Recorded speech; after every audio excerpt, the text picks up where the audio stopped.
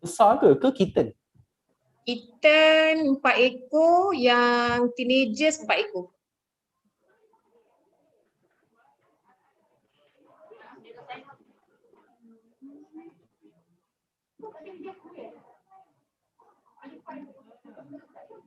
Okay, kita dah stream di YouTube. Alright.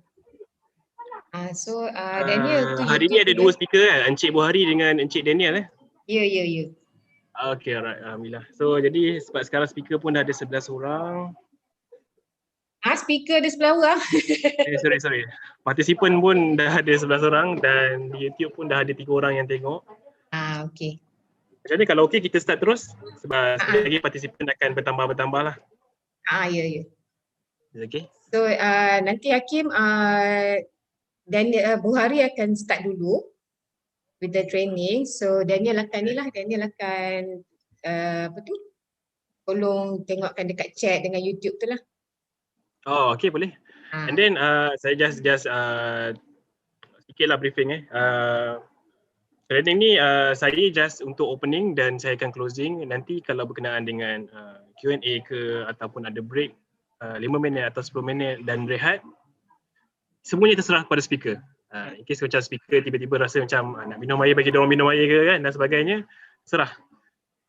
Nanti saya akan masuk balik dalam, ikutkan kita akan habis dalam pukul 4 ataupun 3.30. So nanti within dalam 10 minit sebelum ke setengah jam sebelum nanti saya akan masuk lah. Itu saja. Saya serahkan semua pada speaker lah. Alright. Okay. Okay, jadi jika tiada apa-apa saya start sekarang lah. Boleh. Bismillahirrahmanirrahim. Assalamualaikum warahmatullahi taala wabarakatuh and very good morning to ladies and gentlemen. First, I would like to seek your cooperation to complete this training. Morning to afternoon, kindly mute your microphone to avoid interruption and please register this training through I attend for attendance. We also stream this program via our YouTube channel, IUM MSD Competency Development for playback later. Thank you for your cooperation and attention. Ladies and gentlemen, it's a pleasure to be moderate for this training. My name is Luman Hakim bin Sani, and on behalf of MSD Training, I would like to extend a warm welcome and pass the session to our speakers, Encik Bukhari bin Shafi'i and Encik Muhammad Daniel bin Baharudin from Selpet, IUM for training mastering public speaking. Without further ado, please welcome.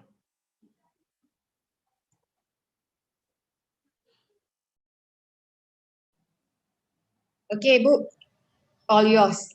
I think Daniel's gonna introduce a little bit. Okay. Okay, Assalamualaikum everyone. I hope my voice can be heard. Can you hear me, the rest? Okay, so Assalamualaikum everyone. Good morning. Welcome to the next series of our English for Workplace series. So right now we are going to be looking at how to master public speaking skills, basically. Okay, so hi everyone. So I am one of the trainers for today. My name is Muhammad Daniel bin Baharudin. You can call me Brother Daniel, Mr. Daniel, so it depends. Okay, so with me today is Brother Bukhari. Okay, so basically for today's session, it will be divided into 3 sessions. So one will be right now, 9 until 10:30ish. Okay, and then after that, we will have like a few minutes break. Then we will continue maybe around 11 or 10:45, it depends, until noon, right? That's the second session. And then we will have like a lunch break and a Zohar prayer break, and we will continue back around 2 p.m. Okay, so the first session will be conducted by Brother Bukhari, okay? And then the second session will be conducted by me, right? And the third session will be mostly activity-based, which is at 2 p.m., right? It will be conducted by both me and Mr. Bukhari, in which we will divide the activity into 2 sections, okay?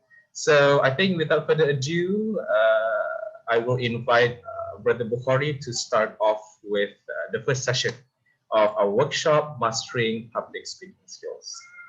Mr. Bukhari, the floor is yours. Thank you, Brother Daniel. Okay, let me share my screen real quick. Host disable participant screen sharing. Sorry, can you please allow my screen sharing? Hold on. Yeah, I'm sorry. Okay, before Mr. Bukhari start, if you have any questions, okay, audience from the YouTube, okay, and also in our Zoom meeting, you can just ask your questions there. Okay, I will check the YouTube page. So if you have any question, I will just stop Mr. Bukhari if it's okay, right? To ask your question, especially the audience from YouTube, right? Okay. Right, thank you, Brother Daniel, for the explanation. Can you guys hear me clearly? Yeah, clear. All right, great. Okay, before I start, Assalamualaikum warahmatullahi wabarakatuh to all brothers and sisters today. Okay, before we start with the first slot, okay, so let's us just start off with Umul Kitab Al-Fatihah.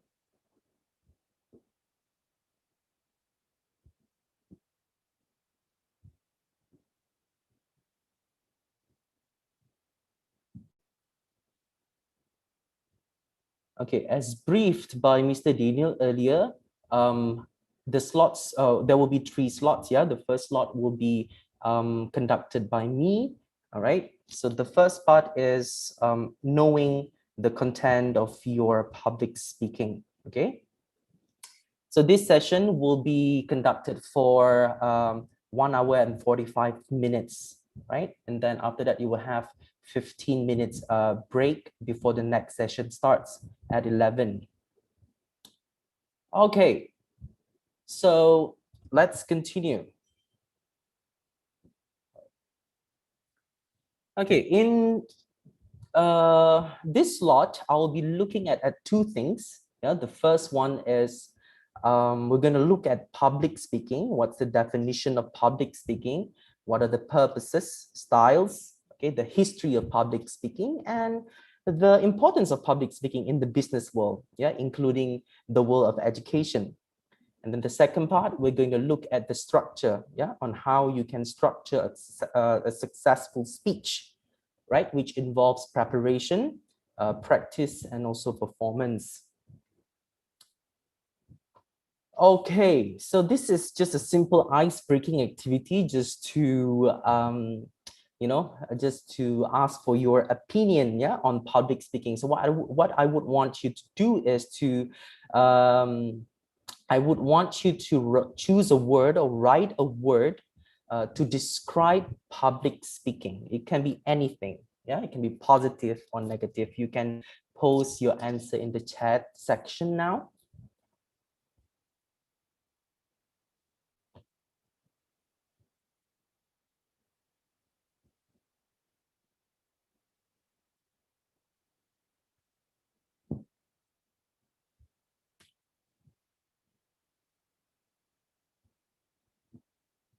So it's not really possible for me to see the chat box, right? If I'm presenting.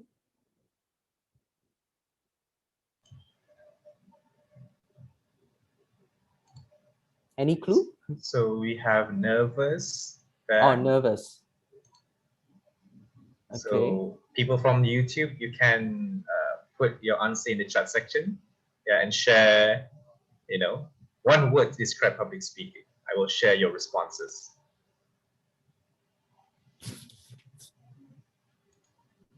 Any word to describe about public speaking. What's the first word that comes to your mind? Okay.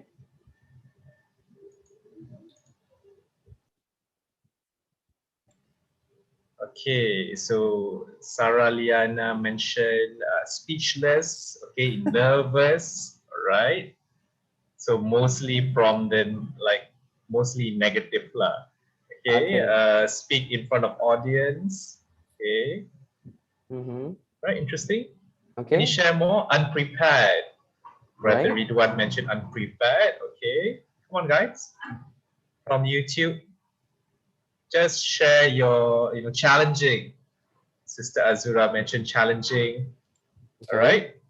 Not confident. Mm-hmm. Okay, we have not confident as well. The rest, what do you think? One word. Communication. Okay, communication. One word. Okay. Yeah, That's maybe good. Sister Asina mentioned about you need to have some communication. All right. Okay. Speak up your voice. Okay, Azisha. All right, speak up your voice. So that's okay. Any more? Waalaikumsalam. All right. Okay. So that will be all, yeah? Yeah, I think that was some of the responses. Okay. Interesting responses, I would say. Yep. Most of the responses actually, are quite negative, yeah, when it comes to public speaking. This is common, yeah. This is not something weird. It's common. It's a common phenomenon for people to feel scared, nervous when they talk in front of the public. Even there's this statistic to support this. Yeah. Okay. How do I go? Okay. All right.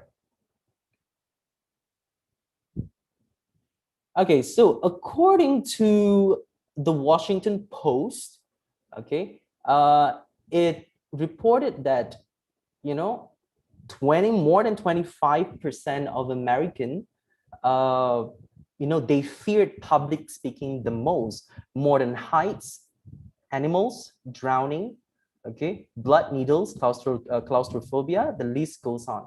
So it's completely normal for you to have a negative perception towards public speaking. Okay, so today my role is to change that. Yeah, is to give you a sense of confidence when you engage in public speaking. All right. Okay, let's move on. Okay, what is public speaking actually? Most people would say, okay, public speaking is, it involves standing in front of a huge crowd and trying to inform or trying to persuade them, okay, about something, right? So this is the, I would say, the dictionary definition of public speaking. Public speaking is a formal face-to-face communication method where a person uses the medium of speech to inform or influence a group of listeners, right? The audience. Public speaking does not only involve standing in front of a huge crowd, informing them about something.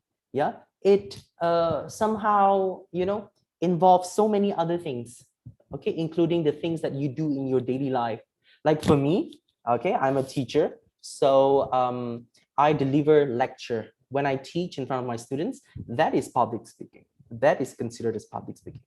Okay, when I conduct seminars and training, that is public speaking. Okay, anything that involves an interaction, okay, between a speaker and an audience, making presentations, debating, conducting demonstrations. Okay, I hope you're clear on that, right? Public speaking does not only, the dictionary definition is like what I said, but it also. Okay, so let's take a look at the general purposes of public speaking. These are the three, I would say, common ones. Okay, the reason why we give public speech. First is to inform. Okay, or is to make known something that is not known before.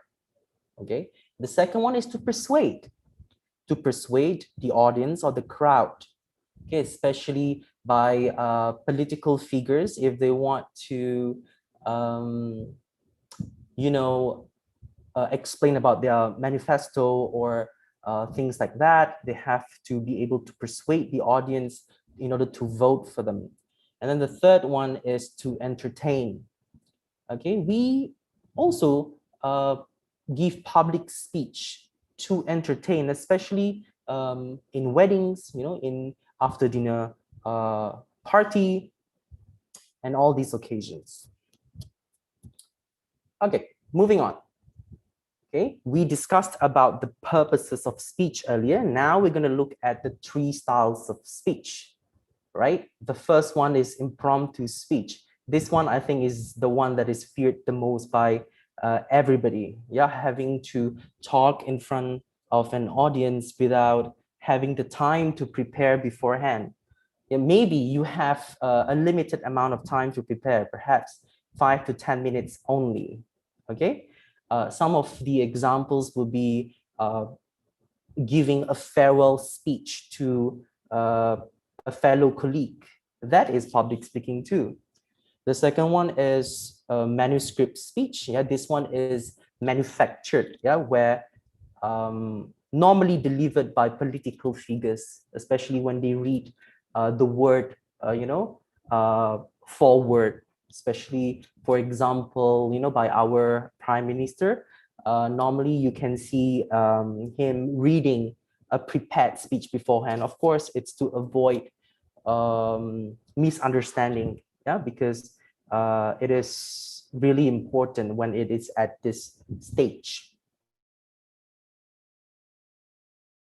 Speech, yeah, this one requires the speaker or allows the speaker some flexibility to change or to adapt according to the setting, yeah, the setting, depending on the number of audience or depending on the venue and all these things. So the third one, it's also quite common, yeah.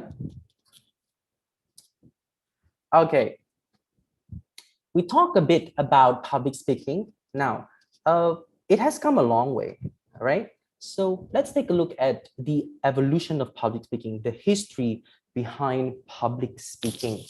Okay, it first started over 2,000 years ago, yeah, by Aristotle. Okay, during, I think, the ancient Greek, okay, where public speaking was entirely used for political purposes, to impart political agenda, right? And then back then, even more than 2,000 years ago, Aristotle, he emphasized of public speaking or persuasion, okay, which are ethos, logos, and also pathos. So what is ethos? Ethos refers to the credibility of the speaker. Okay, whether the speaker has a good background knowledge of the topic. This is very important because when you are giving a public speech, yeah, you are in position of power to influence the audience. You cannot be seen as having limited knowledge or not enough knowledge on the subject matter, or else the audience will lose their trust. That's for sure. Okay, this was even said by Aristotle 2,000 years ago, and of course this is really important. Okay, the second one is logos, the logic behind any conclusions drawn by a speaker, whether the information given by the speaker is clear or logical, right? And then the third one is pathos, emotional appeal or ability to create connection between the speaker and his audience. How does the speaker create connection, okay, with the audience? This is really important because in real time, you have to connect with the audience, or else it's going to be a one-sided affair, where the information just doesn't get across. So we don't want this. Okay. All right. Okay, so after Aristotle, okay, moving on to the Roman era, okay, Cicero, who was a lawyer, politician, and also philosopher, also used exert or to how would I say it, enforce or to force influence on the people. Yeah, he even introduced these 5 steps, yeah, which are quite modern. Okay, why they are? I mean, why do we consider these steps to be modern? It's because we adapted or we use, okay, this concept that was introduced by Cicero, right? So the first one is invention, development and refinement of the argument, finding ways to persuade. Okay, even centuries ago, right? So this philosopher managed to come up with something so, I would say, groundbreaking. Second one is arrangement, creation of the structure of coherent argument, of how points are interrelated, of how the paragraphs are interrelated. So that is really important, yeah, organization. The third one is style, the process of determining how to present an argument using rhetorical techniques and choosing the words that have the greatest impact on the audience. Yeah, this talks about the techniques used by the speaker to gauge the audience attention. Okay, one of it is to use rhetorical question. Rhetorical question, you'll be hearing this phrase a lot. Yeah, basically, okay, it's a technique, yeah, used by speaker. Well, basically, the speaker asks question, okay, but then he doesn't expect an answer. It's more reflective. It's just to make the audience think, right? And then memory, the process of learning and memorizing the speech while making it sound natural. Okay, and then delivery, the process of making effective use of voice and body language. Okay, as you guys are well aware, public speaking is composed of both, okay, the content-wise and also the delivery wise, yeah, where the second one focuses more on verbal and non-verbal techniques, yeah, which will be covered by Brother Daniel in the second part of the workshop. All right, so I don't want to really elaborate on it. Okay, so fast forward to our time in the modern era. Okay, we are highly influenced by Aristotle, by Cicero, right?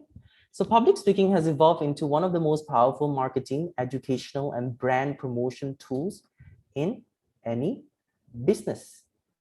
Okay? Before, public speaking was solely intended for political purposes, but now we have used it in all the fields, all the job sectors.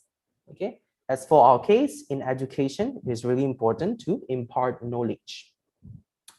Okay, most public speeches can be broken down into these 5 basic elements: who, what, whom, medium, and effect. Okay, so in today's workshop, I will be training you guys. Yeah, I'll be helping you guys to draft an outline, yeah, of public speaking. So I will try my best to provide you guys with examples and the right techniques. So I'm really looking forward to this session in the afternoon. Yeah. Okay. How is public speaking relevant in today's world, in the business world? Yeah. In the IR 4.0 world.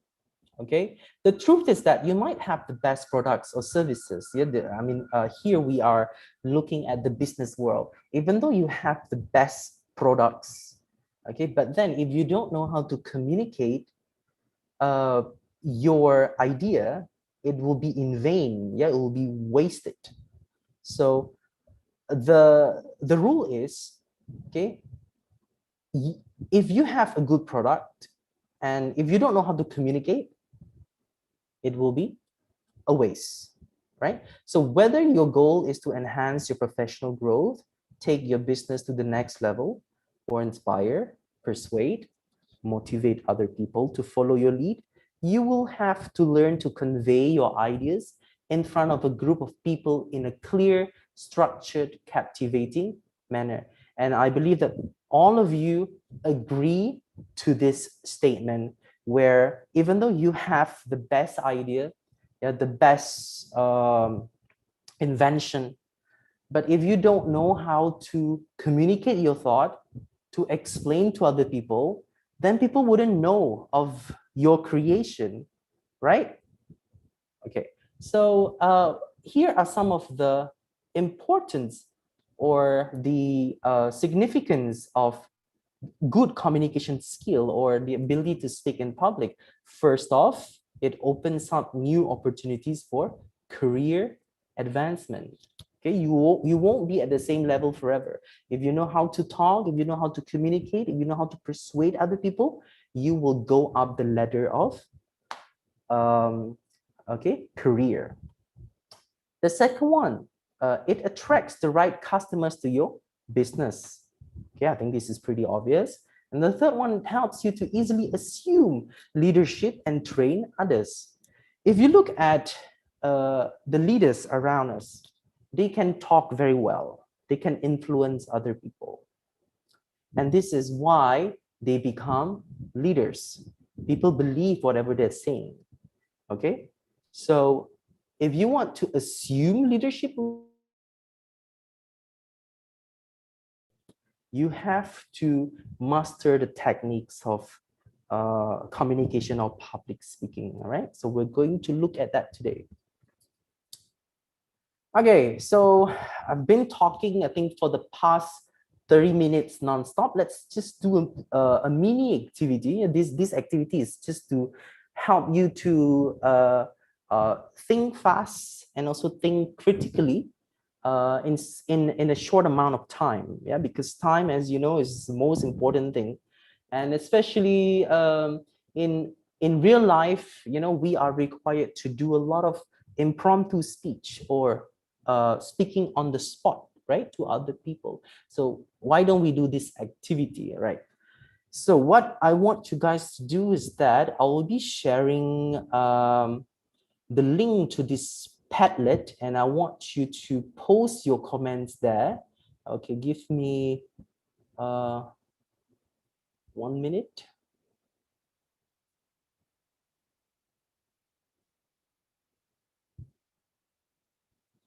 All right, so I hope you guys have used Padlet before. It's not really difficult though.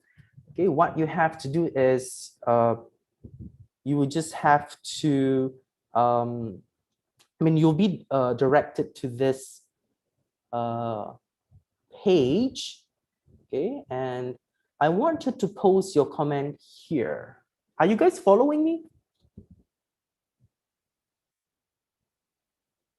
Can you see this?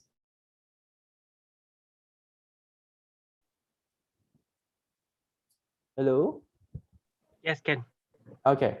So what I want you to do is, under this image, I want you to post your comment, okay?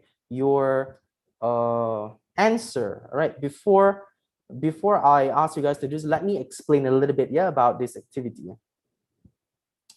Okay, so this activity,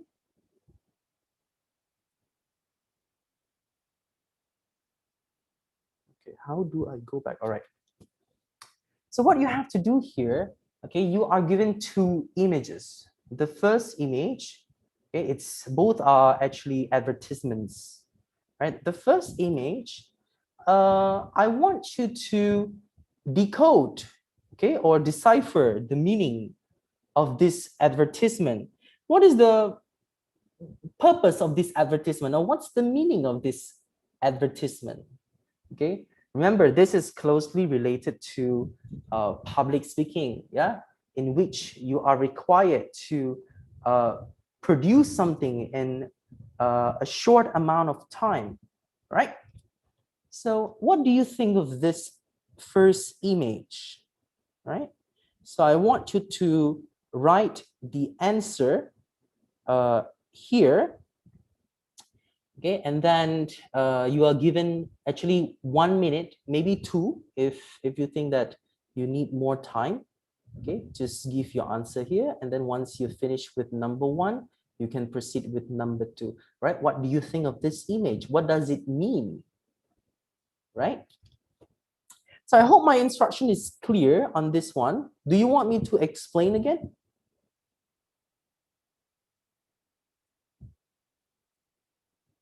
Right? No, yeah. Okay. So I just shared the link to Padlet. Have I? Okay. Yeah. Okay. I just shared it here. Daniel, can you help me to share this on YouTube? Yep, it's already Alright. shared on YouTube. It's already shared. All right. Thank you. Right. Spaghetti.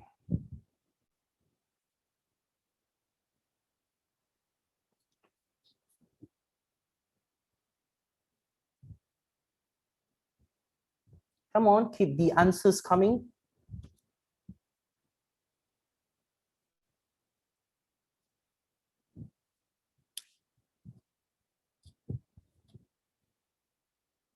What do you actually think about the advertisement? Of course, it has some hidden meaning that you need to understand, right?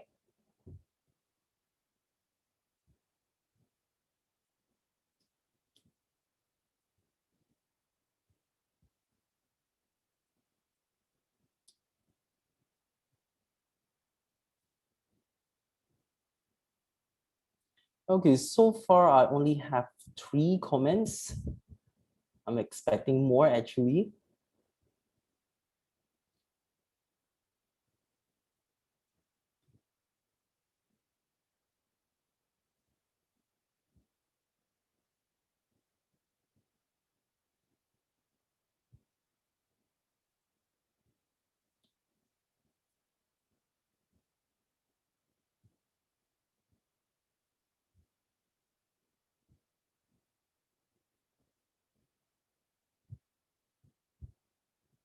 Ah, okay.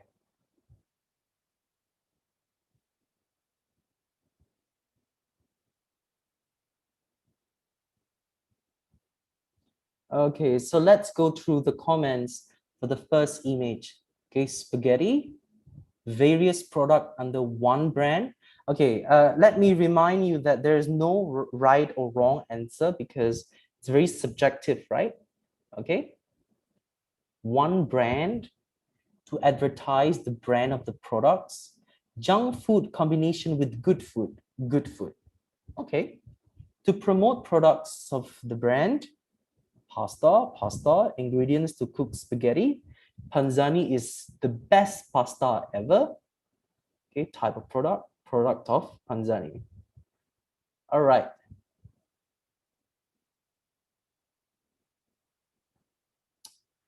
Okay, I'm not saying that your answer is not complete, right? But I would give you my version of answer, yeah, so that we can compare. All right. Remember, there's no right or wrong. I don't know. In my opinion, okay, like one of the comments here, okay, one of the participants said that it's junk food, you know, with a combination with good food, and then equivalent to good food. Okay, almost there, right? Okay, what I think the purpose of this advertisement is to show that even though pasta, okay, which is I think processed food, okay, and also pasta sauce or Parmesan cheese, they're all processed, but they belong here in the bag with other fresh produce, right? So here, how would I say it?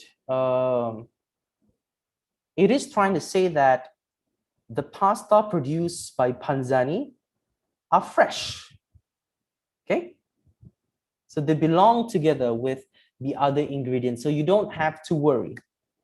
So that's my take on it. Okay, so I hope that's clear.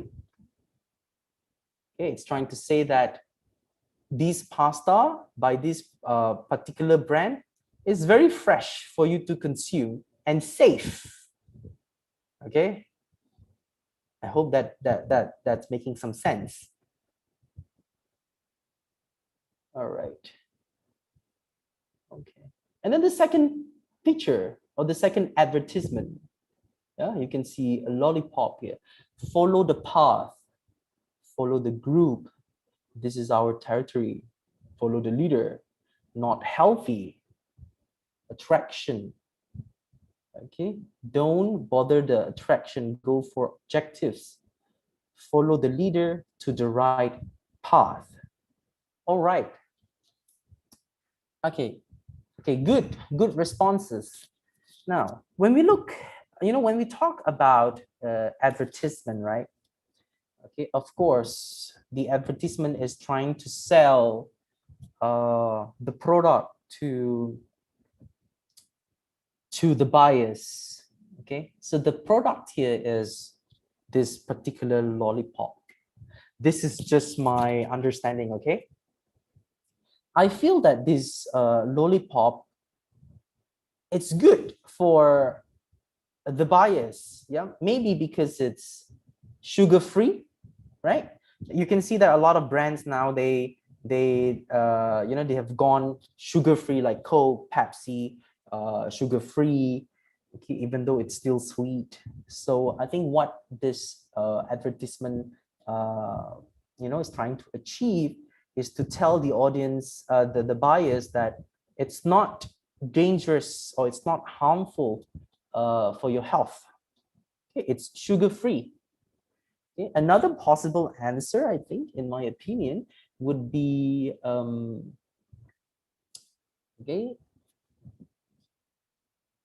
it's spoiled. Okay, that's why even or it's very bad for health. Okay, not even ants want to consume it, want to eat it. So it can be two version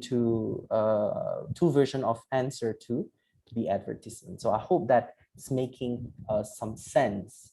All right, so this particular activity, I know that maybe you're wondering what's the relationship between public speaking and also this particular advertisement. Yeah, the whole purpose of me doing this activity is to just engage you in a critical thinking process, yeah, in which you have to produce, respond, or answer in a short amount of time.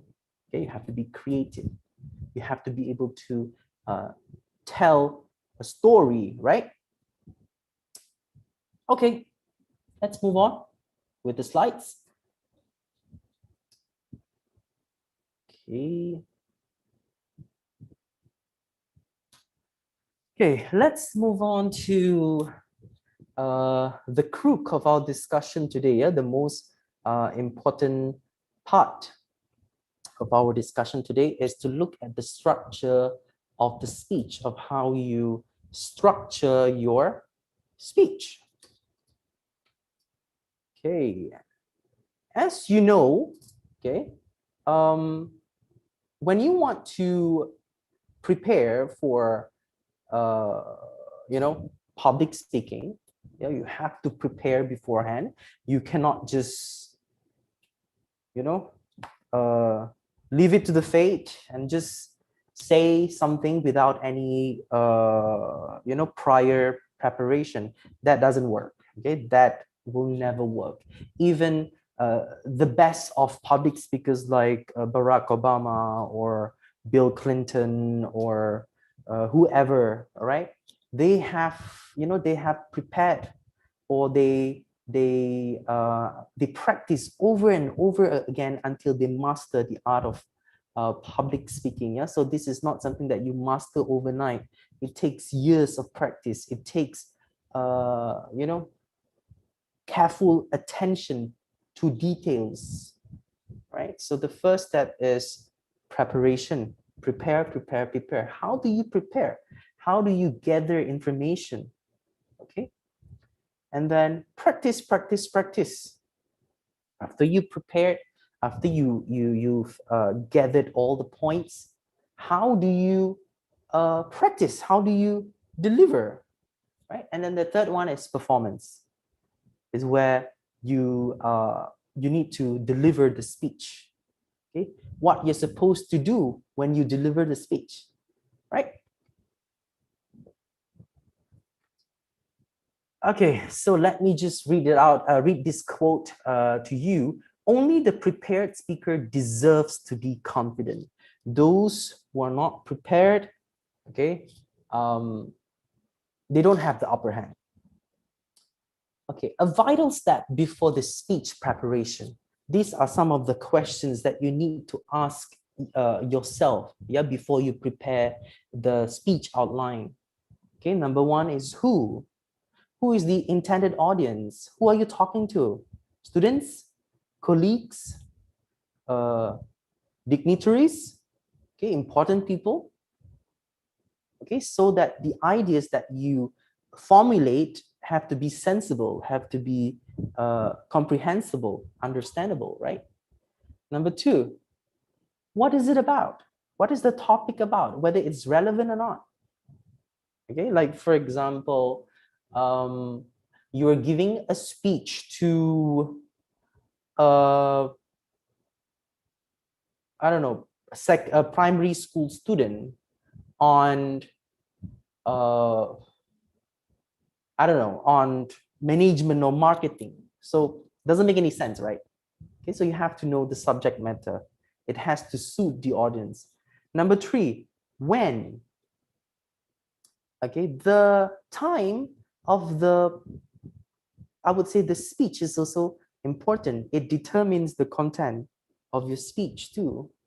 Okay, for example, you have to be, you have to consider, or you have to prepare your speech accordingly to the time. Okay, like for example, in the morning. Okay, you can use some examples that are, how would I say it? Okay, you can use examples that are suitable for the morning session. Okay, and for the afternoon session, you might not want to drag or prolong your speech, because we know that in the afternoon people just, I don't know, maybe they're hungry or they're sleepy, so they easily, they are easily agitated, they lose their focus easily. So you try to adapt to the situation. Okay, try to consider all of this, I would say, shortcoming. Okay, number four, where? The location. Online, like what we're having now, it's online, in an auditorium, okay, in an open, out in the open, okay, where you are supposed to give a speech in the sun. Okay, number five, why? Why is it important? Okay, what's the purpose of it? I mean, what difference does it make, right? So ask yourself these questions before you, before you come up with the outline. Okay. So once you have asked yourself all those questions, and then you have identified the topic, right? The topic of your speech, right? When you select the topic of the speech, you have to also be very careful, okay? Not to select a topic that is too general. Okay, let's say I give you an example here. The topic is poverty, right? Poverty is actually, it refers to a state of living, yeah, where you don't even have the basic necessities in life, or lack access to necessities, maybe like water or shelter or food, and then, but it's too general. Okay, you might want to refine it a little bit. You go a little bit narrower, right? So you come up with, what is the relationship between poverty and, so you want to find the relationship, okay, whether criminal activities, whether poverty cause the increase of criminal activities. Well, this actually depends on the topic of your speech. Okay, let's say, yeah, for the speech, you are required to talk about poverty. So you have to find out which side of poverty that you're supposed to cover. You're not supposed to just talk about, everything, right? And then make it narrower. Does poverty contribute to the increase of criminal activities in Malaysia, right? So this is, I think, the most narrowed topic. So it's easier for you to do your research afterwards, right? Okay, once you have got a whole of the topic, once you have narrowed everything down, everything is clear in your head, right? And then you can move on to these steps. Okay, this smart speech preparation. The first one, of course, is to select the material, right? I would say that the first part is one of the most important. Yeah, we're going to look into it. And then the second part is to map your outline. Yeah, once you have selected all the material, once you and personality. Number 4 is to revise the speech, and number 5 is to tie loose ends together. Okay, let's take a look at the first one. Right, when you select your materials, right, you cannot just simply arrive at a conclusion or support your points from whatever you hear from your surrounding. I mean, that will be unreliable, right? Just hearsay. No, it doesn't work like that. When you want to curate or when you want to come up with your points, you have to refer to reliable sources. Okay, what are some examples of reliable sources? Right, before we get to that, let's just take a look at this information here. The information presented by a speaker can be compared to the tip of an iceberg. So this is an iceberg, yeah? Imagine during your public speech, this is what you say, and this is what you've prepared, what you know, what you have learned. This is, I would say, really important, yeah, for you to understand, because when you interact with the audience or when you talk to the audience, you don't really know about their background knowledge. Some of them might not know about the subject matter. Some of them are quite proficient and well-versed. So we never know. What we have to do is to prepare, okay? I would say you have to do maximum preparation. Because the reason why I'm saying this, if the audience detects or knows even the slightest weakness, they will, you will lose your credibility as a speaker. Okay? Because they invest their time to listen to you. Of course, they would want to listen to someone who is who's an expert, who's an subject matter SME, right? So try your best. Okay, you have to be very careful about this, about what you know. Okay, moving on. When you select the materials, okay, from the topic that you have narrowed, try to come up with 1 to 3 major points. Right here, it depends on the duration of your presentation. If your presentation is short, maybe 1 to 2 points. If your presentation is long, okay, I would say go for the maximum, the 3 major points. Okay, we're going to look at the outline after this so that it's clearer for you. All right. Okay, like I said earlier, before you come up with the main points or supporting details, you have to refer to reliable sources. Okay, where do you get the data from? Where did you get the statistics from? Right? Where did you get the idea from? Make sure that all of these things come from a trusted sources. Okay, how do you define trusted sources? Well, trusted sources, I will just give you some examples. Yeah, the easiest example is, well, you can retrieve or you can get information from the internet, right? But then internet is like, it's huge, right? So how do you select? Okay, you can refer to some websites that end with gov. It's a government website where these websites publish government reports, right? Statistics. Okay, I believe that you have come across many websites that ends with gov. Okay, doesn't matter from which country, you can use the information there. All right, and then another website is another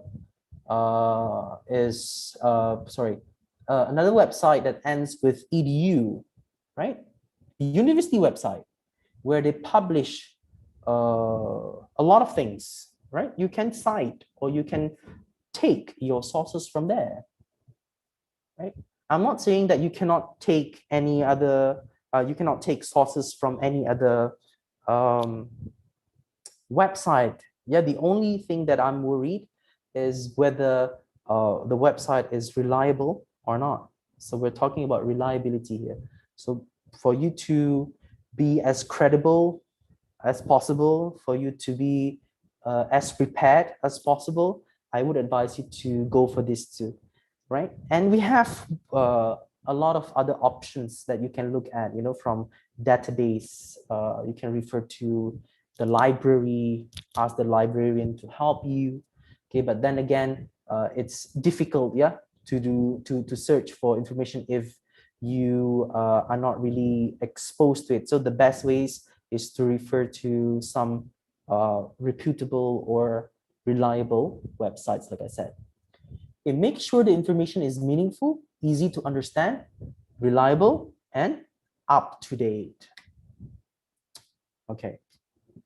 So once you have got the topic, and then you have got your sources, and then you have thought about the main points, right? The topic just now was about poverty, right? The relationship between poverty and criminal activities, right? So you're trying to find a relationship whether these two things, I don't know, have a relationship or these two things connect or not. Some people say yes, right? I think you can find the answer from the sources. Okay. The second step is to map your outline. Okay, when you prepare your outline, right? Okay, the basic speech outline template contains 5 elements. Okay, the first part is attention grabber. Okay, what is attention grabber? Attention grabber comprises unusual statement, a question, a gesture, story, right? An anecdote, a personal story, a long pause, reference to current events or historical events, right? A lot of people, they tend to use statistics for their attention grabber to grab the audience's attention, right? And some people, they like to use quote, right? Famous quote from famous notable people around the world. Okay. And then once you have decided on how to hook or to get the attention of the audience, then you can move on with the introduction, right? So attention grabber and introduction, basically they are together, right? So introduction, what you're supposed to have in your introduction, you have to state your purpose of the speech. What is the purpose of the speech? We know just now, yeah, from my earlier explanation that there are a few purposes of public speaking, which are to inform, right, to entertain, and to persuade. Okay, the topic just now is to find relationship between what do you call that? Criminal activities and poverty. So it falls under, I think, persuasive essay or argumentative essay. Yeah, to argue, okay, or to persuade the readers to persuade the readers that there is a connection, yeah, between these two things. And then for introduction also, you need to list the main points, the key points. I'll show you an example, right, after this. This is that you need to know what is attention grabber, what is introduction, right? And then you also need to include, you know, when you list the key points, this thing is called as thesis statement, right? And then body, right?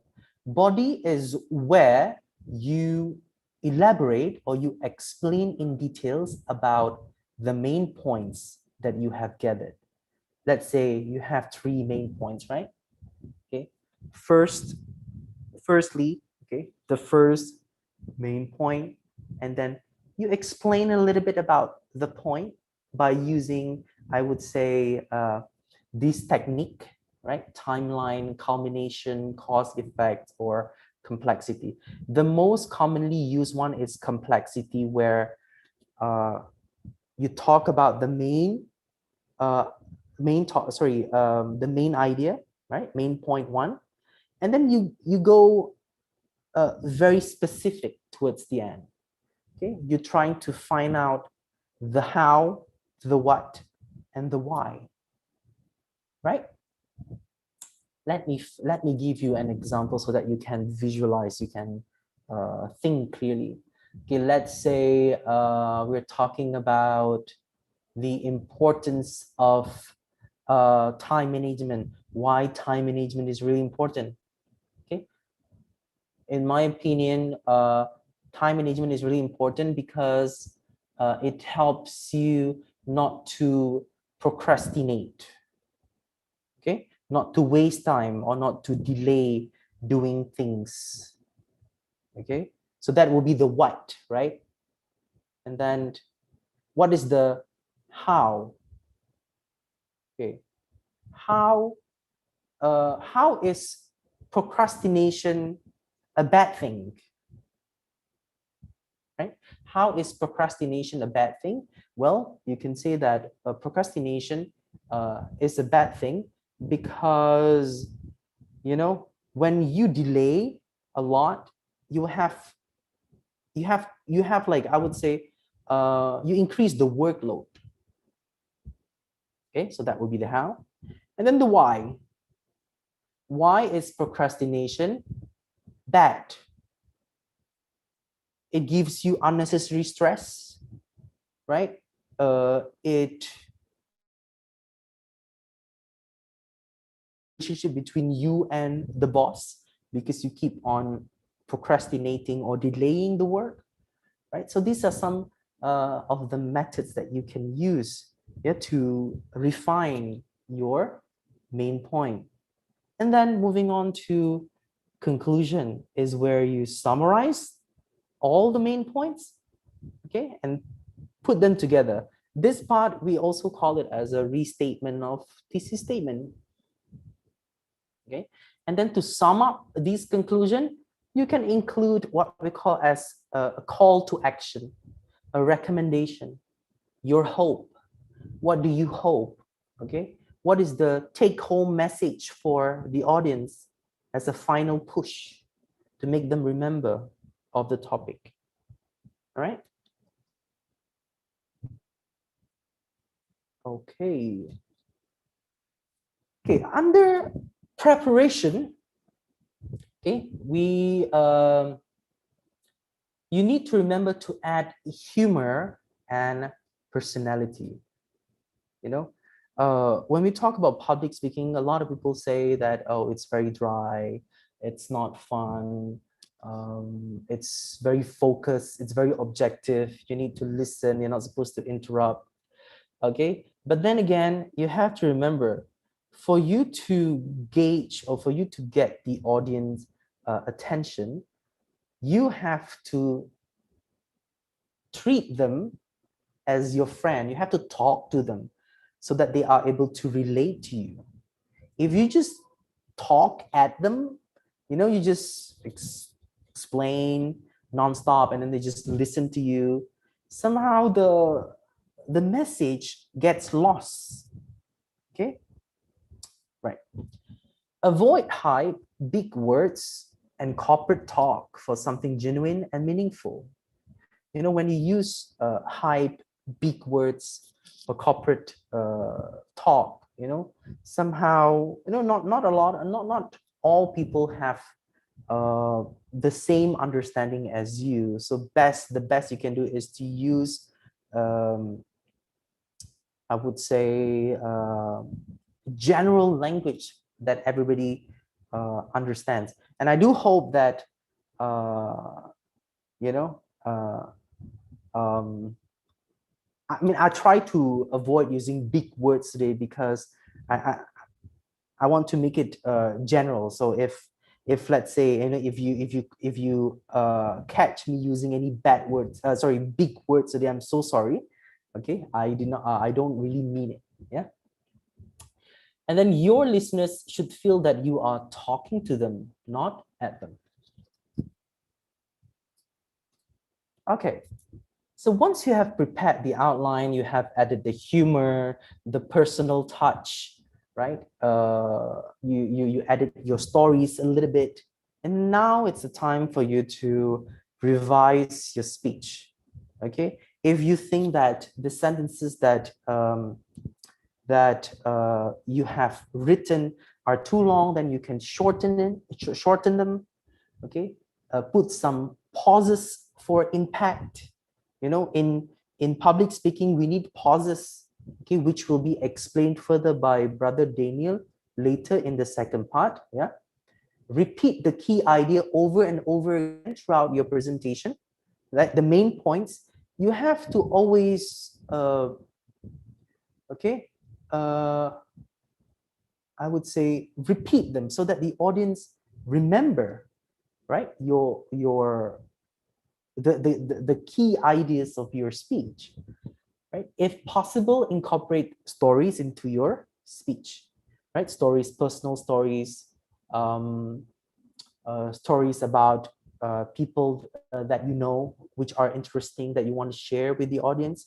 You can also do that, yeah, so that there is an element of humor and or I would say an element of relaxation, so that not everything is formal.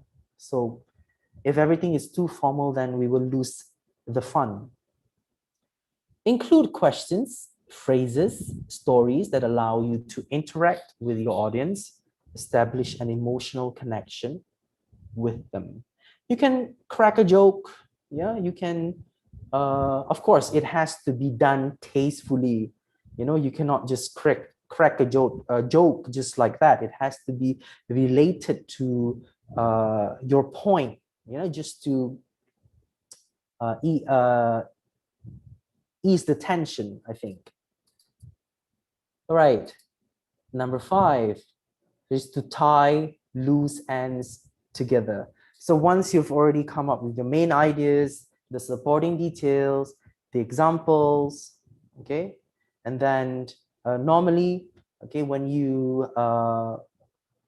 give public speech, especially during this pandemic, right, during the new normal, most of the time it will use visual aids. You have to have, like, even now I'm using visual aid, PowerPoint, to help explain my points, right? So this last step, okay, to tie loose ends together, is to check for any inconsistency, right? For any problems, make sure all the ideas are linked very well. Make sure the supporting details and the examples are linked very well to the main idea. So this is more like, you know, revising. Okay. Right. Here comes the second part, practice. Okay, public speaking, just as any other skill, requires constant practice in order to be improved, right? You can, you know, there are a few practices that you can do. You can practice alone in front of the mirror, or you want to record yourself, right? And or you want to practice with your friends, other people. This is also a good idea, because when you practice with other people, they can point out, you know, what are the what are the things lacking or missing from your speech, from your presentation. And then the third practice will be to experience the real thing, you know, to do dress rehearsal, you know, to check the equipment, to go to the real location. Yeah, for example, you're supposed to give a speech in an auditorium, right? So you go there, you check the speaker, you check the sound beforehand, just to make sure, you know. Okay, and then what are the purposes of practice? It allows you to discover awkward phrases. You know, when we prepare the outline, or when we prepare the speech and all those things, you know, we've come up with good words, but then when you deliver them, it sounds really weird, or it doesn't, how would I say it? It does not come as smoothly as you plan. So practice helps you to determine or to detect that. Right. The second one, it reduces nervousness, helps to transform anxiety into excitement. Okay. Of course, when you are, you know, when you practice, okay, I would say that your anxiety would somehow decrease a little bit, because you know that you are well prepared. The reason why people are nervous or anxious is because they are underprepared. They think that, oh, there are still things missing. There are still things like this that I want to improve, right? So this is really important. It helps you to gauge your timing, right? When you practice your speech, you can know, right, what's the duration of your speech, right? Okay.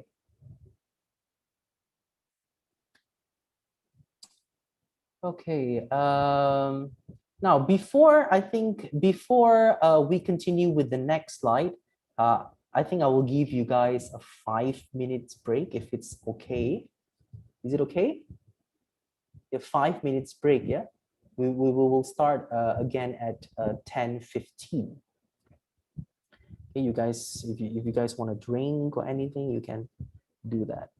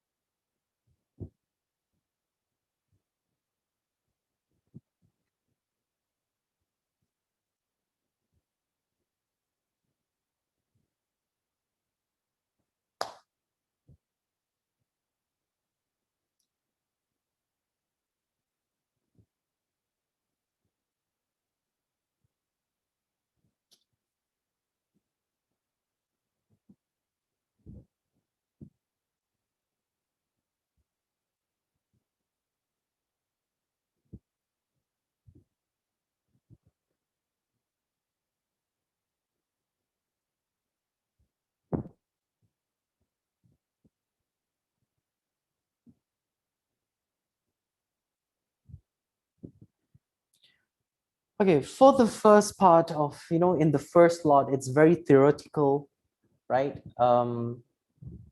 You can't really see it yet. Later in the third slot, in which you guys, we're going to do some activities together. That is where you can see how everything is put together. Yeah. So I do hope that you stay throughout the session. All right.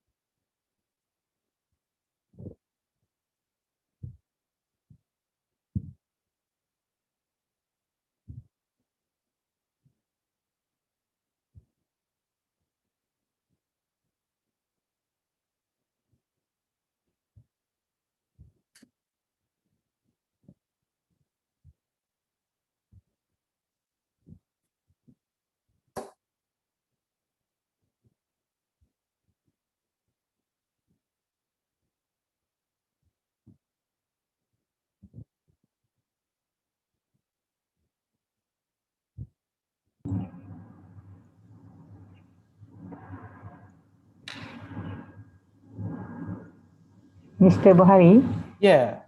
can I show slide number 4 before title number 5 tie loss? Can you? Oh, you want me to go back? Yeah, yes. Because I. Okay. I think I'm going. All right. Just one.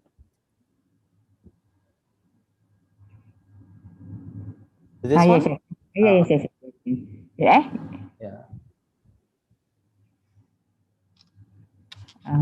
Okay. Thank you, sir.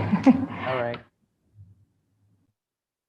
Okay. I think it's 10:15 now. Let's continue a little bit more. All right. Okay.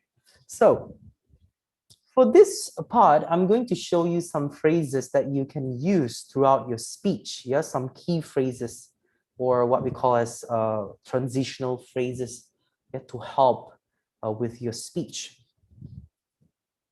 Okay, as for introduction, right? Just like what I mentioned earlier, before your introduction, you can include what we call as an attention grabber, right? Okay, attention grabber, which includes quote, anecdote, stories, personal experience that you want to share with the audience, just to get the attention, right? So here are that you can use to introduce your topic. You can use Phrases like we will be looking at, okay, we will be identifying, right? Today I will be discussing, okay? And remember, in your introduction also, you need to include what we call as a thesis statement, the list of key points, right? So you can say that for today's speech, I would like to cover, right? Or I will be covering 3 main points, which are what? Okay? There are 3 points I will be discussing. So these can be the possible phrases that you can use. So that's for introduction. Okay, move from the introduction to the first point. Once you've given your introduction, then you want to talk about the body 1, right? The first main point. So you can say first, let's begin with the first point, which is what? I will first cover this, right? To get started, let's look at this, right? Okay, moving on to another part of the presentation. These phrases are used to refer to point number 2 and point number 3. Okay, so we've looked at point number 1. Now I would like to explain more about point number 2. Okay, what is the point number 2? Having looked at point number 1, let's move on to point number 2. Okay, and the list goes on. I will be sharing this phrases with you. Yeah, you can download it after this. In fact, I think I can share it in the chat box, right? So please remind me to do that towards the end of our discussion, yeah? Okay, transition to a significant issue. All right, you see, if you think that the issue is really important, let's say for body paragraph, yeah, for body paragraph 1 or 2 or 3, you really want to highlight this issue or this important point, right? You can use these phrases. The crook of the matter is something. A significant concern is, right? Fundamentally, this issue is, okay, referring to previous points. Okay, remember I told you guys just now that you have to always repeat the points. I mean, don't over repeat the points, you know, just do it nicely, right? So that the audience, you know, are reminded or they can easily understand the points, right?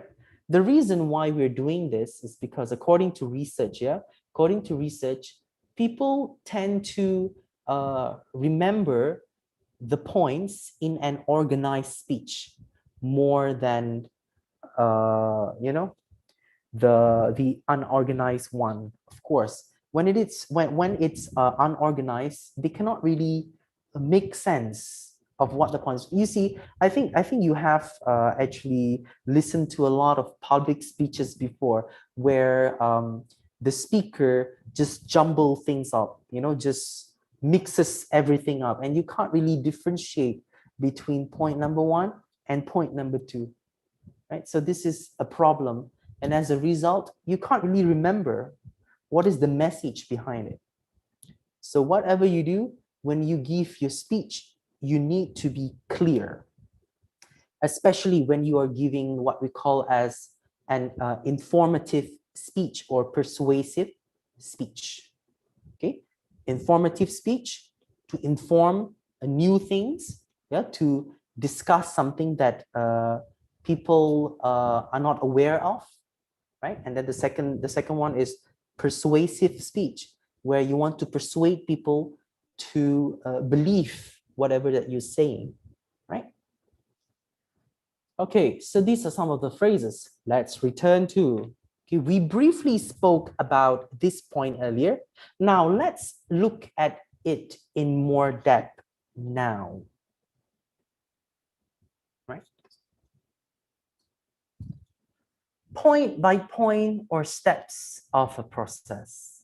Okay, you can use this one, these sequence connectors for you to mention the points. Yeah, the first point. Yeah, second, third. It's up to you. All right, to introduce an example. Okay, for each main point, it is important for you to give an example so that the audience can visualize, can picture your point. So you can use these phrases. Take the case of, for instance, right? Let me illustrate this by, okay, and then you give an example. Okay. A lot of people, they tend to use such as, for example. I mean, they are overused. Try to use different phrases, different approach, yeah, to make your speech more colorful. Referring to visuals, if you use any visual aids, PowerPoint slides or videos, you can attend this, right? You can say, I would like to direct your attention to this slide. Okay, if you take a look at this bar chart, you will see that. Okay, please look at this graph, which shows rhetorical questions. Okay, remember, we discussed a little bit about this early on, right? Rhetorical questions, like I said, they are reflective. They don't need answers, right? Rhetorical questions are asked by the speaker just to make the audience think. So you can use this approach too, right? Let's say for your main point one, right? Body one, you just want to make them reflect or make them think, right? So you can ask this question. Okay. How will this affect us? Question mark. And you are the one who is supposed to provide the answer. Right? Giving explanations. Right? Once you have given the main points, you want to elaborate or you want to provide a reason to the main point, right? So you can use this. This is due to. Okay? One reason for this is.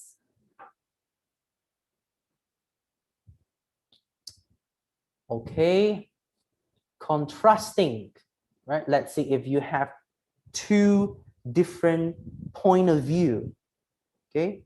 You talk about the first point of view, and then you now you want to talk about the second point of view, which is on the contrary, right? It's I would say it's contrasting, right? So you can use however, on the other hand, although, right? Showing a consequence, consequence. Okay. If you do this, as a result, you will get this, right? You can use therefore, you can use consequently, you can use hence, HENCE, you can use thus, THUS.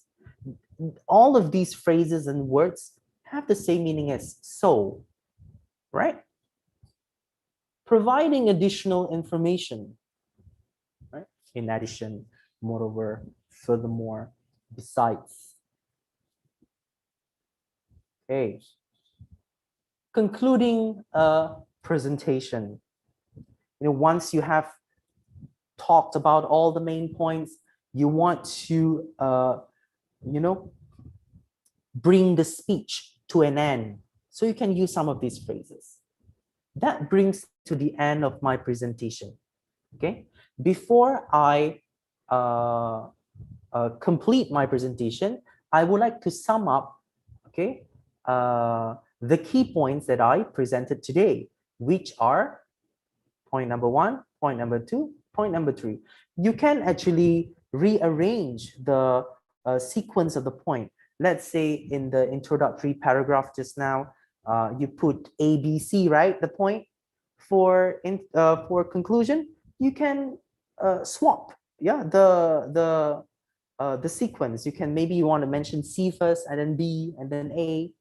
Maybe you want to change the words a little bit using synonyms, yeah, just to how do I say this? Yeah, just to add variety to your sentences. Okay. Remember, for conclusion, where you have to end your speech, you have to repeat the main points one more time. Okay, so you can use this. I would like to briefly summarize the main issues, which are, once you have already summarized the main issue, right, you can use this phrases for recommendation, for the call to action. You would like to stress for one final time. Okay. Okay. Let's say after your speech, a lot of people, they are quite interested to ask you questions, right?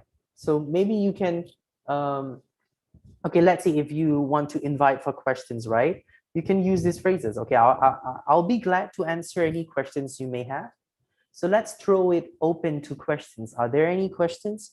I would welcome any comments or suggestions, right? Okay. If someone wants to ask you a question and then which requires your approval, right? You can say, go ahead. Yeah, certainly. Please do. That's a good question. Okay. Clarifying a question. Let's say if you don't really understand what what the audience asked. So you can say, sorry, could you say that again, please? I didn't quite catch that. Can you please repeat yourself? Can you go over that again? Okay. If I understand you correctly, you are asking this. All right. Okay, so that's all for practice. Okay, we have covered preparation, we've covered practice. Now let's take a look at performance. The day where you have to deliver your speech. Okay, here are some tips that will allow you to improve your performance even more, right? Always relax before you get up, to talk, or before you present in front of the computer. Okay, don't feel nervous. I mean, of course, it's completely normal to feel nervous. Like I said, you will become more nervous or anxious when you are underprepared. Okay, make sure you prepare beforehand. Make sure you you have prepared more than 100%. Okay, so that your anxiety will somehow, be decreased. Greet your audience with a smile. Okay, try to establish some trust, some relationship with the audience, so that there's no hostility, or there's no you want to treat them as your friends, right? Because they're listening to you, so you would want to be friendly. Make yourself be heard. Okay, either face to face or online. You can check the mic, okay, to see whether your voice is clear, whether your internet connection is stable or not. I hope my internet connection is stable today, right? Face your audience at all times. Okay, I think this one is more applicable to, what do you call that, face-to-face interaction. For online, it's a little bit difficult. When you present, you can only see your slides, especially when you use Google Meet, right? Answer any questions as briefly as possible. Okay, as briefly as possible. Let's say if you have any questions directed at you, just try to answer, give a very... Okay, nobody likes listening to a very long answer. Do not diminish or underestimate your audience. I think this is an important point. okay, where you have to always respect the audience. You never know, okay? You never know whether they are a subject matter expert, okay? Whether, you know, you never know. So don't underestimate them by asking questions like, I don't know whether you know about this, you know, because it's very degrading. It's very, it's not respectful, okay? Try to be neutral, use neutral language. Wrap up your talk on time, okay? I hope I'm doing this. Yeah, I still have time. Never apologize for anything. Okay, perhaps this point, it's not really, you know, is not really common in our society, you know, the Eastern society where we, especially in Malaysia, we would like to apologize if we, you know, show any weaknesses or we have any shortcomings when we present. But especially when you see, I believe that, you know, some of you have watched TED Talk videos or, you know, some public speaking videos. You can see that the presenter never apologizes for anything that he or she says because it deals with their credibility, right? So if you apologize, okay, that means you agree that you have some weaknesses, okay? So try not to apologize, okay? Of course, this is quite controversial. Yep, it also deals with our culture. Be your best self, right? Don't try to be anybody else. Connect with people after the presentation. Okay? Try to talk, once you have finished your presentation, try to create a conversation, yeah, with the audience. All right, so after your delivery, after your speech, okay, you would want to do some analysis of your presentation, right? How effectively did you handle nervous tension during your presentation? Try to analyze this question.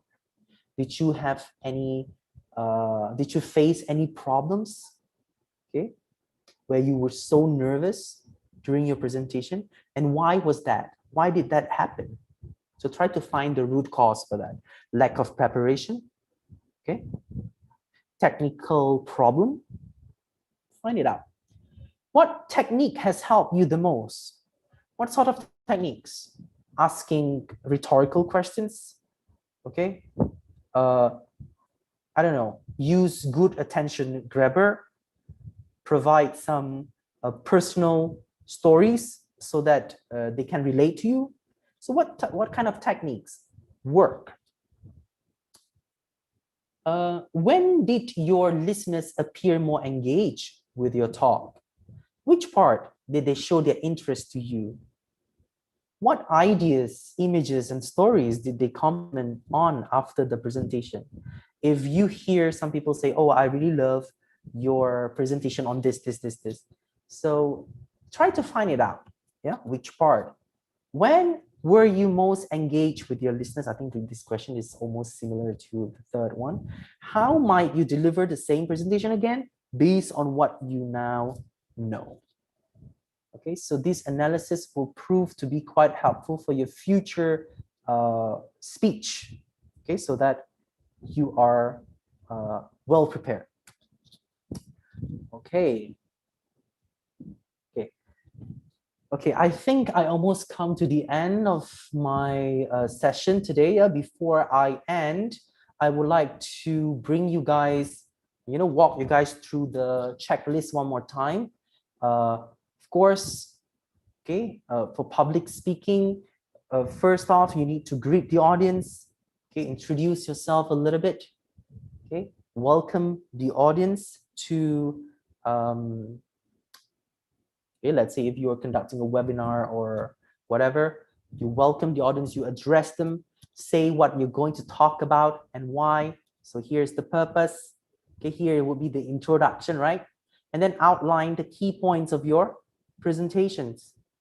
Okay, give the main points here and explain how long the presentation will last and that you will deal with any questions at the end. Okay, for this particular point, you can also, you know, put it here. Okay, here. Provide the main content of the presentation. This is where you talk about the main idea. Summarize what you've been talking about. That will be conclusion. Okay, repeat the thesis statement or the main points one more time. Make a concluding remark. That will be the call to action. Okay, provide, state your hope or give some recommendations. Deal with questions afterwards and say farewell. Okay. Okay, so I just want to show you guys this this long quote from Hillary Clinton. Okay, she said, quote unquote, "I'm not Barack Obama, I'm not Bill Clinton. Both of them carry themselves with naturalness that is very appealing to audiences. But I'm married to one. I've worked for the other. So I know how hard they work at being natural." So all these world leaders, they work really hard to appear natural. Okay, doesn't come naturally. It's not something they just dial in. They work and they practice what they're going to say. It's not that they are trying to be somebody else, but it's hard work, right? To present yourself in the best way possible. All right. Okay, I've come to the end of my slot for today, where I covered some of the topics for your content generation, on how to structure the content. Okay, I hope you guys have benefited from this session a lot. So I would like to open, I would like to, if you have any questions that you would like to ask me, please do so, now. Daniel, do we have any questions from YouTube? Yes, we do have one. Okay, so this All question right. is from Sister Farizatul Asna. Right. She stated that never apologize for anything. So you mentioned that statement, right, in your presentation. So her question is: there any professional ways to apologize without the word "I apologize for"? Because in certain cases, we must apologize for something. Okay? So yeah, that's the question. I think it's more common in Eastern societies in Malaysia to apologize for any shortcoming, but then again, like what I mentioned, of course, there's no one way of doing it, because we live in a very, I think, conservative society. I think it's okay to just, because some people they've used statements like yang baik datang daripada Allah, and then yang mana tak baik datang daripada saya. I mean, it's cultural. You can do that, but try not to go overboard. Try to be moderate, and if you don't want to mention about it at all, that's even better, because we're talking about credibility here. I hope that answers. Right. Any more questions, guys? Any more questions from the crowd? Okay, so this is another question from the Zoom. Okay, so this is from Usianti. When we forgot the script, any other way to cover the forgotten line or points? Let's say if we really blanked out during the presentation or during the speech. Of course, this particular question, I think, refers to impromptu speech, right? Because yes, I do understand when you deliver impromptu speech, sometimes you are nervous because of lack of preparation, because of the time constraint. You're only given like 5 to 10 minutes to prepare, It's completely normal to forget the line or the points. I think my advice for this is to not mention about it at all, because if you try to retrieve the information, people will know that, okay, you are forgetting something. So it questions your credibility, right? I hope that answers. If you want to cover the forgotten line or point, that's why preparation, again, is really important. But then impromptu speech, okay? Your background knowledge is what I think you need to hold on to. All right, I hope that answers. Okay, so there is another question from YouTube. Okay, this is from Brother Ideal. He asked, word of apology structural manner can be subjective? That's the question. I'm sorry, can you repeat the question one more time? Word of apology structural manner can be subjective. So I think the structure on how you word your apologies is what I assume that it can be subjective. Is it yes? Is it like that? I assume that's the question, but if it's not, but the idea, you can just chat in the chat section in the comments. I think it refers to the cultural context that we're in, because we Malaysians, we have different ways of portraying or conveying, our apology. Of course, there will be like different ways of conveying your apology, but like I said, you have to be moderate. Okay, try not to go overboard. Okay, if the mistakes are menial or unnoticeable, I think I would advise you to just forget it altogether.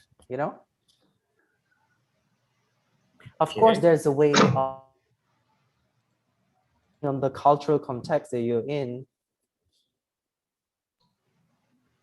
All right, so I hope that answers your question. But if it doesn't, you can just comment in chat, yeah? Okay, so we have, I think we can get around 2 more questions, I guess. Yeah. Okay, so we have another question. This is from Sister Siti Fatima. She asked, impromptu speech, can it really be prepared beforehand? That's the question. Well, I think that depends, I think for important occasions, okay, normally they they will give you, I think, a prior notice, perhaps a few days before. I mean, that cannot be considered as impromptu because you have some time. Normally for impromptu speech, where you have to make like immediate announcement or you have to give a farewell speech and all this thing, sometimes you don't have time to prepare, right? But what you can do is to when you know the techniques, it automatically comes to your mind, right? Okay, what are the 3 main points that I have to structure in my brain real quick? You don't have to pen them down, so I think it all boils down to your preparation, how well read you are, so you can easily like structure it in your mind. I think that will be my explanation for that, because impromptu speech, sometimes you don't have time to to prepare. So what you can do best is to refer to your personal experience or whatever that you have read before and try to string the thought as fast as you can. All right. All right. So I think, I think that answers the question. Yeah. Okay, so now it's already 10:45 or 10:46.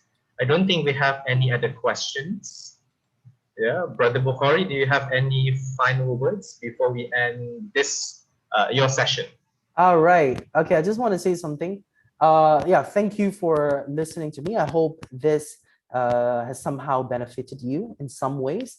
And I'm looking forward to meeting you later in the last session, yeah, where we're going to put everything into use, yeah, where you're going to apply whatever theories or whatever knowledge that you have learned this morning into use. Okay, so see you later, right? Assalamualaikum. All right, so thank you, Brother Bukhari. Okay, so right now it's already 10:47. So I think we are going to have around a 15-minute break. Okay, you can just chill, drink a water, makan kuih-kuih biskut ke kan. All right. So we will begin at around 11:05 minutes or 11:05 lah. Okay, 11:05 we will continue with the second session, which is with me, Brother Daniel. Okay, so for the second session, it will be focusing more on delivery. Okay, so there is a lot of activities, mini activities that requires you to actually verbalize, cakap lah, to just switch on your microphone, tak perlu nak switch on your camera pun. Okay, because it's delivery, so we need to practice that.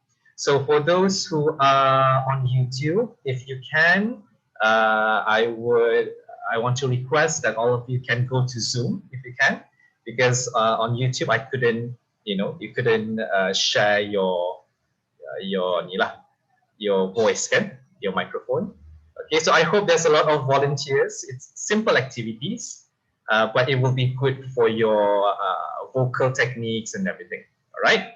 So okay, guys, around 15-minute break, and then we will see you around 11:05 for the next session, in which focus more on delivery, vocal techniques, your articulation, your pronunciation, your voice, your pitch, semua tu lah. So you need to practice actually. All right. So see you guys later, 11:05. And yeah, Assalamualaikum for now.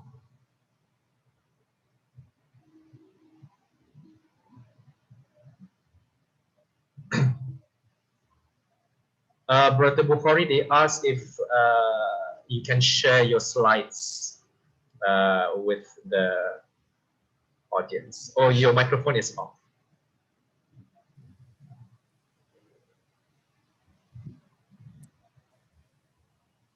I still couldn't hear you, Brother Bukhari.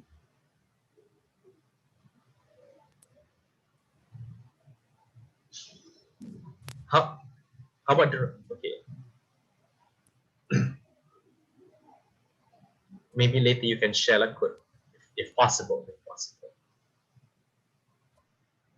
Okay, guys, see you back at 11:05.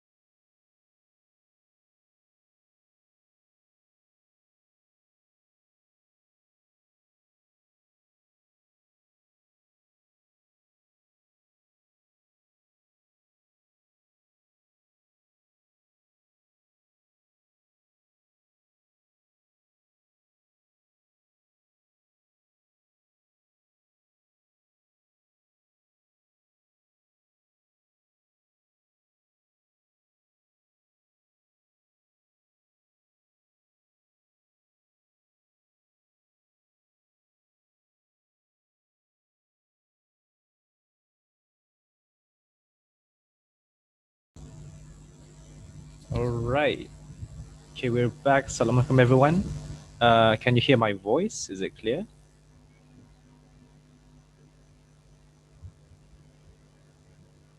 I hope it's clear.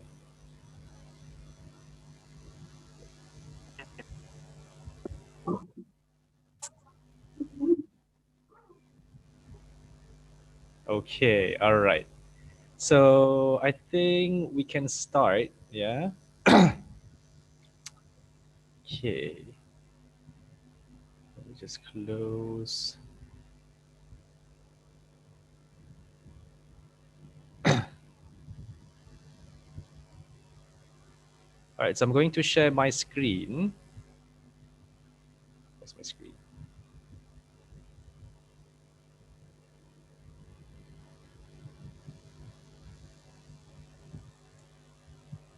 Okay. Hold on. Yeah.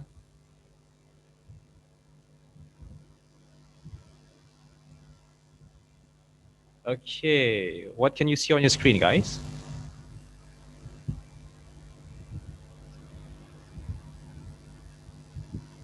Can you see the slides? Yes, yes. Yes, really. All right, okay, so I'm going to present. Okay, so Assalamualaikum. Welcome to the second session. Okay, so we have 3 sessions altogether for our workshop today. Okay, so this will be the second session. So the first session just now, you were with Brother Bukhari, in which he discussed more on the content aspect of public speaking. Okay, in terms of how to prepare, in terms of the language that you can use when you want to present your speech, okay, in terms of how will you organize the content, you know, the body and everything. Okay, so that's the first session. So for this session, the second one, we will focus more on the delivery. So how to deliver your speech like a pro, okay? So I am Brother Muhammad Daniel bin Baharudin. You can call me Brother Daniel, and I'm from the English Language Division, CELPAD, IIUM, Gombak campus. So when we talk about delivery, yeah, it's basically on how you deliver your speech. So the things that we will be focusing on under this particular section, yeah, session, is the vocal techniques, okay, in speeches, your voice line and everything. Okay, and at the same time, we will be looking at the non-verbal elements in speech. Non-verbal elements includes your facial expression, your hand gestures, your appearance, your body postures. So like vocal techniques, we'll focus more on your voice lah, your pitch, your volume, your pauses, your stress and everything. Okay, your pronunciation, your articulation. So that's very important. But the most important thing in terms of delivery, okay, although you have good vocal techniques, or you have good non-verbal elements, but if you are nervous, okay, if you have a high anxiety, you know, you nervous sangat, you have a high anxiety when you want to deliver your speech, then your vocal techniques will not be projected well. Your non-verbal elements akan, you know, it will be very inconsistent. Dia akan tak, it will not be very good. So when we talk about delivery, yeah, I will also look into the anxieties. Yeah, what are the factors that leads to you being nervous when you want to deliver your speech, and also how to overcome it. All right. Okay, where is the next button? All right, so let's start with a question. Okay, let's start with a question. So what makes you nervous when you need to give your speech? What makes you anxious? Apa yang buat, alamak, takutnya aku nak bagi speech ni kan? All right, so I'm going to share my Padlet. Okay, Allah. Where is it? I'm going to share the Padlet. Okay, I think you can see the Padlet there. Okay, I'm going to share in the chat section. All right, so so you can go to this Padlet. I think you can see the Padlet on your screen now. Okay, so go to the first one, this one, gambar SpongeBob ni. Yeah, what makes you nervous when you need to give a speech? What are the factors? Apa yang buat you macam nervous gila bila nak bagi speech? Okay, so you just click to the Padlet and give your comments here. So I just give my comments here. Give your comments here. Can you do it, guys? So I'm going to share in the YouTube as well. Okay. Just share. I would just want to know apa yang buat you nervous? Not confident in terms of what? Kenapa you tak confident? That's the question. Kenapa you tak confident? Apa? Is it apa nama? The people ke? Is it you punya preparation? Is it your preparation that makes you nervous? Is it maybe you know, the audience ke yang buat you nervous? So what makes you nervous? Paling utama. Let's just wait for around 2 to 3 minutes for your answers. Okay, we have audience judging. Kena judge kan? All right, you can see here. Can you see my Padlet kan? You can see in the screen, right? At first, people, then I overcome it eventually. Okay, we will go that later. Dekat sini, how to overcome those anxieties. We will go that later. Audience, okay, come on, more people. We need more answers. Audience, judging, others' perspective about the topic. Oh, okay, whether they like your topic or not. Okay, so that also refers to the audience. Okay, anonymous number 3, audience. The rest, guys, can you share your what makes you nervous, the factors? Let's wait for another 1 or 2 minutes. Is there any other reason what makes you nervous?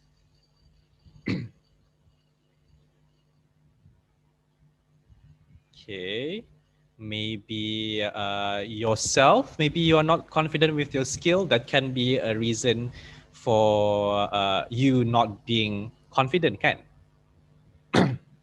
We have any other answers here, dekat ni?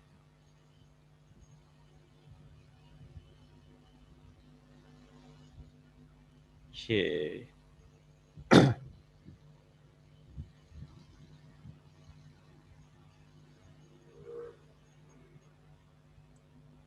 So fear of audience, not confident on the content. Okay, content wise, you tak confident in content. Fear of the audience as well. Uncertain over self-readiness. Okay, so this is more from the self, kan? No confidence when I need to speak English, okay, language, right? Maybe the language that you want to use, you're not confident with. The topics, good. Tend to forget the speech, okay? You macam, you are afraid that you go blank, okay? Long time not speak in front of audience, maybe because it's been a long time since you since you have a speech in front of people, so you dah lupa macam mana nak capture the audience attention, kan? Afraid of crowd, my broken English, another language issue. Everyone just focuses on me, macam because all eyes on you, kan? All eyes on you. So if you have the slightest mistake, then that might be a problem. Okay, so very interesting answers here, and it's actually true. Okay, so now let's move on to the next the next slide. Okay. All right, so these are basically the types of public speaking anxieties that usually a speaker or any individual will experience. Okay, even the most experienced public speaker or people who usually give speeches, they will have this type of anxiety. So if we look at your answers just now, most of your answers are actually projected, okay, towards the audience, meaning that you are nervous, that you rasa takut sangat, you know, because of the audience. The judgment, kena judge by the audience, kan? Okay, what do they think? Kalau I cakap benda ni, what will happen? Will they be interested? Will they get bored? you know, especially when you are doing like a face-to-face speech, right?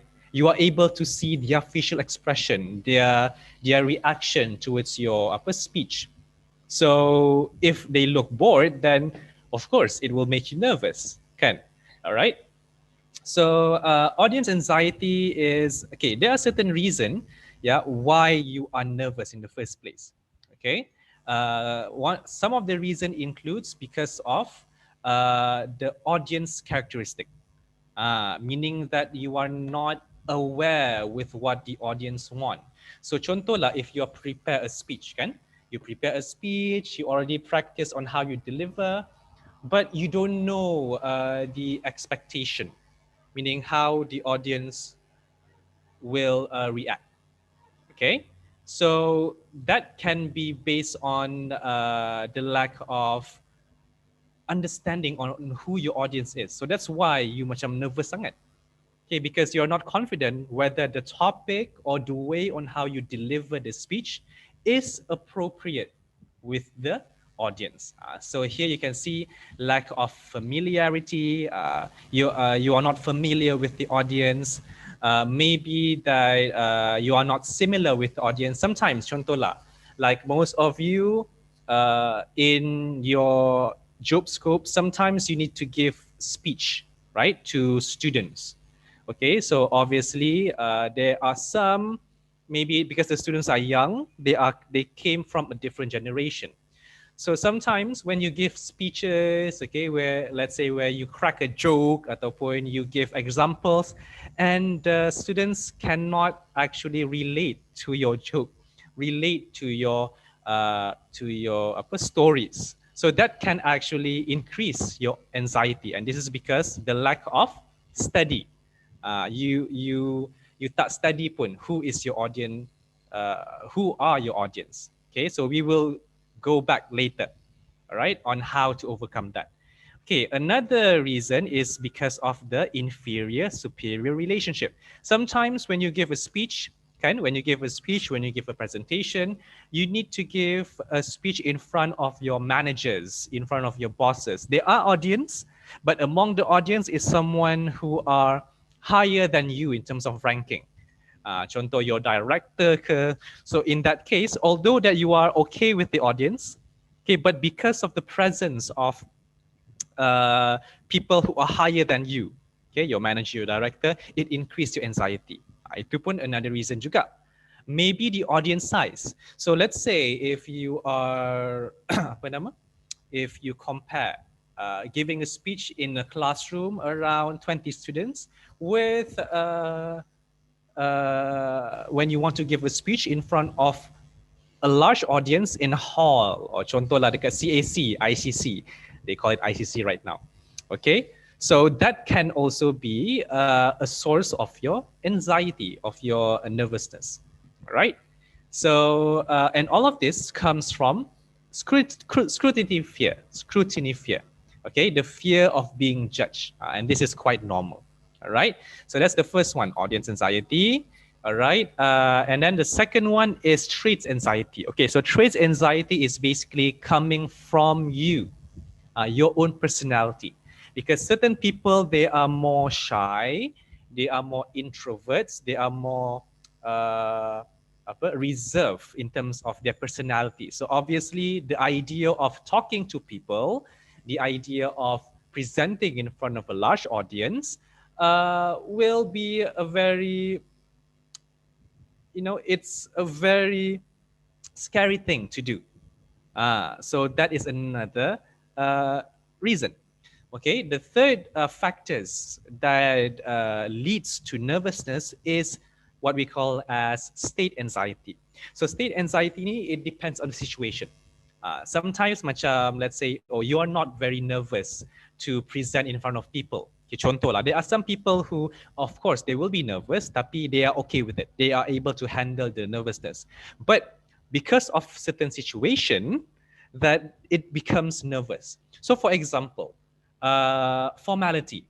All right, so let's say if you are okay with talking with people, giving speech in front which is good. But when it becomes very formal, contoh lah, you know, in a conference where people wear, you know, business attire, and then the situation, the venue, contoh lah, if you're giving a face-to-face speech kan, it looks very formal. So that can actually increase your anxiety. You boleh jadi nervous, okay?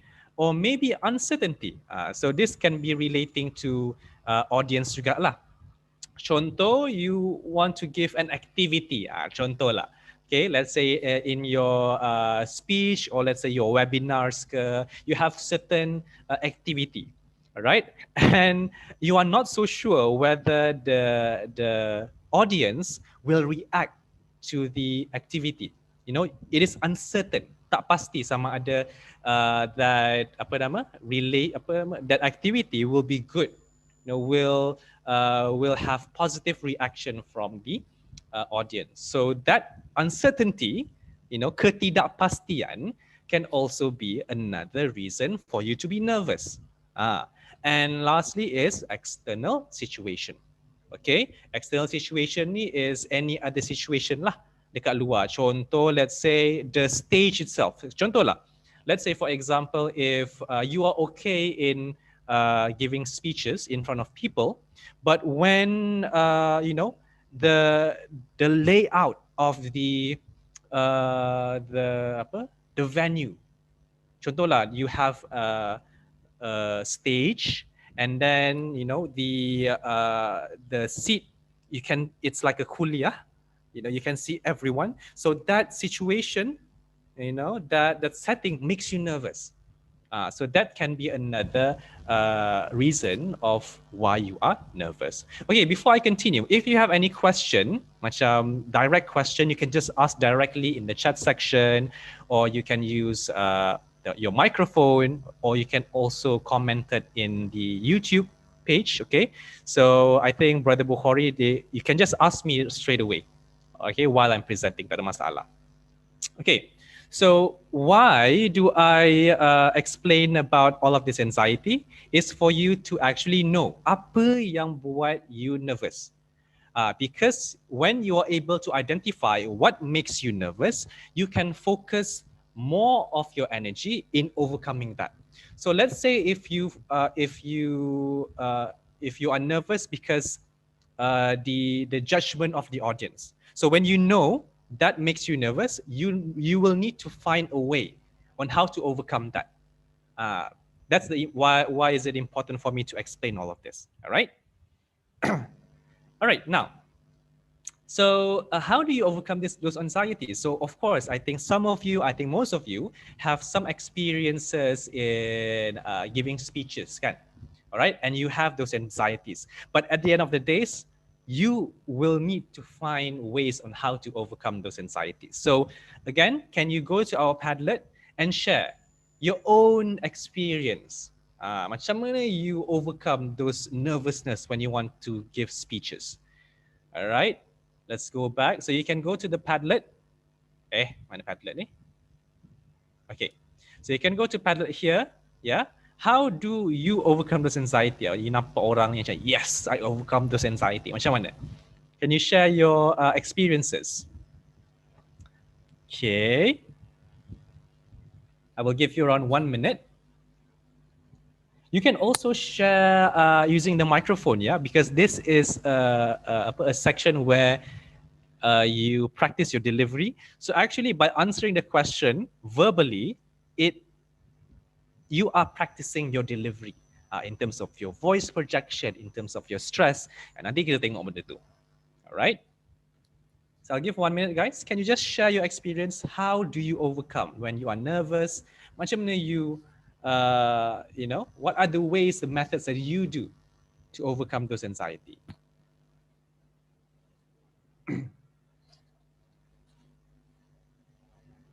Let's just wait for another 1 or 2 minutes. All right. Let's refresh this Padlet.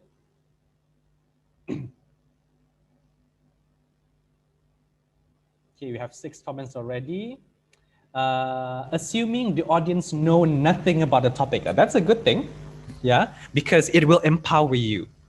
You know, you feel that, okay, audience will not know. And then when you say something, then they will be interested, like, wow, this is a very good knowledge. This is a very good information. So it instill a positive thoughts inside you. That's a good one. Judiciary thoughts, impression by the examiners, very good. Okay. Some evaluators will intend to undermine practitioner's way of conveying his or her presentation. Yeah. Is this the way on how you overcome those anxiety? Undermine. Okay, we will check that later. Like your wisdom of pearl saying, we must know our own weakness, then we focus more on fixing it instead of wasting energy about it. Very good. Meaning you identify apa yang buat you nervous, kan? You identify what makes you nervous. So you just focus on that, on how to overcome that, so you will not waste on time thinking about anything else. Okay. Assume there are no audience. This is good as well. You know, when you assume it can be good, it can be bad as well, but it depends on you. All right, because maybe the audience, when you picture the audience is there, then you will be nervous. Yeah, can be. Practice deep breath. Okay. We are going to look at this later.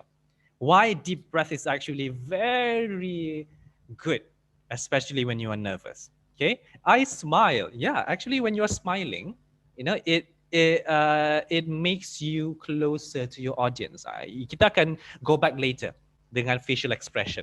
Okay, sometimes I cried, but then I will not look at their eyes. Do you cry during presentation ataupun sebelum? Ataupun after? Or after lah kan? Okay, or before? Because if you cry during presentation, agak drama dekat situ kan. Okay. But you can berlakon lah, Caca. You know, that can be a good attention grabber. Like, why is this person crying? But you are actually crying betul, but you make it as it is planned for you to cry. That can be okay juga, I think. Okay, no solution yet. All right, we are going to look at the solution later. Wow, a lot of response. Good. Get on with it and improvise along the way. Use what you have at the moment. Okay, good. If you are that kind of person yang macam, okay, I just improvise, you know, you're very random. That will be good for you. I will take off my glasses so that I cannot see the audience well. Wow, that's a very good ni juga. A very good way, you know, because if you cannot see their reaction, you will not be nervous if, let's say, they are bored ke apa. From last experience, I just focus on someone that I feel, okay, that's a very good way.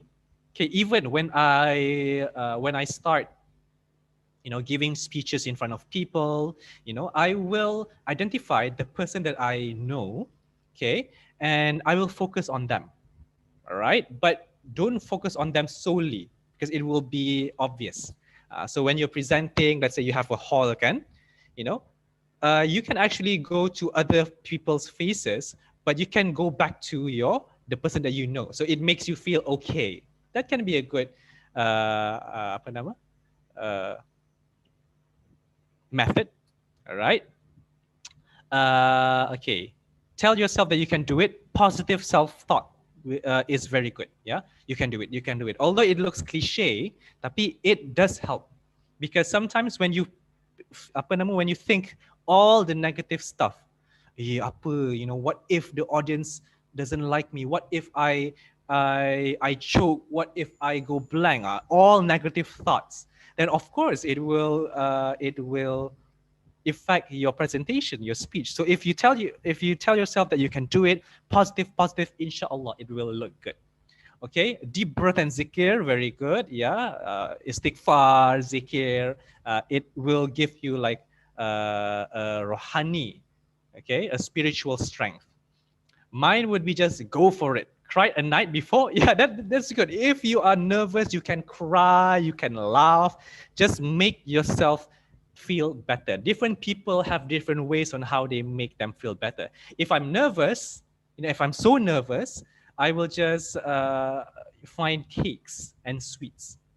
So it will make me feel better. Okay.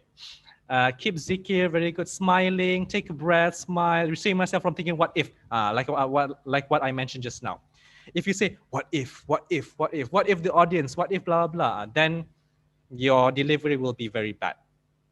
Okay, so a very good response, everyone. Okay, now let's look at some of the ways that I can share, right, on the ways on how to overcome those anxieties. Okay, so you can see the screen now, right, everyone? Boleh nampak kan? Yes. Yep, Daniel. Okay. Right, so these are some of the tips. Okay, obviously it's not the only tip. Okay, it's not the only way, but I will focus on this 5 points. Yeah, on how to overcome those anxiety. Okay, the first one is apa tu, I cannot see. Okay, clarity over complexity, understanding and be one with the audience. Okay, practice in the same condition, breathe, and apa yang kat atas I couldn't see because of the be positive, right? Sorry, the apa nama? The Zoom setting, I couldn't see the full presentation. Okay. Now, be positive, number one. So like some of you mentioned, positive self-thought, okay? Focus on, because sometimes when you want to present, why do you focus on your fear? You can ask yourself, kenapa you kena focus on kalau tak jadi apa-apa, if the audience doesn't like it, if I go blank, why we keep focusing on the negative? Why not we focus on the positive? Why not we focus, okay, what if the audience will love my presentation? What if the audience will be very excited when I present something? So if you focus on that, you know, inshallah, you will not have doubts in terms of your presentation. Because if you have doubts initially in terms of your presentation, in terms of your capabilities, yeah, then it will be projected in your delivery. All right. Okay. Rather shift your focus outwards. Focus outward. Focus on how to give your presentation clear. Make sure, rather than focus on your fear, focus on making sure that people can understand what you are saying. Just focus on that. All right. So this one is be positive. It looks cliche, but it does help. Okay, so like our friends, you know, the audience shared just now, don't focus on the what if. Don't focus on the what if, all right? Okay, the second one, clarity over complexity. All right, so this is another part. Sometimes, yeah, when you want to give a presentation, when you want to give a speech, you are so nervous if the audience will not be impressed with you. Sometimes you have that. So when you are preparing your points, yeah, when you're preparing your speech, you will always go like, okay, I will need a lot of information, I will need a lot of statistics, I will need a lot of quotes, I will need a lot of elaboration, because you are nervous. What if, like, what if my presentation, my content is not enough? So when you focus on complexity, yeah, you can lead your presentation to be more like memorizing. You have the tendency to memorize your slides if you have a lot of complex information. So instead of focusing on that, focus on clarity. Just make sure less is more, obviously. You don't need a lot of information, okay, just the important ones, but make sure that it is clear. So this is when you can use the points given by Brother Bukhari just now on how to organize your points. Make sure it's clear, because if it's clear, then the audience will be positive with your presentation. Okay. All right, the next one is understanding and be one with the audience. This one will overcome the audience anxiety just now. Just now we discussed, right? One of the reason on why you are nervous because of the audience. You will not know how they react. Macam mana diorang ni? If you give this example, will they like it? If you give this activity, will they be bored? But if you understand your audience well, if you study who your audience will be, inshallah, you will not have this nervousness, because you know, you are confident that what you are saying, your examples will be relatable to the audience. So that is why it's very important for you to identify their characteristics and background. So let's say if you giving speech to students. Some of you will give speech to students, kan? So try to give examples of or experience that they love. Sometimes we tend to be self-confident. Kita shock sendiri that, oh, my example is good. But sometimes your example that you give in your speech, your audience cannot relate. The students cannot relate. So it's good if you can study them, what they like, apa dia orang suka. Maybe you know, in terms of your slides as well. Okay, you don't want the boring normal slides for students, right? Because they like something that is animated. So that can help you in terms of improving your delivery. Okay. All right, the next one is interact with the audience. Okay, so another way for you to, this is where you are one with the audience. Okay, try to interact. Jangan macam terlalu you cakap je throughout your presentation. Do not go for that. Okay, because if you, this is especially true in face-to-face. Okay, you can interact, you can ask questions with them, you can give the microphone to them to respond. So when you have that, it will make you feel less nervous, because it will give you an impression that you are talking to a friend, and your delivery will be more natural. Inilah kita cakap, it will lead to an oral mode delivery, meaning dia macam two ways. Your audience pun akan jadi macam, wow, this is nice. You know, the speaker is very friendly with the audience, and it will help to ensure a positive vibe in your delivery. Okay. The next one is practice in the same condition. Okay, so this will help you in terms of the state anxiety just now. Just now we discussed about mana ni?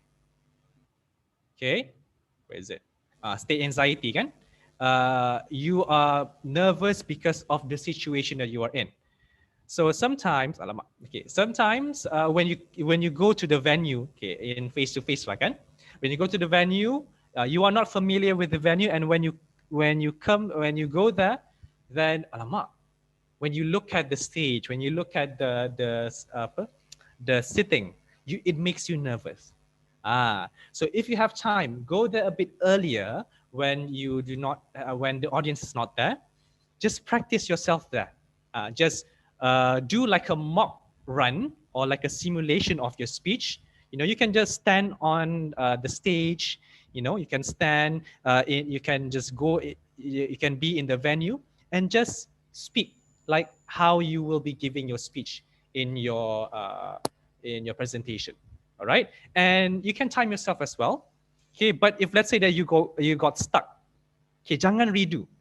Just teruskan, because later when you are actually presenting, when you got stuck, let's say, alamak, I nak redo balik lah from my first point. That's not natural, because in a real speech, you will need to continue. You tak boleh, alamak, okay guys, I'm nervous. I will need to go back to be positive. You cannot do that. So practice as if you are in the real situation. Trust me, that can help you to ease your nervousness. And lastly, breathe, okay? This is especially true like 5 minutes or 10 minutes before you speech. You will have all of this physiological reaction or biological reaction, meaning that your hands will start shaking, your heart will pumping like banyak, pump, kan? Yeah, and then you stutter, all right? So that is a reaction that you cannot control, because that's biology, kan? Physiology. Okay, so how you can do that is by deep breathing. Tu je. So let's say you notice 2 minutes before your speech, you bergegar. Alamak, kenapa I bergegar ni? So for 1 or 2 minutes, just breathe. Deep and then go out. Around 2 to 3, insyaAllah, you punya reaction tu akan lari. Okay, I did that as this as well. Okay, I have some experience in in giving MC, Master of Ceremony, and I do, especially if I have a lot of VIPs there, I tend to get nervous. So before I go to the stage, I do deep breathing around 2 or 3 times, and yep, it does help actually.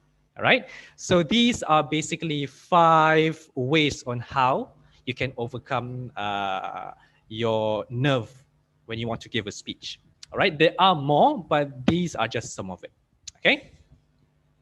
All right. So any question, guys? I think let's have like a 1 or 2 minutes break. Okay, before we go to the next the next topic I can say, which is we will focus more on the vocal techniques in public speaking. Any question, guys, as of now? We will have like a 2 minutes break. Okay, so this particular topic, yeah, there is a lot of activities, okay? There's a lot of activities that will need you to verbalize, for you to say something. So I really hope, tolonglah guys, okay? I hope there are some volunteers, okay, for articulation, pronunciation activity, for speed activity, for pitch activity, and it's fun. All right. When we talk about delivery, it's all about practice. Kalau you, it's not theory. Kalau you tak practice, you takkan improve. Right. So let's have a 2 minutes break. Any question from the floor that you want to ask about this one? Overcome anxieties and how to overcome it. Kat YouTube ada tak? So far, there are no questions from YouTube. Okay. I hope it helps as of now. All right.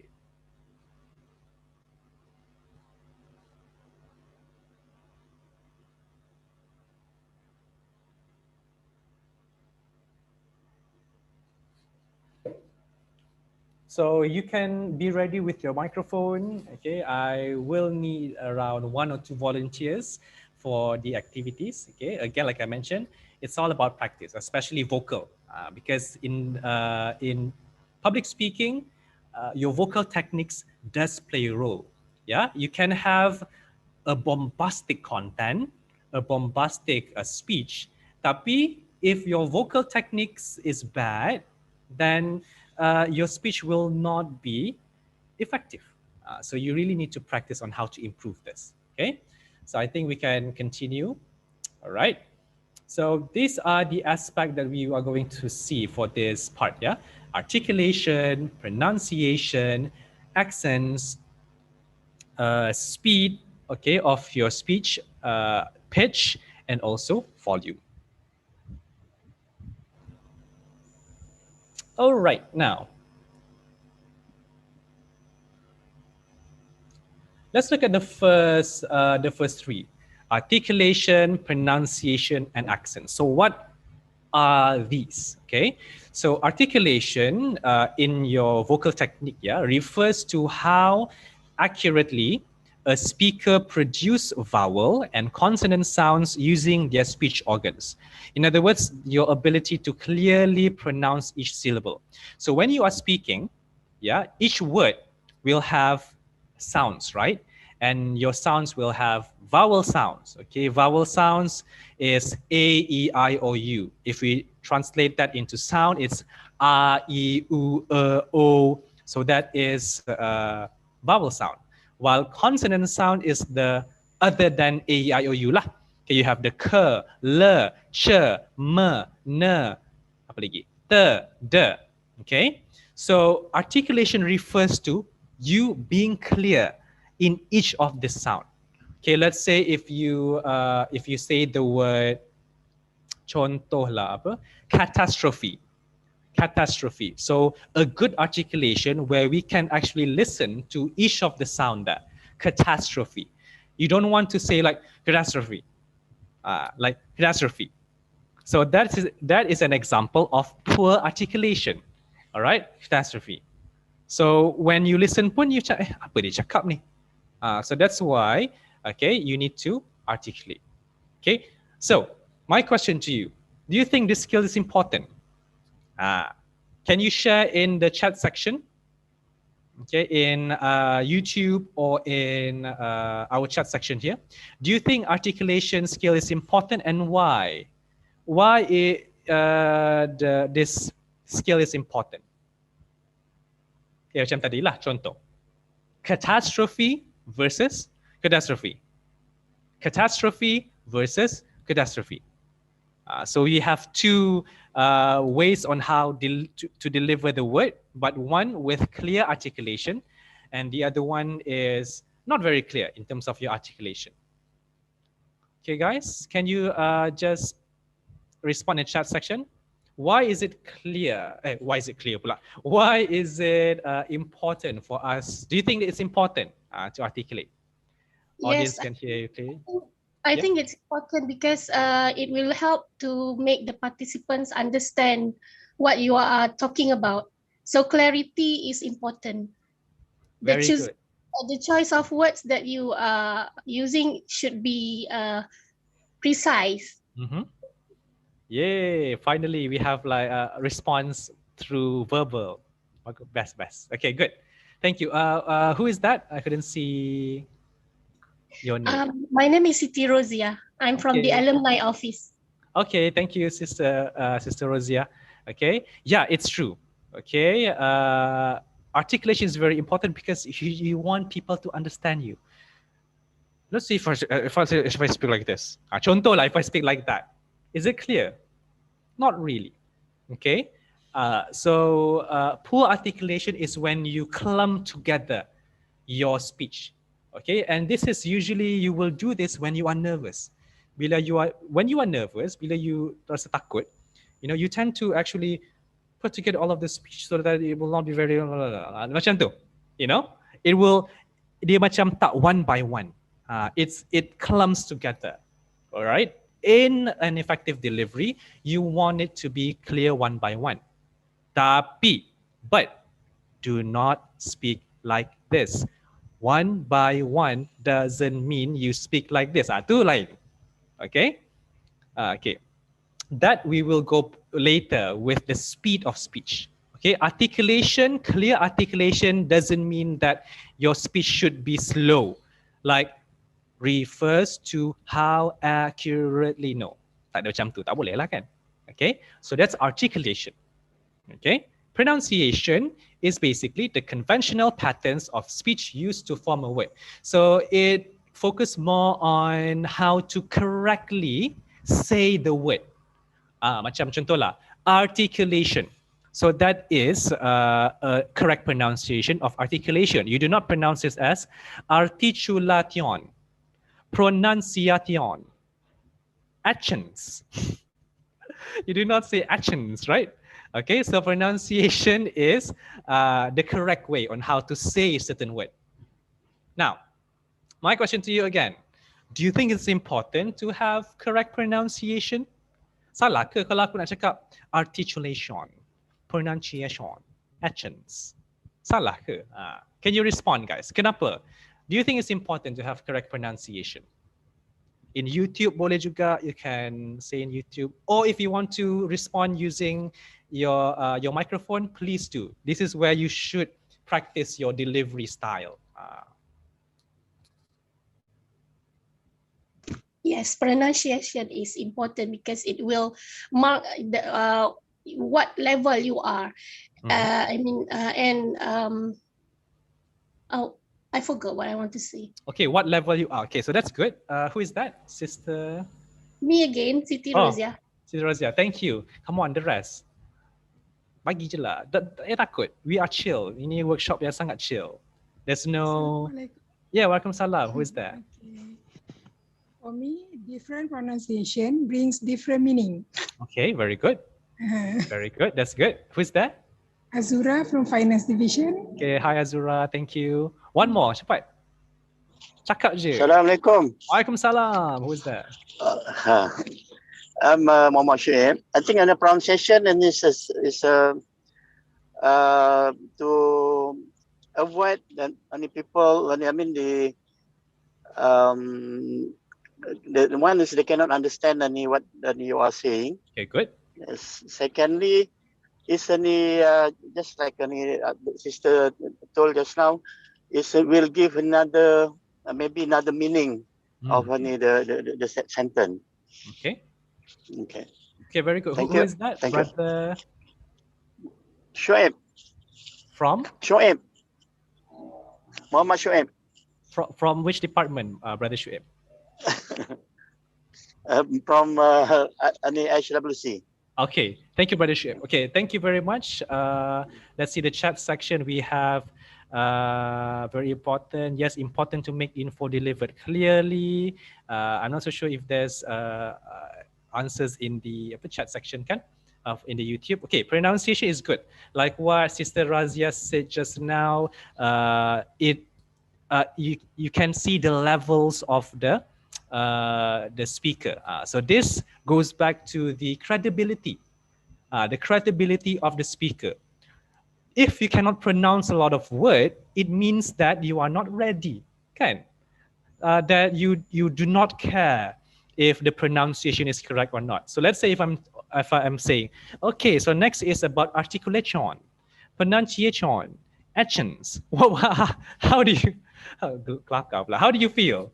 Let's say if I butchered all of the pronunciation, macam okay, the conventional patterns of speech used to form. How do you feel?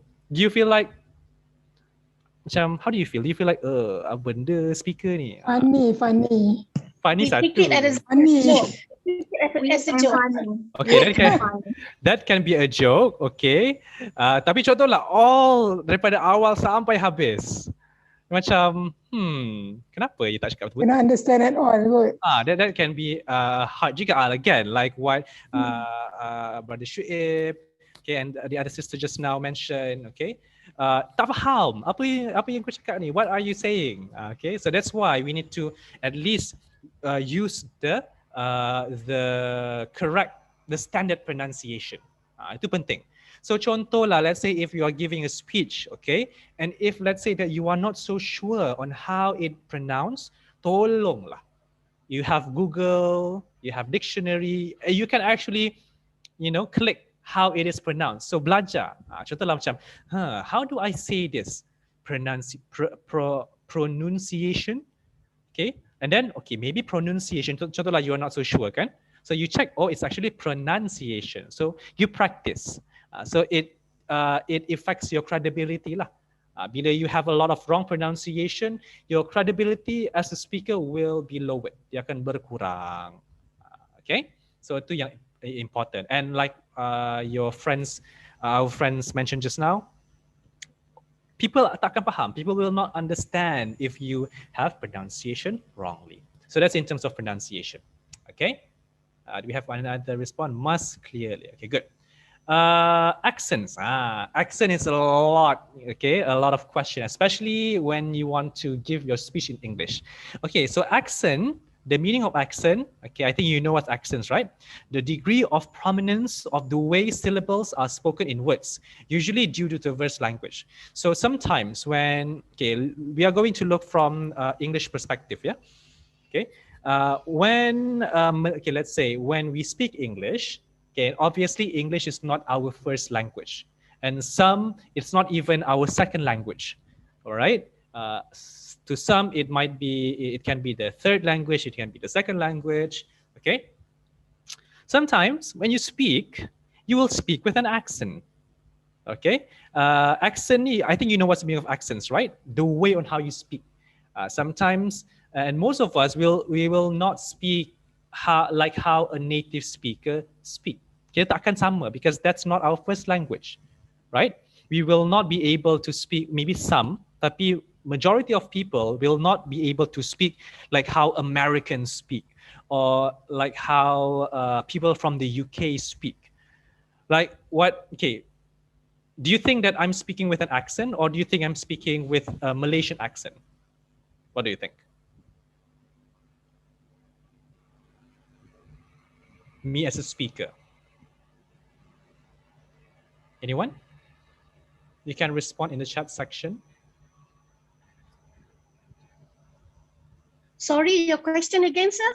Okay, do you think I speak with an accent? Do you think I speak like or how Americans speak, or do I speak like people from the UK, or I just simply speak like how Malaysians speak English in terms of my accents? I think mixed Right? with Manglish and Manglish. also a little bit of American.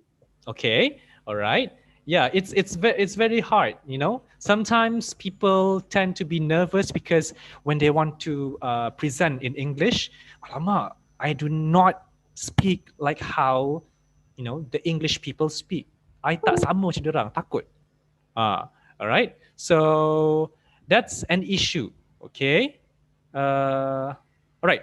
Now, and usually due to the first language, sometimes the way on how you pronounce certain things, your voice semua tu, macam it's similar to your first language. Macam let's say your first language is Malay, then the way on how you speak English might be similar to how you speak Malay language. Now, my question to you, do you think it's okay to speak with an accent, or you must speak closely on how the native speakers speak? Can you share your thoughts in the chat section, or using? It's okay as long as people could understand. Okay, so that is from Sister Razia again, I think. I'm Hafiza from Hafiza. library. Okay, library. Thank you, Sister Hafiza. Suara macam sama. Okay, as long as you understand. Okay, good. Any other response, guys? Come on. Daniel from YouTube, Noor Sharifa binti Kamarudin, she actually said that sometime when someone tried to imitate accent, it will sound funny. Will sound fake, is it? Yeah, something like that. Okay, so fake, right? And then Sister Hafiza just now said about it's not a problem as long as you can be understood. Okay, the rest, guys, come on. As long as you use your accent from the beginning. Okay, be consistent. Yeah, jangan meaning don't like use the accent from the beginning. From the beginning. Okay, good. Any other response, guys? I just want to share my experience. Okay, Ken. Because we used to speak in English in IUM, right? Yes. So when there's once I have to go training to outside in Kuala Lumpur. So the speaker is Chinese man. Okay. I really can't understand because the Chinese slang is quite, heavy. So I think is it accent also or what? That is accent. That's accent. Okay. So in that case, you argue that we should not have an accent, or yes. At least you try to minimize your accents. Okay. Try to be standard English. Okay. Good. Thank you, Sister. Who's that? Azura. Okay, thank you, Sister Azura. Anyone else? Come on, share your experience about accent. Contohlah macam, let's say you yourself have a heavy accent. How do you feel? Do you feel that, alamak, aku kena ubah lah accent ni, ataupun like how? How do you feel? Yeah, I agree that one. I think that's my weaknesses. Okay, all right. But to me, I think you speak perfectly fine. I don't have a problem with that. How about the rest? Guys, come on, cepat. Daniel, yes. I just want to say something. I think people need to differentiate between slang and accent. Like you said, accent refers to the way you pronounce the words, while slangs actually refer to, I would say, the choice of words, right? The choice of words. Okay. Yeah, the choices of words. So I would want you guys to know the differences between these two. And sometimes dialects or slangs influence the prevalence of your accent. All right. Okay. All right. Thank you, Brother Bukhari. Anyone else who want to share? Assalamualaikum. Salam. Assalamualaikum, brother. Waalaikumsalam. I can hear you. Okay. The thing is that based on my experience as well, I encountered an experience where I tried my best to ensure consistency to maintain. I mean to ensure sustainment in the way I speak. Okay. Be All right. consistent. The way like you did mention accents. Like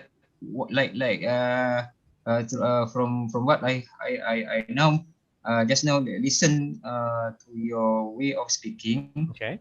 Sometimes it is more towards in British English. All right. Sometimes more or less into an American English. Okay. So like you see, to ensure the sustainment. I mean, it can be either one, in British accents or American accents. But deep in my heart, I always thinking which that best suit me. Okay. Which one that is most suitable for you, right? Want to say that? Yeah, but which one is the best that best suit to me? Okay. All right. So thank you. That is brother. Who are you, brother? My name is Brother Aidil. Muhammad Aidil. Ideal from? Yeah, from ITD. Okay, thank you, brother Ideal. Okay. All right. So looking at all of your responses, and it's actually true. Okay. It's actually okay if you speak with a certain accent. Okay. We must remember that English is not our first language. All right. So it's kind of difficult if you want to actually speak apa nama? If you want to speak closely, like, oh, I want to speak like American, I want to speak like people from the UK.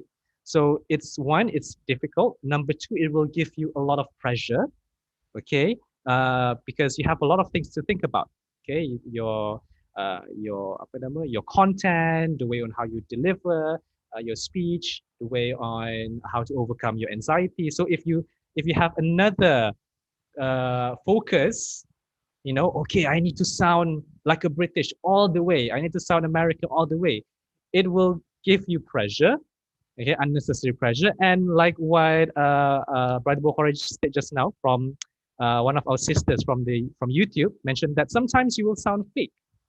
Okay, so what I'm trying to say here is just speak the way on how you speak English. Okay, it doesn't matter if, let's say, yeah, I do sometimes when I speak English, I have some of my pronunciation will be more towards American, some of my pronunciation will be more towards British, some of my pronunciation might be more towards Malaysian English, but it's okay because in this case we are not judging on your your accent. Okay, as long as you are understandable, that's the fine line that you should know. Okay, let's say if you have an accent, but overall when you speak, you are understandable. Like when I listened to you speak just now, everyone, in some sense, you have a Malaysian English style, the way on how you, your accent.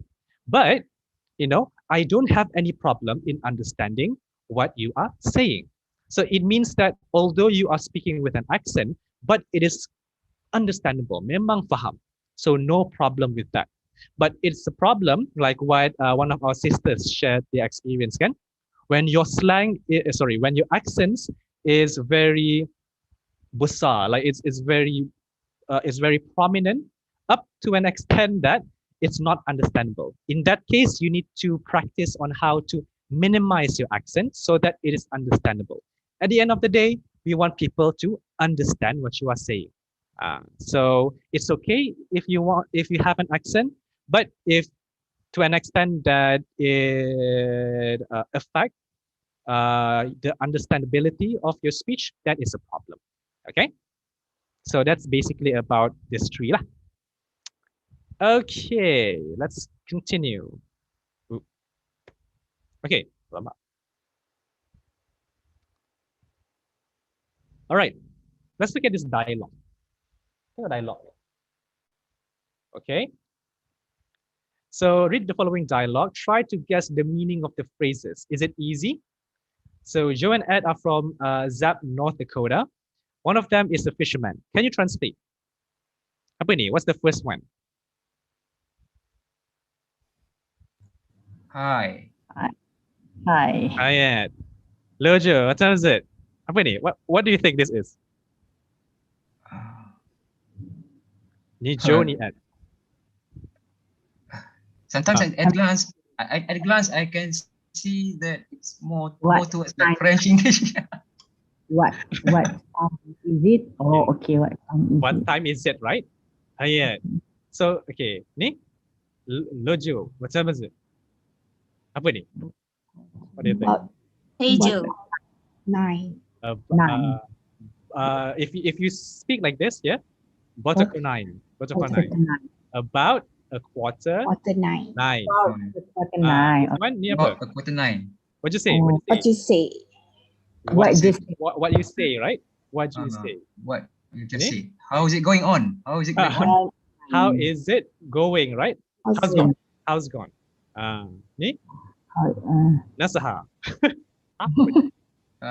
What's the matter? No, maybe not so hot, I think. Okay. Ani, what's the matter? What's the matter? What's the matter? What is the matter? What is the matter? Okay, so this ni, okay, macam ni kan. Gotta go. Apa ni? What's this? Got to go. Got to go, right? Got to go. Is gotta go. Gotta go. Eh? What's the rush? What a rush. What's the rush, right? What's the rush? What the rush? Eh? What the rush? Appointment ada this. Appointment. Got an appointment. Ni apa? Ada this. Apa ni? After this. After this. Ini? Take it easy. Take it easy. Take it easy. So this is an example of when you do not have a proper articulation. In daily communication, it's okay. You boleh kalau macam, what's the matter? Take it easy. Macam you can, tak ada masalah. But in speech, it's very important for you to articulate well. Hi Ed, hello Joe, what's the matter? So dia macam, it's clear. Okay? Got appointment after this. If let's say you explain, if in speech you cakap, got appointment after this. Macam, people will like, apa dia? Kan? So this is an example of apa nama? A communication where it's not articulate well. Dia macam bersambung semua. Okay? But in normal conversation, it's okay. But in speeches, in public speaking, you need to be clear. So you need to take your articulation very seriously lah. Alright? Ni best. Okay, so let's say that you are not so sure whether your articulation is good or not. You can actually use tongue twister, okay, to ensure that your articulation, to practice your articulation, supaya jelas each of the sound of each word. Okay, any volunteer for the first one? My mommy makes me munch my M&Ms on a Monday morning. Very good. The rest, come on. On a Monday morning. Very good. Come on, guys. Lagi, lain. A big. The first one first. The first one. The rest. Ada lagi. My mommy makes me munch my M&Ms on a Monday morning. Good. Very good. Very clear articulation. Okay, the second one, guys. A big black bug beat a big black bear, and the big black bear bled blue blood. Okay, good. Big bear and the big black. Okay, good. All right. Anyone else who wants to try the second one?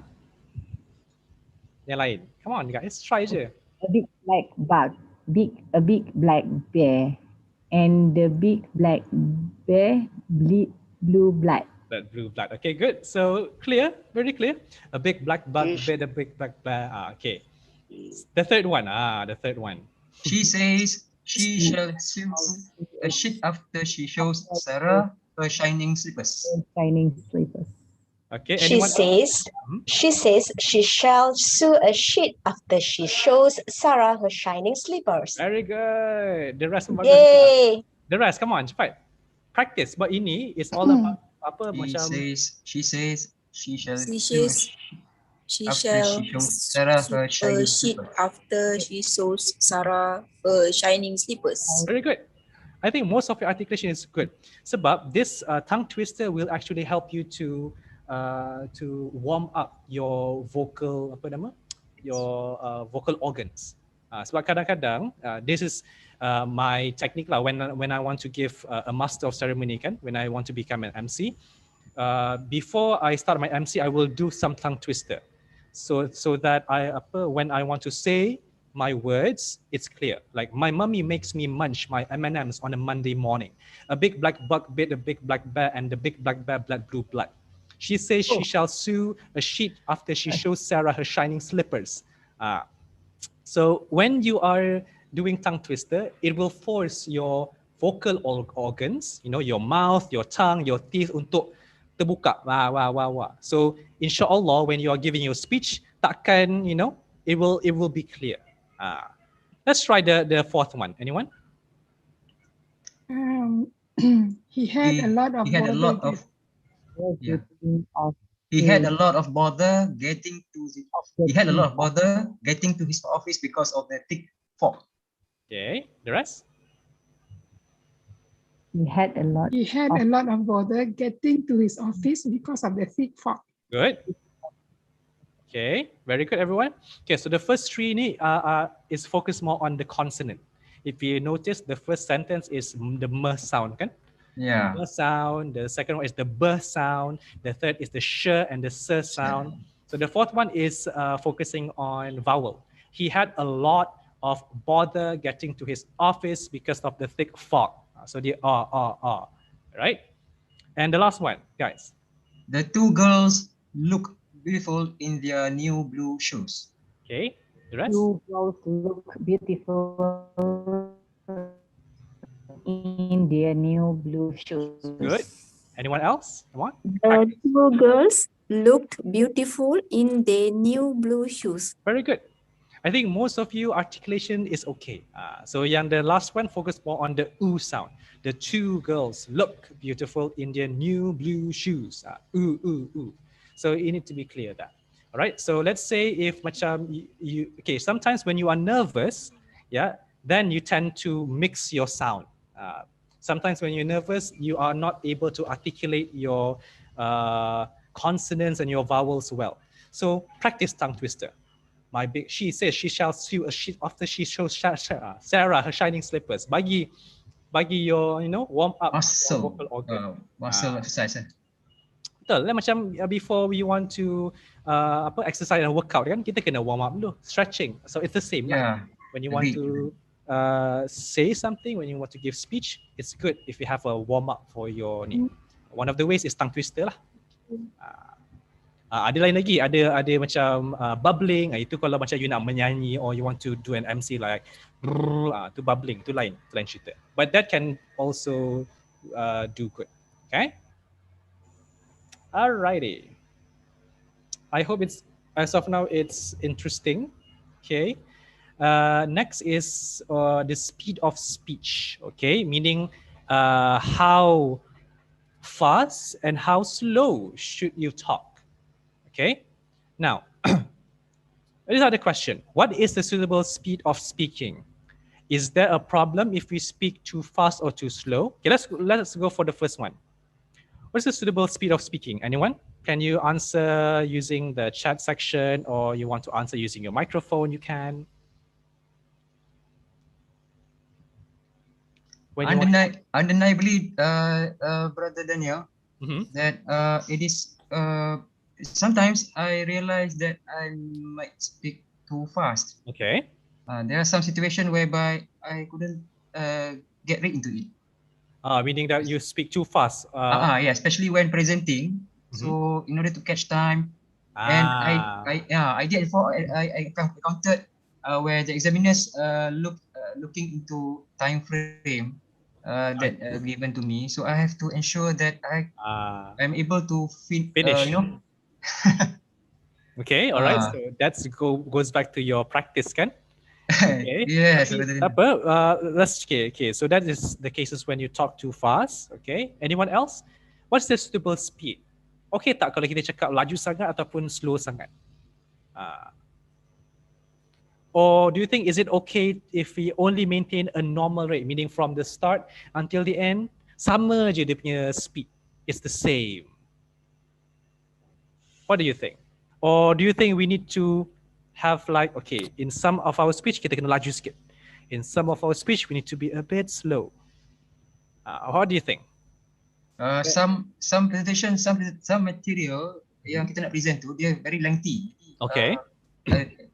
Macam mana pun akan timbul rasa, you need to control. Alright. But I not to say control. What do you call that? Unconsciously, I have to I'm increasing increase your speed, kan? Okay. The rest, okay, good experience there. We will go back to that later. I think it would be good if we maintain at the normal speed of speech, but at times you have to sometimes you can make it a little bit slower, or faster, just to attract mungkin the participants who are maybe dah tend to be sleepy, or I think because that will make sure that the participant will be alert. You will like, okay, kita boleh cakap laju tiba-tiba, right? Yeah. Okay, good. Who is that, Sister? Siti Rozia. Oh, Sister Rozia, thank you. The rest? Okay, how about if we speak too, okay, if a person or if a presenter, a speaker speak too slow, like, okay, so this is the speed of speech that I want to explain. So the first one is, what is the suitable speed of speaking? The second one, is there a problem if we speak too fast or too slow? And the third one, is it okay if contoh lah, if you have that kind of presenter. Boring kan? But let's say if you have speaker like this, what is the suitable speed of the speaking? Is there a problem if we speak too fast or too slow? Is it okay if we only maintain a normal rate of speaking throughout speech? No, so mumbling. Itu satu, laju, and second one, you mumble a lot, so that affects your articulation. Okay. When you speak, moderate. So it should be moderate. Okay. Bersederhana. What's the term in Islam? Yes. Watonia. Wasatiyah. Moderation. Wasatiyah. We need to be moderate. But if we speak moderately throughout our speech, that's a problem as well. So in certain cases, it is acceptable if you speak a bit fast.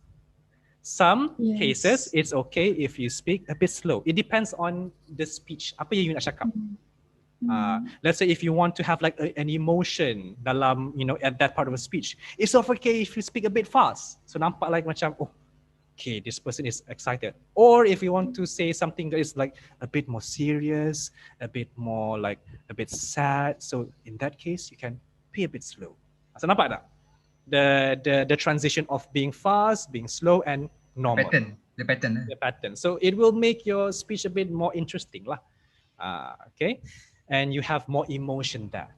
All right. So these are the discussion lah. Okay. If you speak too fast, obviously the audience will have a difficult time understanding your points. Yalah.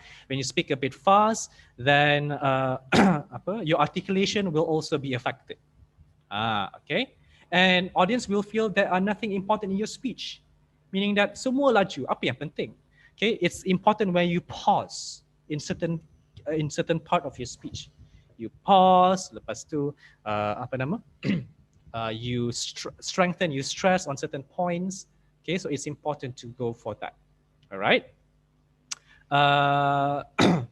Okay, in the case just now, let's say if you are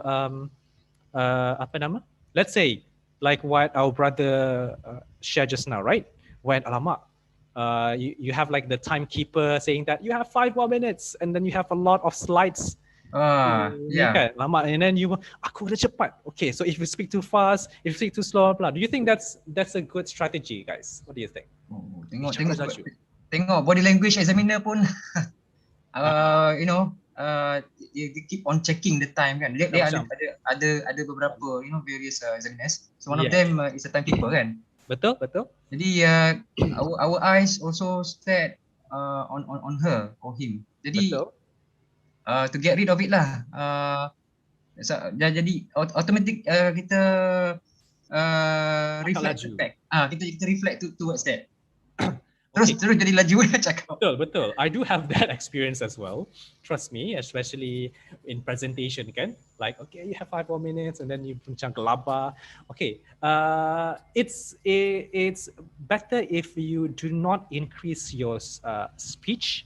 Okay, but instead do not increase the speed of your speech, because one thing, okay, let's say after you got that notification that masa-masa macam tengok masa-masa macam ni kan, okay, is you got that notification from the timekeeper ke apa, and you talk fast. Okay, so problem with speed of speech. If you speak too fast, audience will have a difficult time understanding of your points. Audience will feel that there are nothing important in your speech. If you speak too slow, okay, let's say if I do like that, do you think the audience will understand what you are saying?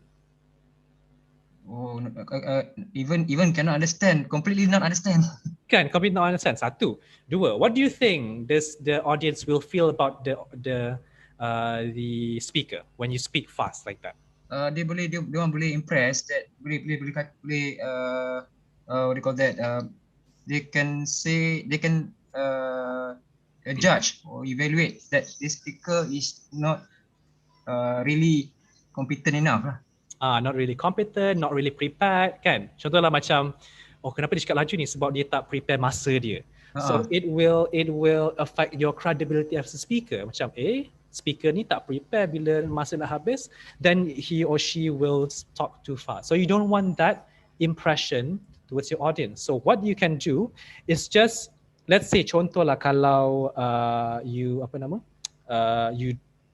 betul-betul tak ada masa, you don't have any time. So just focus on what are the most important part of your speech. Contohlah you have let's say around 7 more slides. Yeah. Contohlah if you have no time, do not rush your speed, do not increase your speed, but instead simplify. You go, okay, this slide you tengok slide tu, and then okay, so this slide, because we don't have much time, so this slide is talking about blah blah blah blah. Simplify. Do not increase your speed, because if you increase your speed, number one, the audience will not understand. Number two, they will feel that you are not credible, that you're not prepared in your speech. I see. And you don't want that. So instead, just simplify. Or like, okay, this slide is explaining about, simplify in 1 or 2 sentences. Although you want to explain more, but you don't have time, you don't have much choices. So just simplify each slide. At least they know slide ni pasal apa, slide tu pasal apa. So you get that notion. All right. So never rush. Okay. But you can speak fast with a reason. Kalau you ada reason why you want to speak fast, then you can. Okay. All right. If you speak too slow, audience will get bored. Audience will feel that you are not interested with your own speech. Bila you cakap macam, okay, so if you speak too slow, audience will get bored. Audience will feel that you are not, macam they will get bored. You tak ada emotion. You don't have any emotion there. So that's an issue as well. Okay. So the key to speak with a calm pace throughout your speech. All right. In certain instances of your speech, increase your pace to project passion, excitement, humor. Sometimes when you want to speak a bit fast, you have a reason. You ada apa tujuan? Kenapa you cakap laju? Usually when you are excited, when you are passionate, you can speak a bit fast. Okay. In certain point of your presentation, like I mentioned, you can slow down a bit your speech, your pace of speaking. If you want to invoke serious emotion, benda-benda yang serious, ataupun if you want to have specific information, you want to explain that, guys, this point is important. So in that case, you can slow down a bit your speech. Okay, so but overall it must be moderate. So macam around 70 to 80% is moderate, only 10% fast speech, 10% slow speech. But it depends lah on why you want to talk fast and why you want to talk slow. Usually it will have a reason. Ada reason dia. Okay. To technique lah. That's a technique. All right. So okay, now a technique on how to actually talk to maintain your pace or your speed of speech is by using pauses and stress. So pauses and stress is basically where it defines as a brief or more. It can be a few seconds, it can be 1 minute, yeah, breaks that a speaker applies in their speech. So they will stop in certain parts of their speech. Okay, and there is a lot of benefits, okay, to increase audience understanding. So when you pause on certain words or certain points, you know, the audience will have time to digest what you are saying. Bila you pause, when you pause a bit, bila, let's say if I speak like this without any pause, without any explanation, and I explain benefits, increase audience, dia tak ada pause, dia macam machine kan. Then do you think it's easy for you to understand what I'm saying, to process what I'm saying? Tak kan? It's not. It will not be. Sebab you tak ada masa untuk process. You don't have time to process what I'm saying. So when you pause a bit, you know, you give time for them to think. Okay, so you have you are able to emphasize words or points. Okay, when you want to tekankan, you know, stress this word, that is when you use pause. Like, this is very important. Nampak tak? I tekankan, I stress at the word very. So I want to say that, guys, listen, this is very important.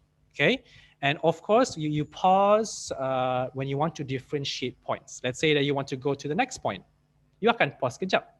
Okay, so like what I'm doing right now. Okay, now I'm going to the next point. So you pause kejap and then you continue with your next point. Okay, or you want to create suspense. Ni in terms of the technique lah, how you want to use pause. So let's say, for example, imagine, nampak tak? I pause kejap. So macam suspense. Imagine apa? So you have that idea, kan? So this is ways on how you can do pause. So you have a lot of types of pauses. Okay, I'm not going to explain this in detail. Short pause. I think you know what short pause is. Okay. Spontaneity pause. Okay, this is when a pause where you are not, you do not plan. You do not plan. Okay. Meaning, this is when you, let's say if you are presenting, okay, and you forgot certain words or certain phrases. So you can pause. It's a substitute to fillers. Sometimes we do have the tendency to use fillers. You know what's fillers? That's fillers. All right, it's okay. If you have some fillers, it's okay. But if it's too obvious, then it is a problem. Contoh lah, if let's say that I forgot a certain word, and then I'm going to explain about this particular question. Nampak tak? I fill the gap with fillers. Then you want to avoid that. So instead of that, just pause. So let's say if you forgot, nampak tak? Contoh lah, I forgot the word forgot. Okay, so let's say if I forgot, nampak tak? I pause kejap sebab I nak fikir apa perkataan yang I nak cakap. I'm thinking on what are the words that I want to say. So you can pause, but try not to use fillers. Like for example, I want to say, nampak tak? Dekat sana tu is, it doesn't look very nice. So you want to avoid that. Okay. The next one is long pause. Yeah. Long pause is basically when you want to create apa nama? Dramatic effect. Okay, create dramatic effect. So when you long pause, ni macam teknik lah. Okay, let's say that you plan kan. So you can have a long pause with a reason. Kenapa you buat long pause? Maybe you want them to think. So think about this. You long pause. Usually in apa motivational camp kan dia buat macam ni. Cuba fikir benda ni dulu. Fikir. Macam tu. And then you pause a bit. So usually, yeah, that can be okay as well. All right, because that's a reason for that. All right. Alrighty. Okay, so next one is pseudo pause. Pseudo pause is basically it's similar to short pause, yeah, where you actually change your, it's basically a pause with a reason juga lah. You pause for certain effect. Okay, so that's basically it. All right. So this skill will improve with practice. Obviously, the idea of pauses and stress, you will improve it when you practice it more, when you have more experience. So for beginners, so let's say that you are not familiar with how or where to pause. Yeah. Create your speech and identify which of the points or your words or your phrases that you want to, that is important. That's important that you want to stress, and you can apply the stress and pause to it. All right. All right. Now let's do like a simple activity. Okay. A simple activity in which, okay, read the sentences below. So let's say this is your speech lah, for example. Yeah. This time, all right. So I want you to read this and put a slash mark. Okay, of course, it will not be obvious. Okay, try to read this and apply a brief pause to certain part of this. Contoh lah, you bagi speech of this text. Okay, you will not say, there once was a boy who lived on a farm with his grandpa and grandma. He liked to help his grandparents feed the chickens, milk the cows, and brush the horses. One day he was on his way to town. That is an example with no pause. Okay, so guys, read for a while. Okay, I need around 2 or 3 volunteers just to tell this story, but with pauses in certain parts of the sentence. Any volunteers? Just say your name first, and then you can go, and then we will listen. Okay, let me try. Okay, the first sister, what's your name? Azura. Azura, can you try first? Yeah. Okay. There was a boy who lived on a farm with his grandma and grandpa. He liked to help his grandparents feed the chickens, milk the cows, and brush the horses. One day, he was on his way to town to sell some milk from the cows on the farm when he saw a dog walking alone on the road. Okay, stop there. He looked. Thank you, Sister Azura. Okay, good. Okay. Nampak tak? You have some pauses, right? You macam pause dekat chickens. He likes to help his grandparents with his chickens, milks the cows, brush the horses. So that's good already. Okay, where do we start? Okay, next, any volunteers? They'll stop dekat road kan kat sini. Okay. Okay, second one. The sister just now. Second one tadi siapa? I heard. Okay, say your name. Yeah, who's that? Okay, Awatif. Okay, our Sister Awatif. Yep, you can. She looked at the dog who was limping, sat down next to him, and offered him some milk. Before drinking the milk, the dog stepped forward cautiously and smoked the boy. Afterwards, the dog laid down next to the boy and drank the milk greedily. The boy then decided to take the dog back to the farm where he became a part of the family. All right, good. There are some pauses. Of course, there needs to be improvements, right? But of course, there are some pauses. I can see that most of you, okay, just now, our Sister Awatif, you pause on the comma, right? Afterwards, okay. Okay, any other volunteer? Let's go back from the start. Let's see. Me. Okay, who's that? Okay, Sister Rosia. Yeah, you can. From the start. There once. Correct. There once was a boy who lived on a farm with his grandma and grandpa. He liked to help his grandparents feed the chickens, milk the cows, and brush the horses. One day, he was on his way to town to sell some milk from the cows on the farm when he saw a dog walking alone on the road. Okay, good. Sister Awatif, very. You have pauses and you have a bit of a variation of pitch just now. Itu kita discuss nanti. Variation of pitch, volume. Okay, good. Okay, any other volunteer? Come on, continue. Try je. Practice your pauses. Okay. He looked at the dog who was limping. sat down next to him and offered him some milk. Before drinking the milk, the dog stepped forward cautiously and smelled the boy. Okay, very good. Thank you. Last one. Right, any volunteers? Good. There are some pauses as well. Okay, you can see there, especially in the comma.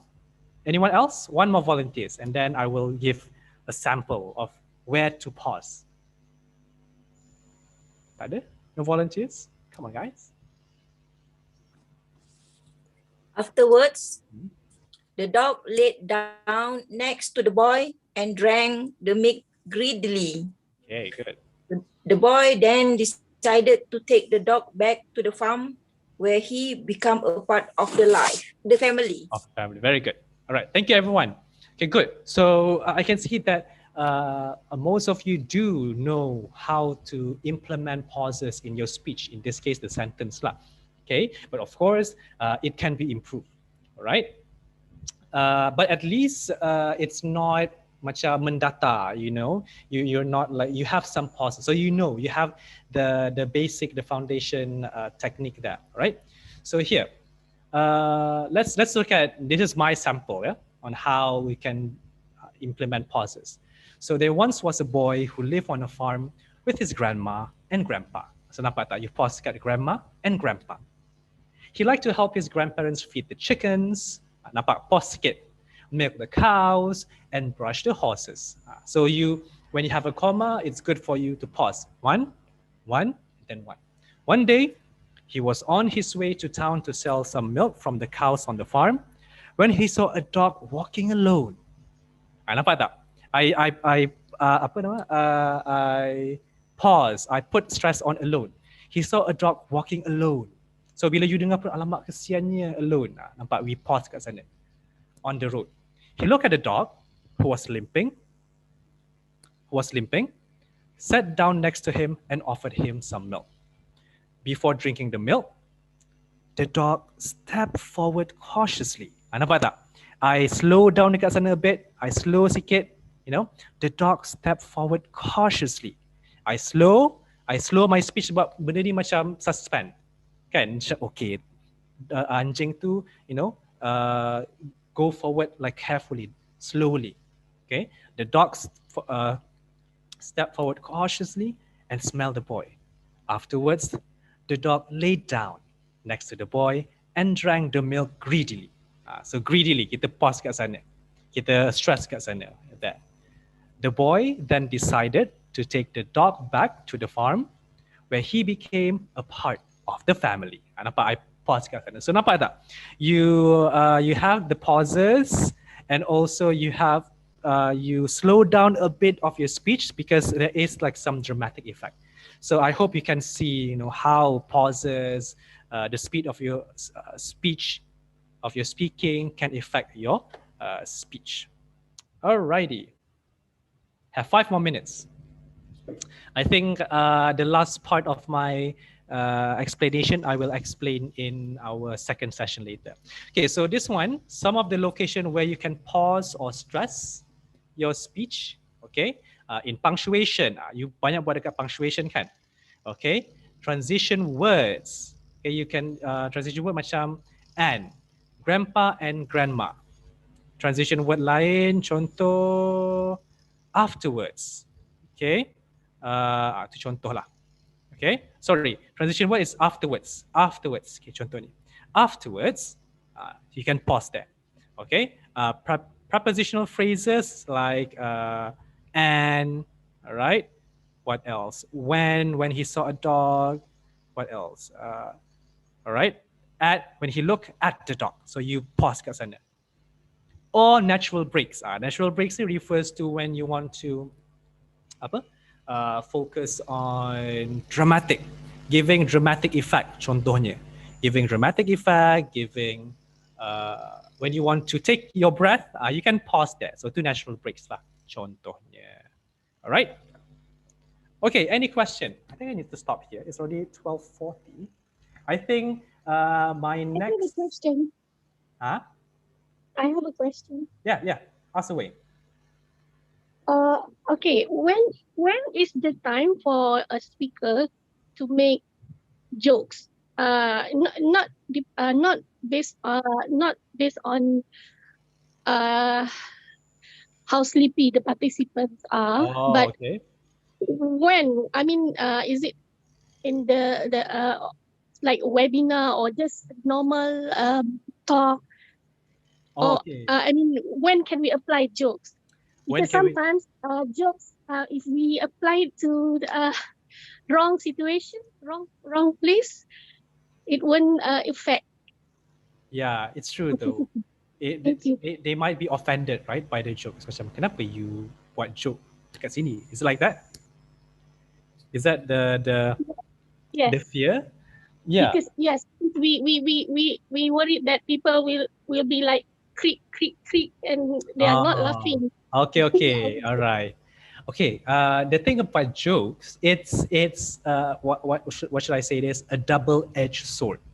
Okay, a double-edged sword maksud dia pedang yang ada, dua. So meaning it can be good, okay, it can go very badly as well. A joke ni, okay, I mean, this is my own experience, and I also read some references based on jokes. And some of they say that when you want to do or when you want to perform any jokes, yeah, try not to force it. Meaning, contohlah macam, let's say if you want to do a speech, okay, aku nak bagi joke dekat sini. So I need to find joke apa yang penting. Well, you can plan it, but it's a bit hard because joke it all depends on you, kan? Your personality, on how you need. Because if you macam hamba, and then when you even the jokes is funny, but the way on how you deliver the joke is hamba, right? It's very flat. Then it doesn't click there. All right. So when you want to give a joke, be sincere with it. Be sincere. This is my experience lah, because I don't think I'm a funny person. All right, but I do crack some jokes sometimes, I think. Tapi kelakar ke? I don't think so. Tak tahulah. All right. So yeah, I usually will not plan any jokes because I know that I'm not a funny person. I think mungkin. All right. But yeah, but if you want to crack a jokes, you can actually share like a video ke visual aids, video ke ataupun a comic strip ke. So the joke is from there, not from you. So at least the audience tak bosan. So they boleh gelak dekat all the videos or that. So you can just enhance that. Macam tu. So jokes, you need to be confident in yourself lah. Sebab kalau if you do a joke and then the audience does not laugh, then dia akan affect your confidence kan. Macam alamak krik, alamak aku tak lawak. Macam tu. Alright. So proceed with cautions lah.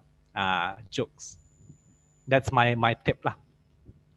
Okay guys, it's already 12:43. Nampak tak? I sebenarnya habiskan ni. So I will continue pitch volume and also non-verbal elements in our next session at 2 p.m. nanti. All right, during my part lah. Okay, we will finish this and we will do some simple activity. Pitch and volume ni sangat menarik. Very fun, especially the activity here. All right, any question guys as of now? I think I need to stop here because the time stated, my time should be until 12:45. So saya rasa Brother Daniel, yeah. I cannot deny that the mutual factor that can cause speakers what do you call that yes, when sometimes the speaker will speak too fast. Okay. Sebab nak overcome gemuruh tu, Okay, nervousness, yes. Yeah, nervousness tu. Of course, all eyes looking at you, kan? Yep, betul. So I must say that such situation is the root cause of the problem lah. Betul. Yeah, that's true. Brother, what's the name again? Brother Ideal from Ideal. ITD. Yes. True, Brother Ideal. Because like I mentioned just now, that's why I start my presentation with discussing about nervousness and anxiety. Sebab you punya pitch, you punya volume, your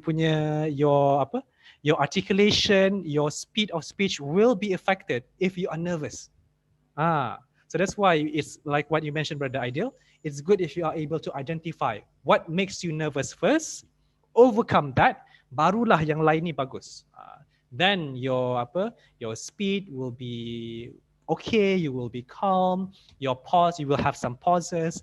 Again, if we talk about pitch later, if you are nervous, sometimes your pitch will be very high bila you nervous.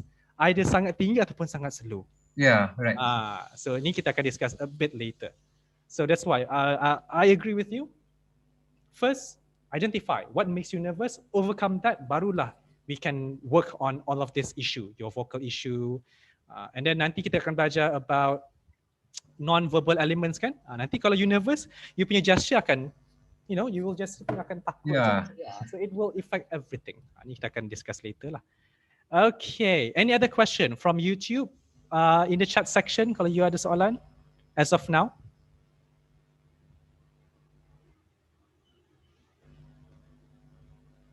Brother Bukhari, do we have any question from YouTube? Allah Akbar. I couldn't hear you, Brother Bukhari. Good.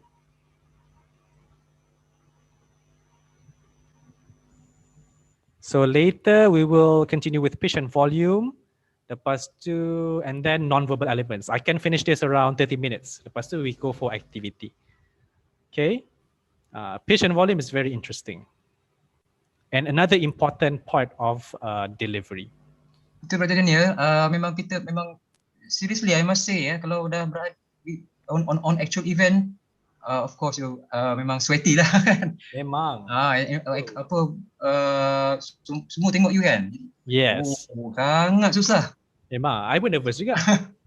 I'm very nervous, but at the end of the day, how to overcome that? That's why, like I mentioned, contoh like what most of you shared kan just now, like find person that you know in the audience, so you will be less nervous. For me, I will interact with the audience. So contoh like my experience is mostly in MC. Contoh lah when I become an MC kan, sometimes I need to be an MC for a sport carnival. Okay, in which kau kena jadi, energetic. You need to be huha sana. So I nervous lah. Like I'm not that kind of person. Betul. When you macam my experience when I become an MC for a sport event, kena jadi energetic. Like alamak. But I'm nervous because I'm not like that. So what do? I interact with the audience. I cakap dengan dia orang. Okay, how do you feel, bro? So when they interact positively, you will feel like, wow, okay. Now I think I'm good. So as time progresses, you akan jadi very comfortable. So I approach it, okay, just nice. So I just interact with the audience, be natural with them, and my nervousness pun hilang. So that's how I overcome my nervousness. So you yourself need to find ways. All right. Okay guys, any other question before we end for this session? Yalah memang kalau sebab back row kalau kita sometimes lah macam I sendiri pernah hadapi tengok try to overcome that bila dah dapat overcome tu tengok juga back row audience tu dah talk to each other kan. Betul. Dah rasa macam ada feel down jugalah.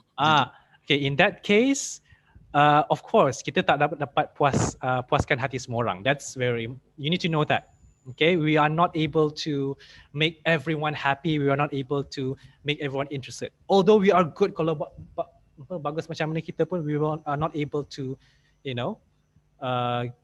have everyone's interest in us. So in that case, tak apa, don't focus on them. Focus on the audience that really are interested in your speech. Akan ada. So find, cari, and then you will feel better about yourself. So itulah. Alright. Hello, Ashok. Waalaikumsalam. Brother, how to overcome the thought block? Apa? Thought block. Thought block. Oh, when you tiba-tiba blank. Contoh ke? Yeah. Okay. So contohnya, alright. So let's say if you have a visual aid. Okay, contohlah tiba-tiba kan you abang blank gila. Like okay. You pause, you can pause a bit, tapi when you pause too much, then it will be obvious kan, akan nampak sangat, right? Okay, so there are certain ways. So I also experienced this before. One, continue with your next point. So let's say you have your slides kan, your slides, or you have your notes, your small notes in your hand. Just continue with the next point. Because kalau you tunggu lama, it will look awkward and dia akan jadi macam kerik-kerik, cengkerik, bunyi cengkerik, right? So continue with the next point or ask questions. Ask questions to the audience. Ini usually I will do. Okay, so I will ask question to the audience, like to take time. Okay, what do you think about what I say just now? Contohlah you cakap something kan?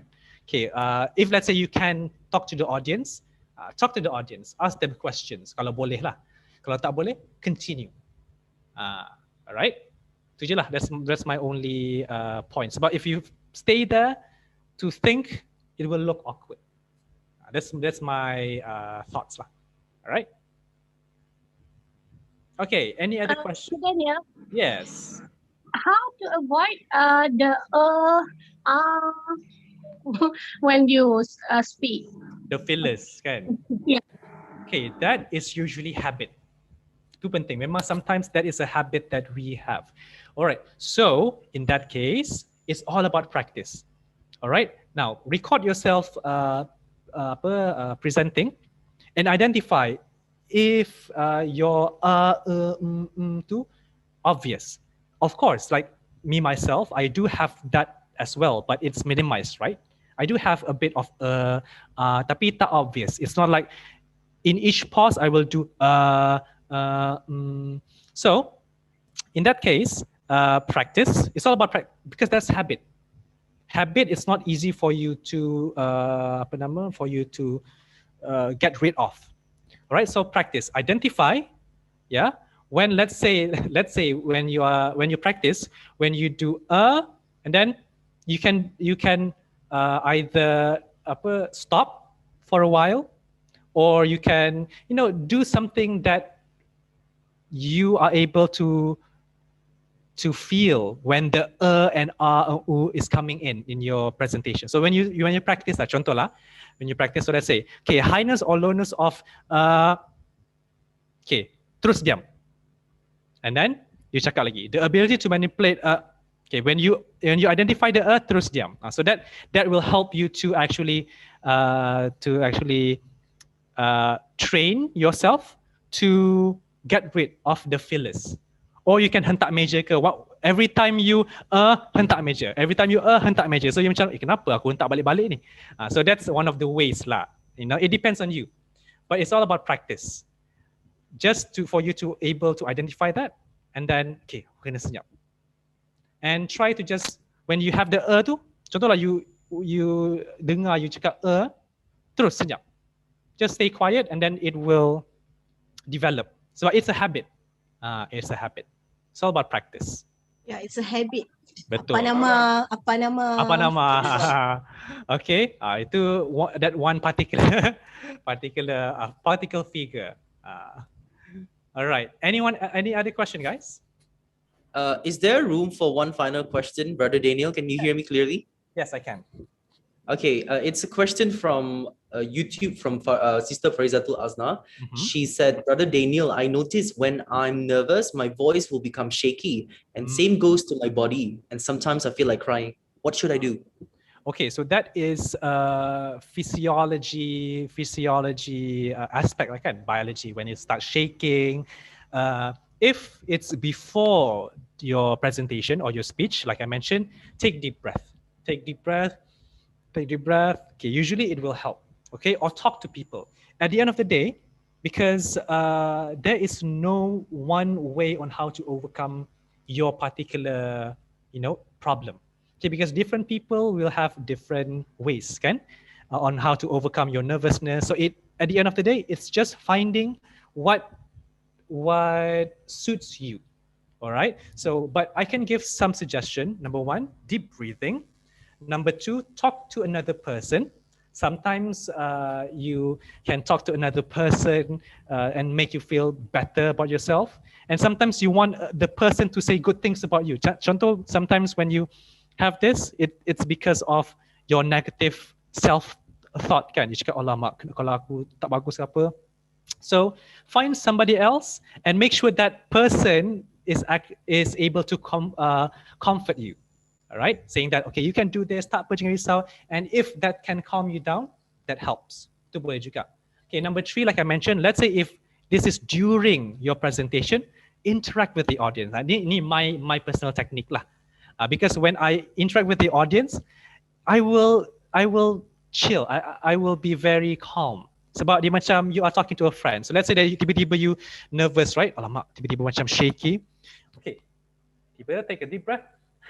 Right? And then, okay, so I want to ask some of you a question. Contohlah, you can ask a question about the topic, or let's say you can ask random question. Okay, maybe you can say, okay, I'm going to ask random question throughout your presentation so that you stay awake. Okay, so what do you think about chocolate cake? Do you like chocolate cake? And then you cakap, oh, aku suka. Okay, so all right, now let's move on to our presentation. So nampak tak? You use that technique of asking random question to overcome your nervousness. Sebab you nampak macam, oh, they are just humans and they are actually ini. So that is another way. So there's a lot of ways lah. So it's just finding what is suitable for you. Okay, so that is one, talking to the audience. Yeah, I think that's some of the suggestion. And like for me, this is not about speech, yeah. Contohlah, like examination. Speech juga lah. Okay, before let's say I need to present in front of my lecturer or everything, I will watch YouTube. Sebab YouTube makes me calm. Orang lain akan macam, okay, sibuk, practice dorang punya line tak. I will watch YouTube. I will watch funny videos. I will watch food. So it helps me to calm myself. So that, apa, you can do this. You have enough preparation. So it just finding what suits you. Itu je lah. All right. Okay. Any other question? Betul pada Daniel. Kalau saya juga ada satu pengalaman waktu saya ambil diluti satu test tu. Bila kita nak convey our view and then kita dengar pula another speaker punya opinion, then kita nak intercept. Bila kita intercept je, nanti the others pun tengok kita. Same goes to examiners. Ada dua examiners. Masa tu pun tengok tangan dia dah sebelah loceng. Oh, ini masa speaking test ke? Like ya. Okay. Memang dia kata macam mana nak apa itu yang itulah sedikit banyak lah yang basically don't focus on that lah, because if you focus on that then you will be nervous. So tak apa ya. Kalau loceng dia ada kat sana tak apa. You just teruskan and be calm. Okay. All right. So I think we don't have any time.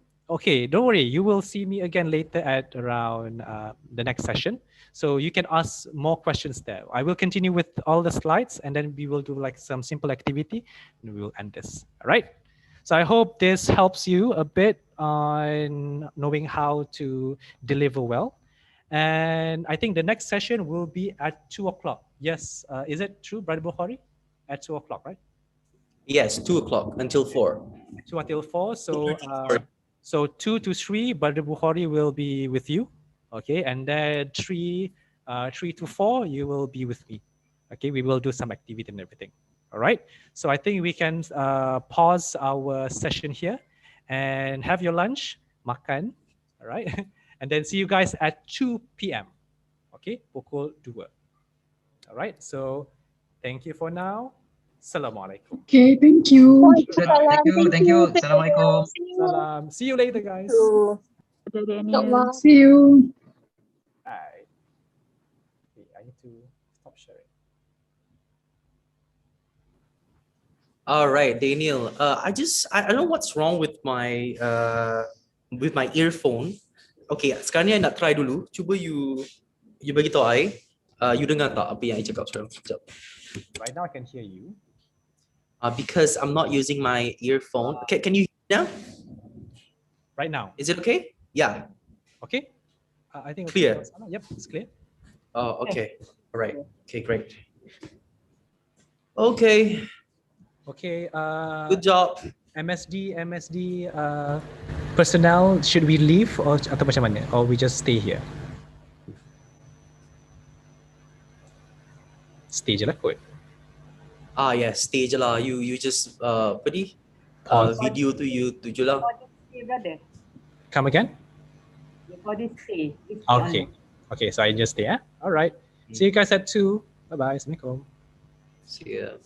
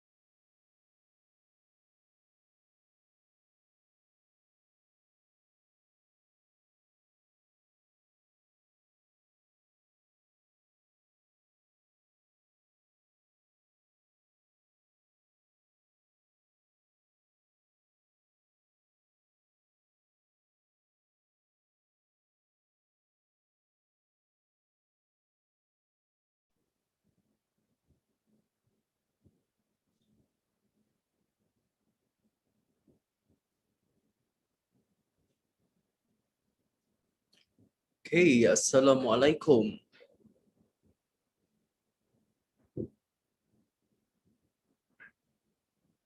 Is everybody back from their short break? I think we can wait another 2 Yes. minutes. Okay, we just wait for a few more minutes. We have 20 here. Okay, assalamu alaikum. What's with the lagging?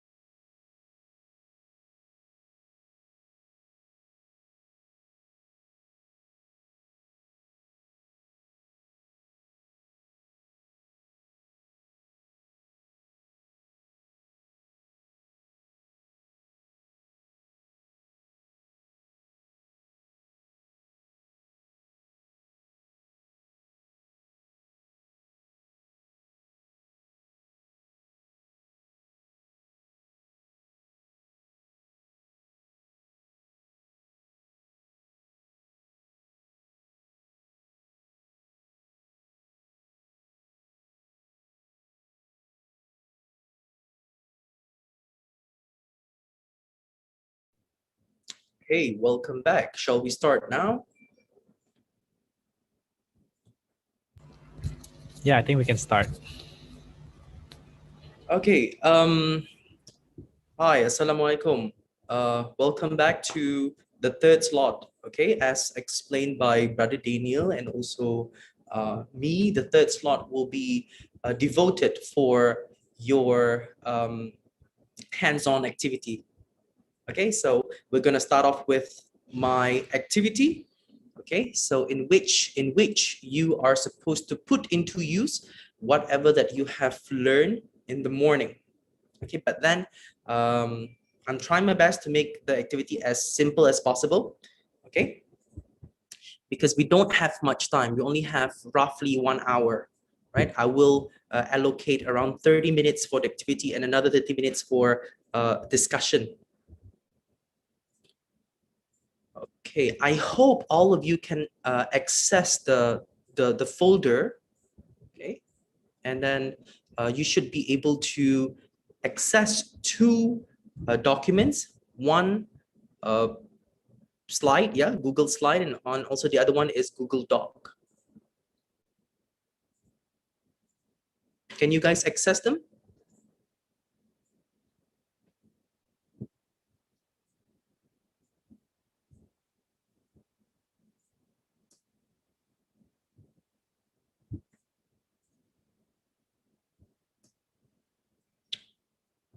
Great. Give me a moment. Okay. So this is the Word document that I uploaded on the drive, yeah, the folder. So what I would want you guys to do is to try answer these questions. It's a simple one, okay? The title of this particular activity is pick a role model. Choose a role model. Okay, this activity will help to develop your ability to tell a story. The ability to provide an anecdote, story, okay, experience is crucial, is important in public speaking. Okay, so I hope this activity somehow can, provide, I would say, a window to, in order to ensure that your speech, okay, is personalized as possible. Because, okay, remember I mentioned about putting your personal touch in your speech, yeah, because you want to feel a sense of connection with the audience. Yeah, the audience can feel a sense of connection with the speaker. So this is one of the reasons, actually. Okay, and I would like to give you guys 10 minutes to respond to these particular questions, right? What you have to do is just to go to this drive, okay, this folder, and then if possible, make a copy. Can you do that?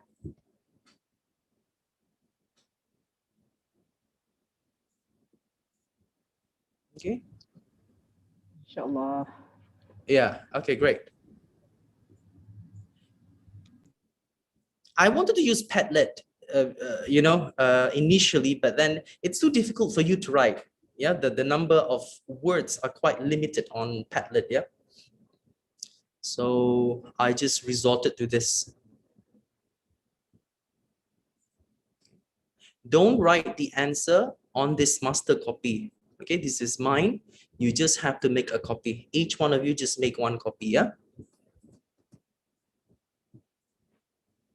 Okay, you have 10 minutes to respond to the questions, and then we're going to discuss, probably around 2:20. Yeah, around 2:20-ish.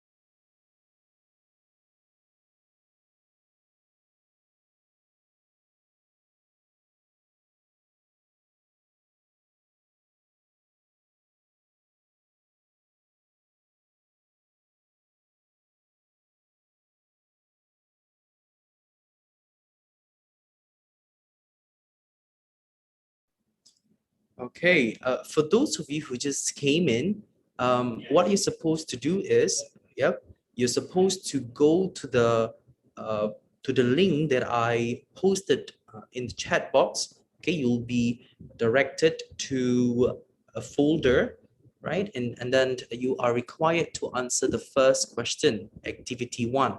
Okay, pick a role model. Right. Is it? Yeah, this one. Okay, so you'll be directed to this particular folder, and then I want you to make a copy of this master copy. Right? Okay. I think someone just actually answered on this master copy. You're not supposed to do that. Okay, you have to make a copy of this master copy.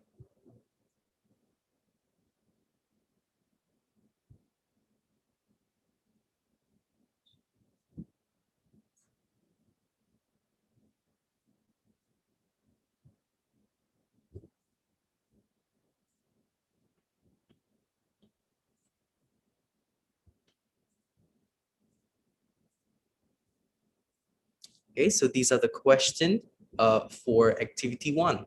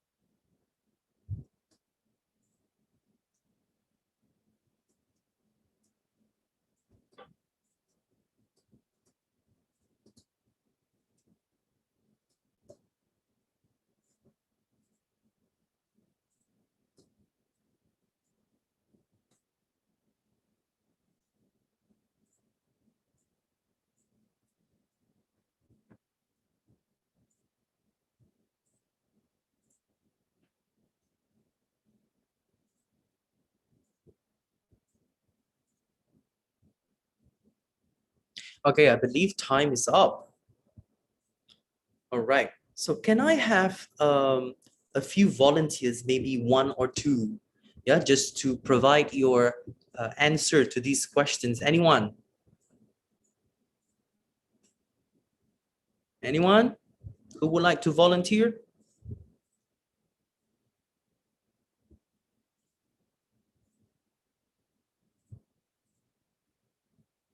Yes.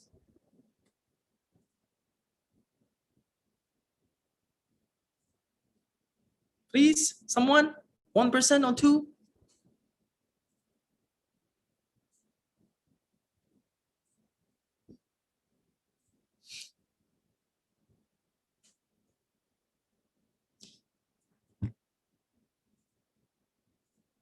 Any responses from YouTube, Daniel? No responses yet. No responses yet. Okay, how about on Zoom? Anybody would like to, you know, respond to these questions? Because I can see, I can see some responses on Google Drive. Anyone? Can you just share your response and just answer this question, who your role model is and everything? Yeah.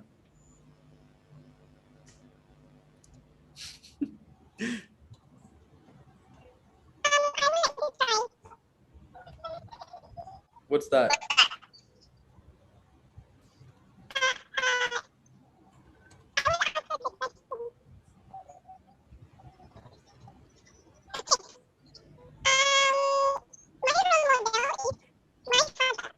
Wait, is it me or is the audio? I'm hearing funny voices. I don't know why. Where's that coming from?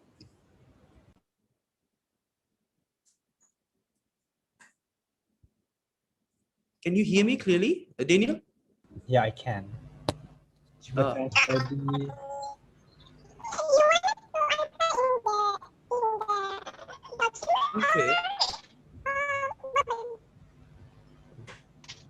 Okay, I think I'm just going to read the responses. Where's that voice coming from, yeah?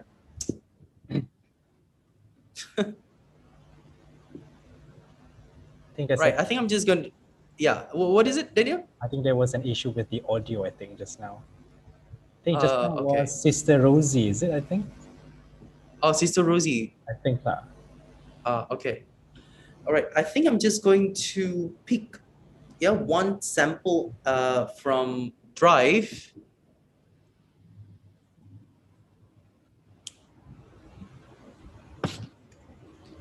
Okay.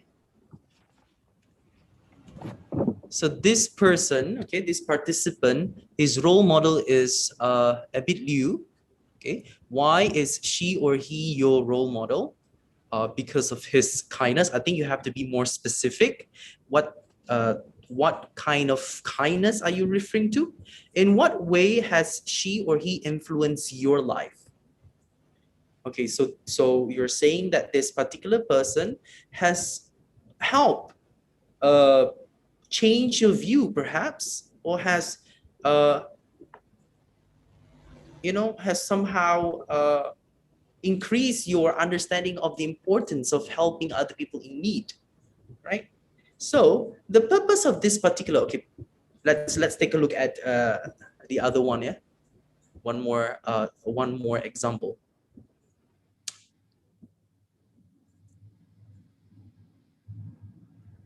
Also a bit new.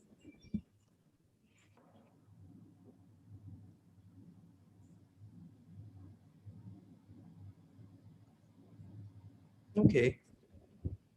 I think all the answers are the same, no?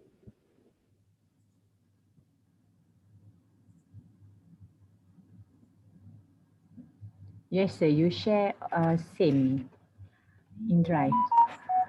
Okay. Now, actually, for this master copy, right? Master copy is mine, and then you guys are supposed to make a copy of this. And I think maybe, maybe someone just wrote the answer. Okay, perhaps this person came in a bit late and missed my instruction, I think. Right, but never mind. Can I have one more volunteer to respond to this question? Can I can Yeah. I? Yeah, sure. Sorry, my English very poor, sir. Oh, no problem. Okay. So, first question. My role model is Dato Aznil Haji Nawawi. Okay. Okay. Why I choose him? Because he's very, I think he's very different appearance and confident from the others.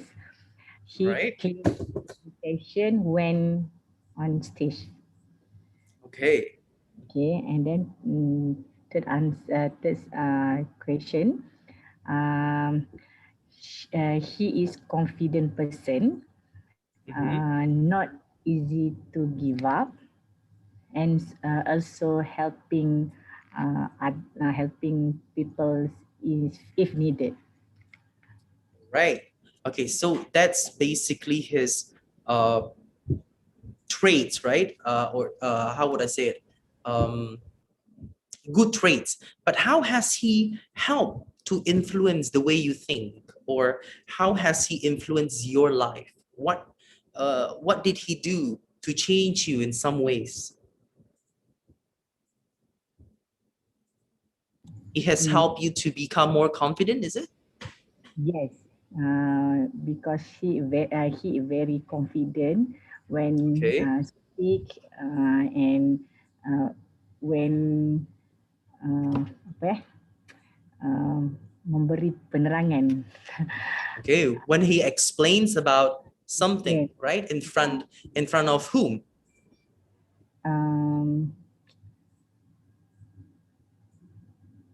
In front of a crowd, right? Yes. Or in front of the audience. Okay, that's a good try. I'm sorry, what's your name again? Okay, my name is Awatif from Kuala Awatif. Kuantan. All right, great. All right, thank you, Awatif, for your response. Okay, now this particular activity, okay, like what I explained to you earlier, it helps you to, now you see, when you want to prepare a speech, okay, you try to use information, okay, that is very personal to you so that the audience can relate to you. Okay, this is one of the purposes, all right? And then apart from that, this activity will somehow help you to improve your storytelling ability. Okay, so it's just a very simple one. I don't want to make it too complicated because the main focus is on activity 2, right? Okay, now let's move on to activity 2. Okay, now instead of asking you guys to do on your own, because I feel that it's a bit complicated, you know, perhaps with you know, perhaps it's technical issue or something like that. Okay, for the second activity, I'm giving you a situation here. Suppose you are an excellent employee, right? The employer has decided to ask you to give an impromptu speech, okay, on how to be an efficient employee to the new staff in order to motivate them. Okay, you are given around 20 minutes now. It's fine. I think we're going to do it together. Try to incorporate your role model into your speech outline as a form of an anecdote, story, or experience to improve your speech. Remember what we discussed in the morning. Personal experience or anecdote can be explained in introduction to gauge the audience attention. Okay, so this is one of the purposes, right? And I feel that you know, when you answer this question, somehow, of course, your role model must be someone who is very good, okay, has good traits, has good characteristics, very charismatic, show leadership skill, and that is why you are attracted to them, and that's why you choose to listen to whatever that they're saying. So that's, you know, that's the reason why I wanted you to answer question number 1. Okay. Okay. Now, for this particular introduction, you know, when you prepare a real speech, it requires some time. You know, it cannot be done in just 30 minutes or 1 hour. It needs some time, even days. Okay, I think I'm just going to omit or skip, yeah, the introductory part where you have to create or include an attention grabber or attention getter. Either you want to talk about someone who has changed your life in certain ways, or you want to talk about someone who has affected you, and especially with regards to your professional career. Okay, you can do that. That can be that is actually what we call as a personal anecdote. Okay, another way is to use quotations. Quotations. So here are some examples for you guys to see, right? The first quotation is, the expert in anything was once a beginner. So how do you relate this quote to the topic? How to be an efficient employee to the new staff in order to motivate them. How do you relate? Okay, we're going to look at an example after this. Okay, I've actually prepared an example for you. Okay, it takes some time, so that's why for this part I'm just going to do mine and show it to you. So what I want you to do now is to help me to think of what are the main points or what are the key points, right? So can someone please tell me what are the ways, or what are some of the ways that you can do, okay, to ensure that you are a good employee? Someone? Anyone? What are some of the characteristics of a good employee?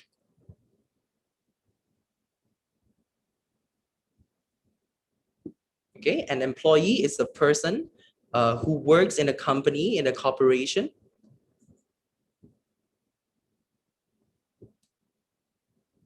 Any responses from YouTube though? Come on time, punctual. Yes, punctuality, that is very important. Okay. Discipline. Okay, let me write the answer here. Punctuality. Okay, before that, let's just put here. Okay, very punctual, very disciplined.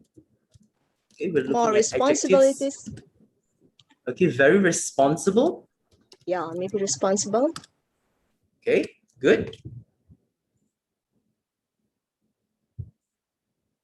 Any more answers? Cooperation. Okay, cooperative.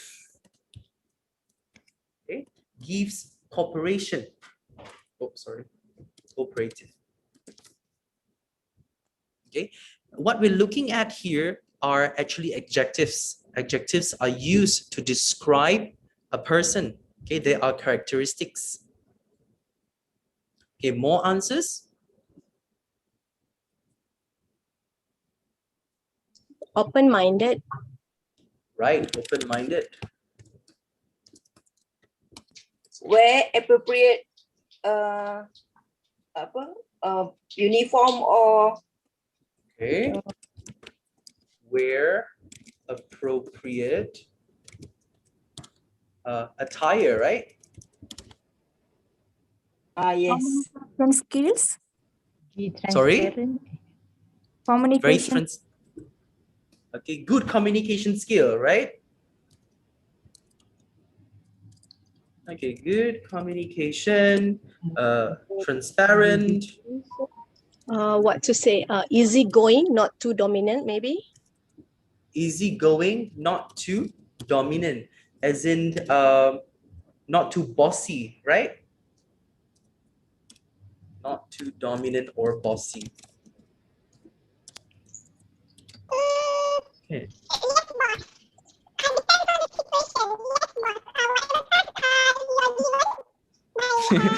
I'm sorry. I'm sorry. What's that sound coming from?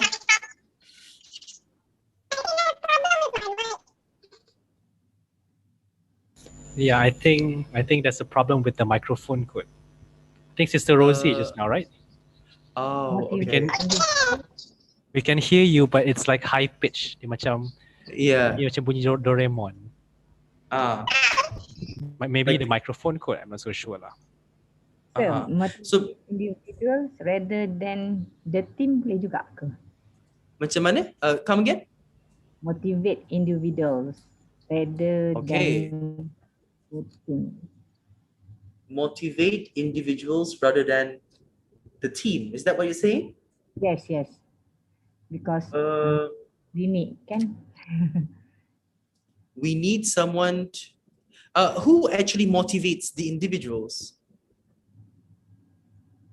You mean the employee, the worker, they have to be able to motivate other people? Is that what you're saying? Employee. Okay, the employee. The employee. Working, because working together benefit himself and the team. Okay, I know what's the word for that. A team player. Okay, very cooperative or a team player. Okay, good try. Supportive. Supportive. Good listener. Okay, good listener. Very good. Oops.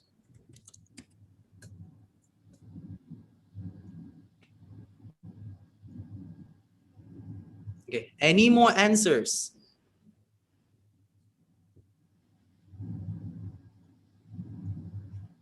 Okay, just imagine, because you guys are working professionals also, right?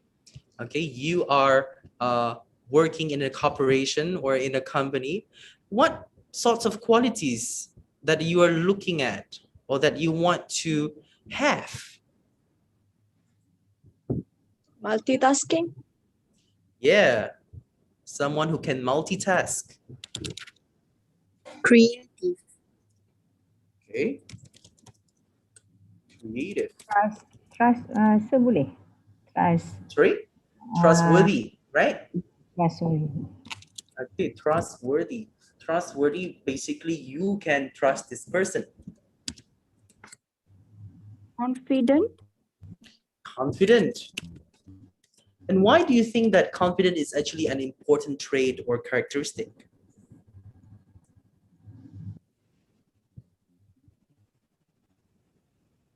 Why do you think so? Why do we need a confident person in your department?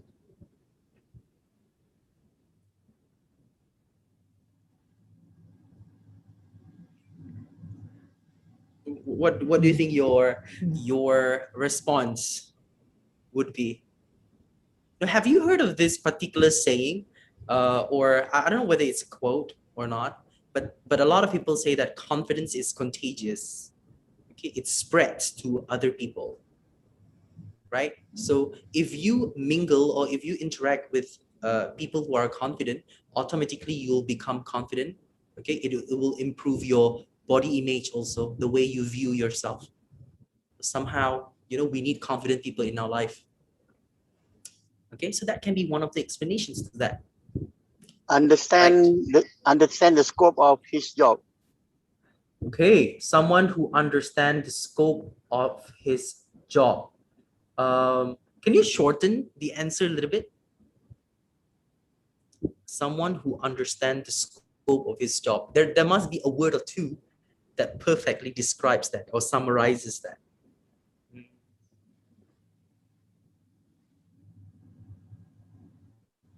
Okay, can you think of anything? Someone who can understand his someone, duty. okay, what's the word? Dutiful. Okay, someone who can understand the duty. Okay, good. All right, so here are some of the important traits or characteristics that you can think of, right? So you, as a person who is required to talk in front of other people, okay, you need to have ideas. You need to know how to branch out your ideas. Okay, you have to be creative in that sense, right? So having the idea alone is not enough. You need to be able to expand it. How do you expand it? Okay, you can use this approach. Okay, you have the what, right? You have the what. You're saying that a good employee should be punctual. Okay, how can he be punctual? Okay, you can give an example. Okay, always early to work. Always finish the work on time. Okay, punctuality doesn't only refer to attendance. I'm sorry. Time working, just attend working. Example 7:30. Before 7:30, come. Okay. All right. So he's a punctual person. Okay. Punctuality does not only refer to your ability to come early or on time. It also refers to your ability to submit your assignment or your task on time. Okay, so that's how you can explain, yeah, using the how question. And why do we have to be punctual in life? To avoid what sort of problem? Okay, why? Can someone tell me why do we have to be punctual? Because it's our responsibility. It's our role. Okay, it's because it's our role. Yes, that's the answer. Because it's our role. I mean, you okay, like for example, Ali. Yeah, Ali is a salary man. Okay, he's supposed to come at 7:30, and then he's supposed to work until 5, let's say. So that's his duty. Okay, you're not supposed to betray the trust, or you're not supposed to go against the rules set by the company, or else you will become a problematic person, right? So that can be the explanation why being punctual is really important. Okay. Yes, because currently all the tasks given by the employer should have the time frame, is it? Frame. So Okay. within that Yes. time frame, we have to finish everything. Okay. Let's say your boss give you 2 weeks, so maybe in 1 week you have to finish to get a feedback from the boss, so you have another Okay. 1 week. So this is what we maybe understand about the punctuality also. Yes, that's a good example. Maybe you can put that in the how, right? How can you be punctual? So this is how you expand your ideas, right? So that you don't go blank when you when you give a speech. Okay. All right. So let's take a look at the sample that I prepared, yeah, to just give you, I think, a clearer picture of how an informative speech works. Okay, my focus here is a formative speech. Okay, because the time now it's 2:45. Okay, we only have around 15 minutes left before I pass the button to Brother Daniel. Yeah. Okay, where is it? Okay, this one.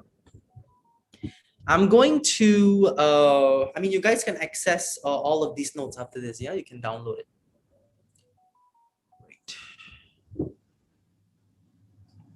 Okay, so this is a sample informative speech that I prepared for you guys. Okay, this is an example of an attention getter or grabber of how you can relate a quotation to your topic, of how you can provide the audience with an understanding of the topic by using real quotation, real life example, real personal experience. Okay, you sorry, can even yes. How kalau macam participant nak slide boleh ke? Yeah, sure. So berkenaan dengan slide ni, sample information speech, teacher ada share ke link? Basically I'm going to put it in my drive, right? I've already shared the link to the drive in the chat box actually. Can you share again? Oh, okay, let me check. Dan saya boleh share di our YouTube. Oh, I've actually shared that. But it's okay. I'm going to reshare it one more time. 1 minute. Okay, thank you. Right.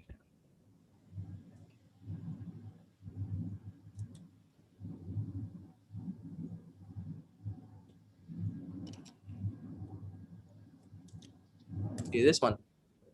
Oh, okay. Sorry. It's only sent to Awatif. I don't know why.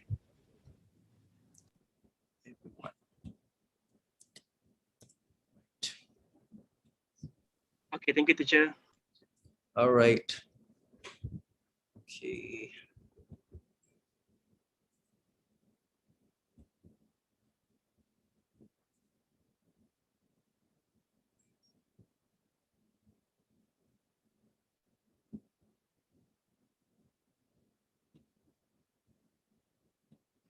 Okay, so let's take a look at this particular sample. Okay, I actually quoted, because here we're talking about characteristics of a good employee. Okay, I feel that this quote can somehow explain the subject matter better. Okay, I'm just going to read it out to you. Helen Hayes once said, "The expert in anything was once a beginner." So this is just a simple quote. How do you elaborate this quote? Okay, in order to fit your topic. Nobody was born with a perfect set of skills in performing any task assigned to him or her. Okay, one's expertise is a result of years, right, of trial and error and the ability to take the risk.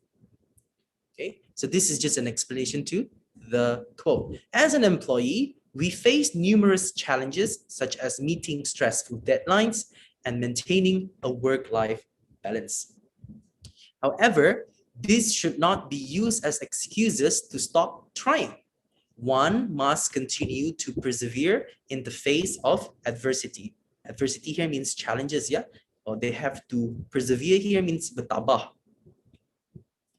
Okay, so this is the topic sentence. Remember topic sentence where you have to list the key points or the main points, right? Today, I'll be explaining about highly effective behaviors that should be possessed by every employee. These traits include avoiding procrastination. This is the first main point that I think it's important for all employees to have. They should be able to avoid procrastination. Okay, they cannot delay their work. They have to finish on time, or else they would just have more work piling up day after day, and over time they don't even have they cannot even complete the task assigned to them, and this in turn will create more problems. Okay, the second point is fostering teamwork. I feel that your ability to be a team player is really important. your ability to interact with other people to get the work done is really important, because when you work in a company or in a corporation, you cannot work in isolation. You cannot work alone. It doesn't work that way. So you have to interact. Okay? And then another important trait or characteristic is someone who can assume leadership roles, someone who can lead or become a leader. Okay, the first point. So you can find all of these transitional phrases from my slides that I shared this morning. Yeah, I even put it in my Google Drive actually. Okay, the first one is to avoid procrastination. Okay, point number one. What is procrastination? Remember to use the technique what, how, and why. What is procrastination? Procrastination is an act of delaying work or doing the assigned work at the very last minute. Okay, explain a little bit more. Okay, how procrastination actually affect people. This has proven to be a common problem among working professionals. Okay, it's a common thing. People delay their work. Many tasks that can be solved in a short amount of time are left untouched, thus resulting in the increase in the workload. Okay, it just keeps on piling. At the very beginning, you only have like maybe maximum two tasks. Okay, because of your inability to act fast or to act on time, then you will start having more and more work. Okay, this is actually a result of your own mismanagement. Okay, and then why is procrastination really, really bad? This in turn creates unnecessary stress among the employees, which affects their daily performance in the office. Okay. Therefore, employees must be more vigilant. Okay, they have to be more proactive, more careful in the way they administer their work by not delaying on the task given. Okay, for this particular sentence, this should also serve as a reminder to me, because we are all easily swayed by temptations. Okay, this particular sentence, I feel that it's quite useful to be put or to be considered in your speech, is because you want the audience to feel an emotional connection. Okay, you need to tell the audience that you are also affected from this, right? Okay, so that the audience think that you are actually in the same boat as them, right? So this is what we call as emotional connection. Okay, the third point, okay, this is repeating the second point, and then now I would like to explain the next point, which is point number 2, is the importance of building teamwork among colleagues. Okay, I use this interesting quote. Okay, no man is an island. Okay, no one can work alone. They have to get help from others. So as working professional, at times the workload can be very overwhelming. It can be very stressful for you to finish on your own. Okay, so therefore, okay, sorry, this is what, yeah? Okay, what, and then this is how. Okay, how is teamwork really important? Okay. Why? Therefore, the tasks assigned can be equally distributed among the office mates to avoid errors, as 2 heads are better than 1. Okay, the last point, I think that employees, they have to be able to lead or to take up leadership roles. Okay, just like teamwork, everybody can actually learn leadership skill. It can be taught, it can be learned, right? In today's world, educational institutions, okay, are preparing graduates to be leaders to lead the future. Okay, this is actually a reference to, I would say, general phenomenon. Okay, it can also be an attention grabber actually. As an employee, leadership is a significant trait that should be given the highest importance. Leaders, okay, how being leaders is very important. Okay, leaders are seen as someone who makes the first move and can communicate well in challenging situations. Okay, and then why? Those who portray strong leadership skills can easily climb up the career ladder. Okay, they can easily get, I would say they can easily, I would say, get promotion, yeah, to hold a more important role in the company. Hence, employees should be willing to lead and equip themselves with leadership traits. Okay, the final one is what we call as conclusion, where you need to sum up the main points one more time. Okay, you can use this transitional phrase. That brings me to the end of my presentation. Let me just run over the key points again. Okay, the first point is taking leadership roles. Okay, this is the third point here, but then I put it number one. Yeah, I just want to change the sequence. It's fine. And then being a team player, someone who you know, knows how to work in a team, and then being more proactive. Okay, proactive here, what does it mean? Okay, proactive here is avoiding procrastination. Okay, you have to work ahead of time, or you have to work on time. You have to be hardworking lah, basically, right? And then this is the what we call as a call to action. Okay, call to action, which means a final push, final hope, final recommendation. Okay, in life, we need to progress so that we can create changes in the world. The best way to do so is to continuously learn. Okay, you know, when you, okay, before you give a speech, especially a speech that is, you know, written beforehand, it's quite easy, right, for you to do your research and all.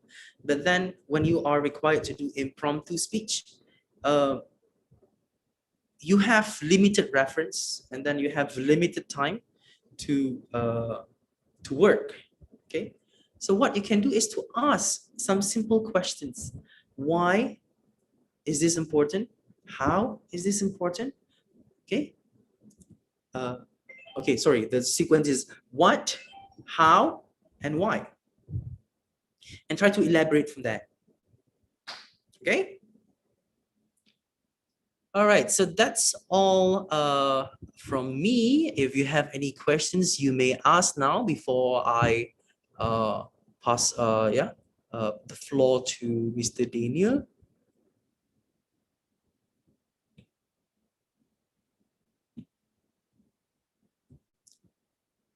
Right.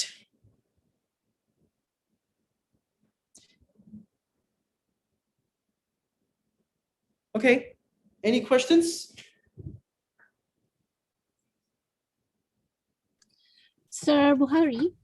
Yeah. We only use the guideline for, of what, how, and why, and no when, yeah?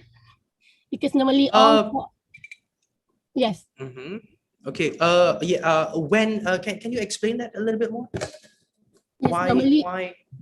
Normally it's in one group, like the why, what, how, and must be when.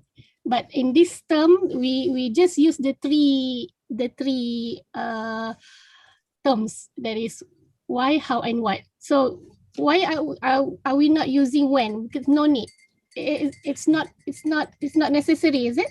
It's not necessary. Yeah, I do feel that it's redundant. You know, it's repeating. And when you ask the question when, I don't think it's really important, right? The more important should be what is it, how is it done, and why is it important. Okay, this technique actually helps you to actually branch out the idea faster. That's the whole point, to help you with your So it must be in sequence. First must be what, and second is how, and the third one is what. It's actually like this. Okay, normally what, how, and why. But if you want to put what, why, how, it's also good. Okay, I like to mix it up just like that. But then what should be the first? Why and how can be, can swap places. All right, I hope that answers, yeah?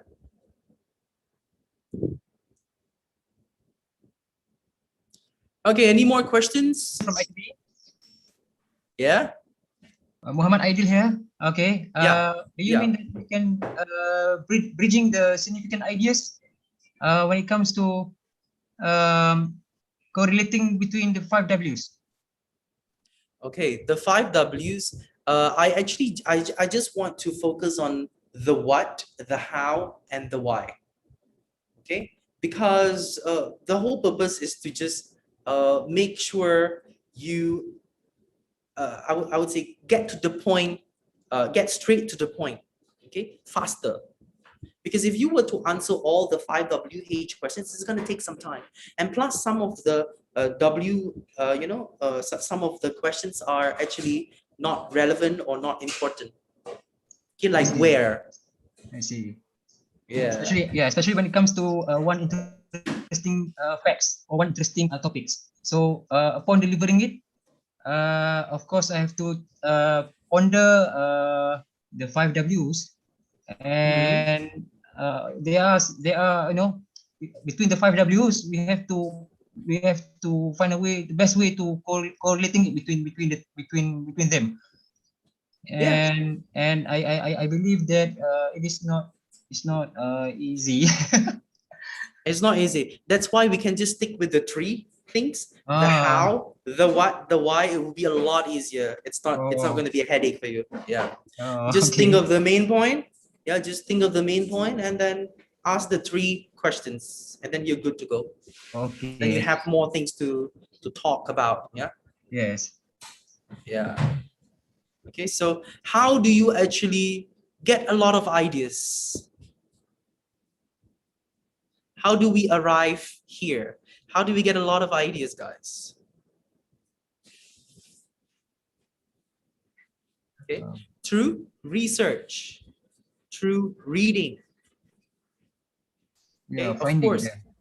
Yeah, reading the information can be online. Yeah, can be. But then again, like what I reminded you, the sources that you use, they have to be reliable. Okay. Yeah. So always get into the habit of reading, always get into the habit of researching. Okay, like let's say whatever information that you come across on a daily basis, try to check for its validity, whether it's valid or not. Okay. Because I'm not trying to stereotype Malaysians, but then us, okay, including me, Malaysians, we tend to believe stereotypes.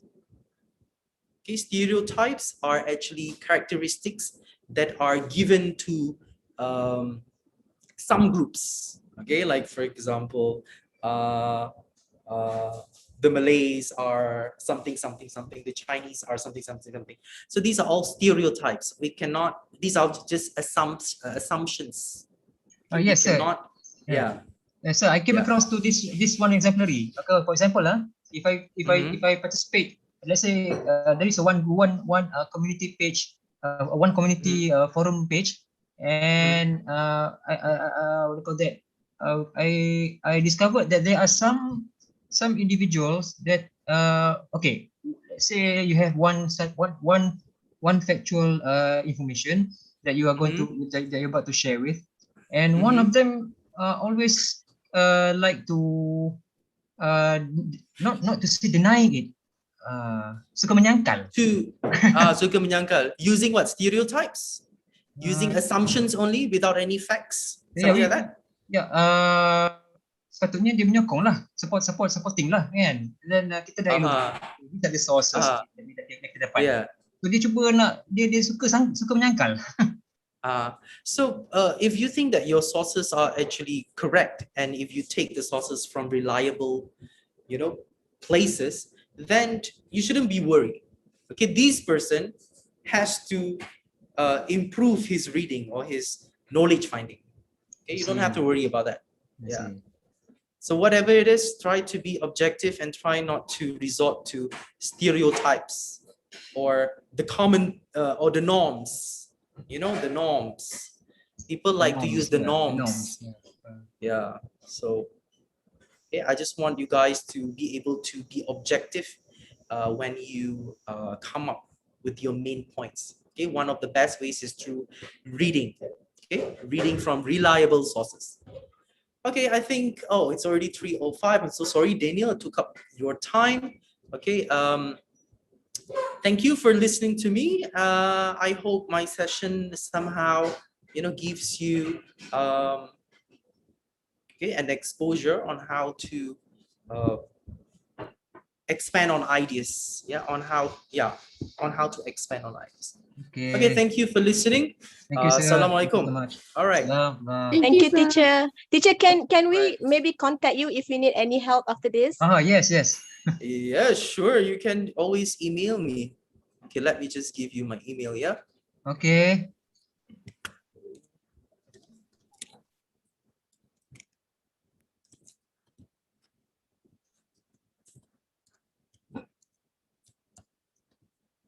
Right.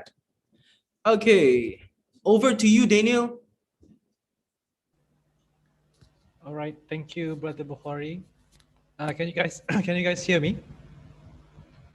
Yes, very clear. Yes, very clear. clear. All right. Do you need like a 5 minutes break or you want to continue? Break maybe. Okay, let's have like yes, a 5 minutes and then we will come back around 3:12 minutes. Okay, noted. Okay. Chill dulu.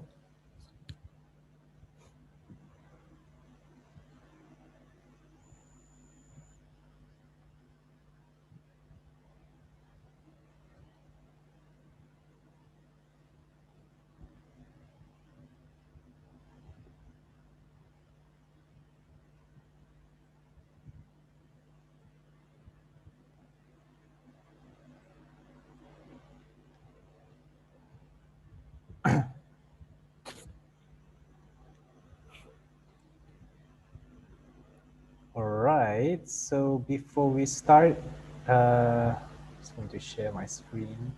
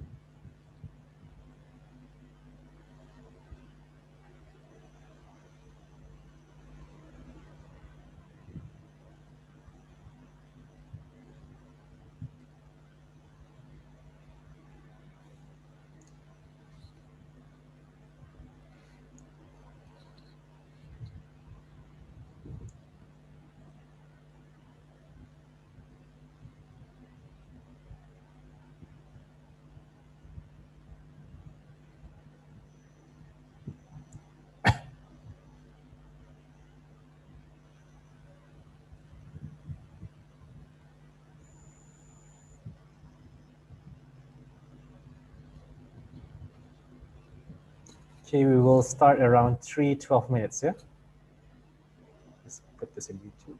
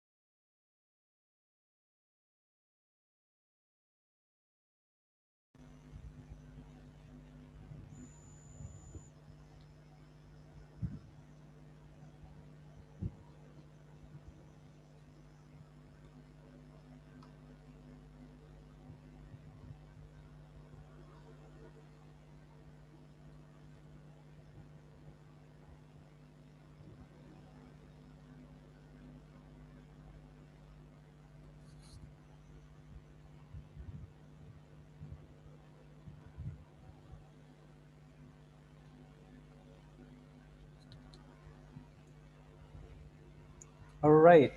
Okay. Assalamualaikum, everyone. Welcome back. So we have done our 5 minutes break. Okay. Can you hear me, guys? Dengar? Yes, clear. Yes, clear, clear. Okay. Yes. So all right. Let's continue. Okay. I have not a lot slides left from my previous presentation. Okay. So we are still under vocal techniques in public speaking. Okay. So for those who are still, this is your first session for today. So for my part, I will be explaining more on the delivery. Okay, so we are done with articulation, pronunciation, accents, and speed. So the final two part for the vocal techniques is on pitch and volume. So let's go fast. Okay, if you have any question, you can just stop me at any time, yeah? Including the ones in YouTube, all right? Okay, let's look at pitch. Okay, so pitch and volume is another aspect, okay? Another aspect that you need to remember in order for you to have an effective delivery. Kalau you tak ada pitch, you tak ada volume, you punya delivery will be very boring lah. Okay, so what is pitch? So pitch is defined as the highness or the lowness of a speaker's voice. So it's either the speaker's voice can go high up like this, or it can go low like this. So that's the pitch. You know, you boleh dengar kan? There are differences when I go high or when I go low. So that's basically when we talk about pitch. Okay, so a speaker, okay, an effective delivery is the ability for you to do inflections. So what is inflection? Inflections is basically the ability to manipulate the pitch. So like I mentioned, when you are speaking, you need to have varieties of pitch. So most of the time, your pitch must be moderate, okay, tengah-tengah. But at certain time of your presentation, it needs to be high, and in certain part of your presentation, it needs to be low. So you need to have that, okay? Why? Why do you think it's important, guys? Kenapa pentingnya kena, we need to have variety. Sekejap atas, sekejap bawah, most of the time, dekat tengah-tengah. So why is it important, guys? To draw audience interest or acquiring their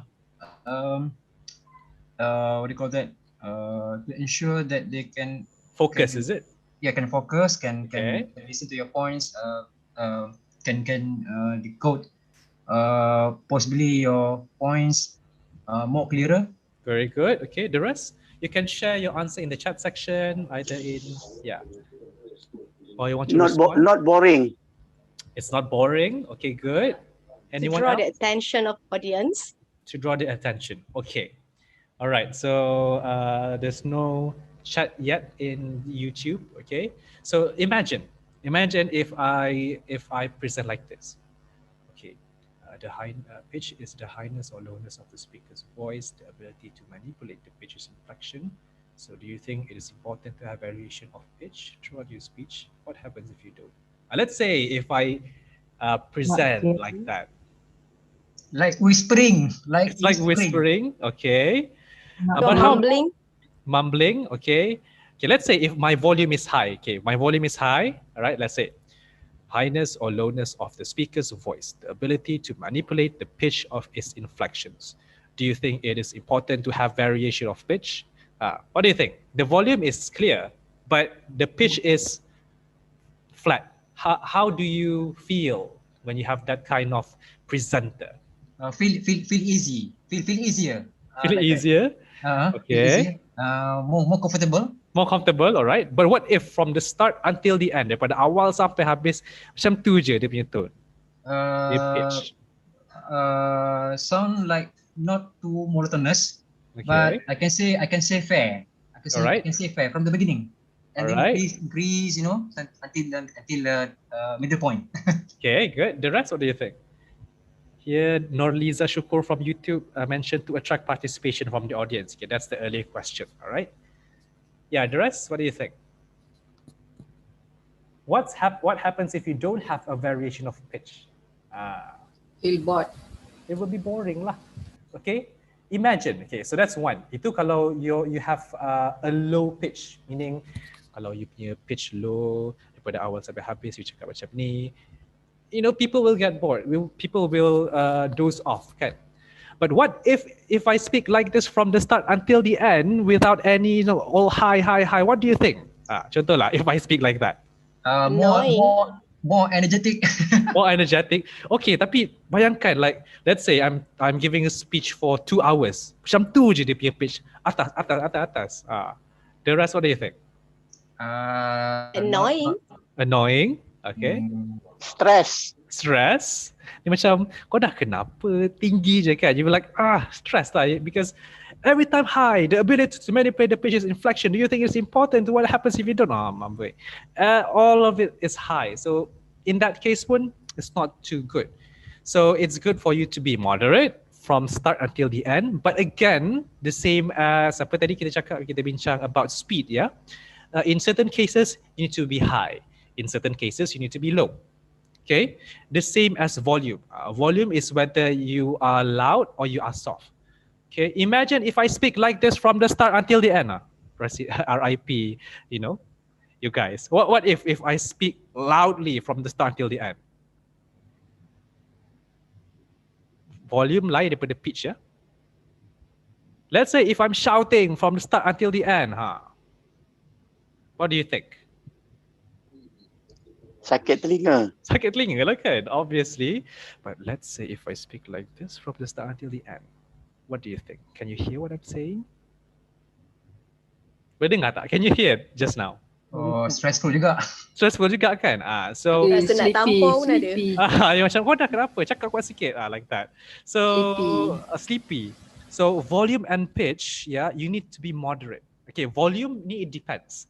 Okay, if let's say that you are having a microphone, should you actually increase your volume supaya dia orang boleh dengar? Let's say if you are using a microphone. Not really, right? Because microphone is already okay, so you can just talk like how you talk normally. But let's say if the microphone is not there ataupun rosak, so you need to increase your volume. So you need to know on how to manipulate that. Okay? So inilah isu dia. Alright, so when you have pitch, you know, when you have high pitch, it adds passion, excitement, and emotion to your speech. Okay? It can also change the meaning of the phrase or your sentence. It can give you more, you know, when you have pitch, it means you have more emotion. So when you have more emotion, it makes you closer to the speaker, meaning speaker is actually human. Okay, it holds the audience attention as you have a melody. So when you have pitch, sometimes you go high, sometimes you go low, sometimes you go in the middle. So it's like a song. Macam you menyanyi, you know, you have high, low, so it makes the speech more interesting.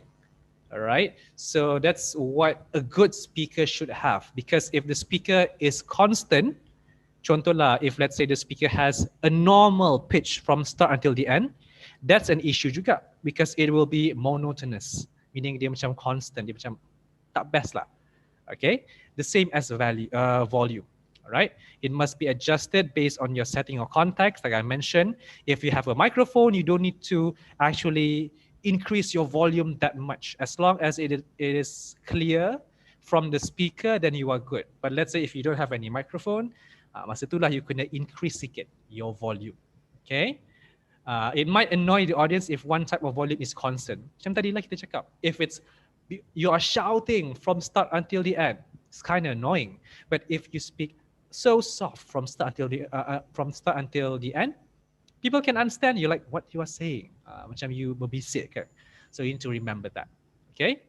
So it is important to remember that stress and pause, pitch and volume are usually used together. Dia bersama-sama. So usually when you want to stress something, your pitch might be a bit different. Okay, your volume might be a bit high. So let's say that you want to stress on a certain word. So this is very important. Nampak tak? So I stress from in the word very, and then my volume is a bit high there. My pitch is also a bit high, so it goes well together.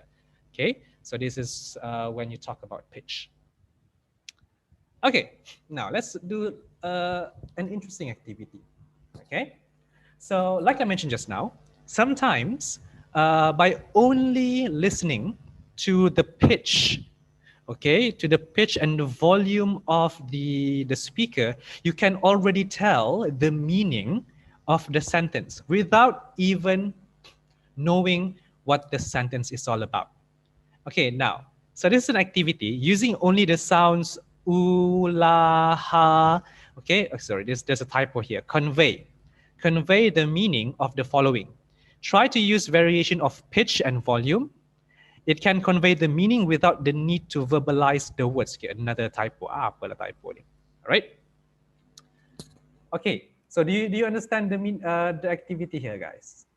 Meaning you just cakap, you know, using ooh la la, ooh la ha, okay, but using this sentence. Tapi you do not need to actually read the sentence. Just use your pitch and volume to show what's the meaning of this sentence. What's the meaning of this sentence? Okay, let me just change.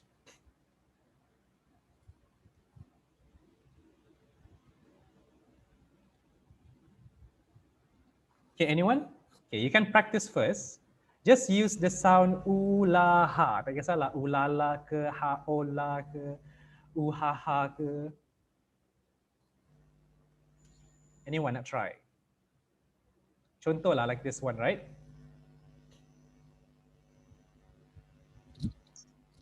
It's the biggest thing I've ever seen. Tapi jangan, you don't, okay, jangan, do not say the word.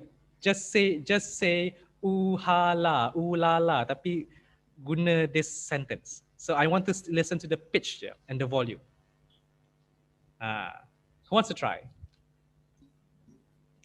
Okay, guys. It's the biggest thing I've ever seen ni is apa? What type of emotion that you have here? Okay, better. Anyone else? It's the biggest thing I ever seen. Yeah, okay. All right. The rest? Good, good. I can feel the emotion. Guna la ha, tak kisah. Yang penting ada sound. I just want to listen to the sound to show this meaning. La la la la la la. Macam tu ke?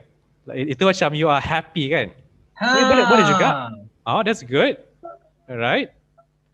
Okay, very good. Okay, that's nice. So it's okay, good. So I can see a different pitch and volume here. So volume ni kat sini, volume you kena high ke low in this sentence? The volume of your sound. From the beginning is moderate, then go to getting higher lah. Getting higher kan? Okay, so pitch pun sama juga. Okay, so it's the biggest thing I ever seen. Maybe you want to say that, ooh la la, macam tu kan? Pada bawah ke atas. So when you put that in word, wow, it's the biggest thing I've ever seen. So dia macam dia naik. So it shows pitch. So let's say if I verbalize this sentence like this, it's the biggest thing I've ever seen. How do you feel? Apa tu? Let's say if I speak like that, it's the biggest thing I've ever seen. Sesuai ke tak dengan ayat ni?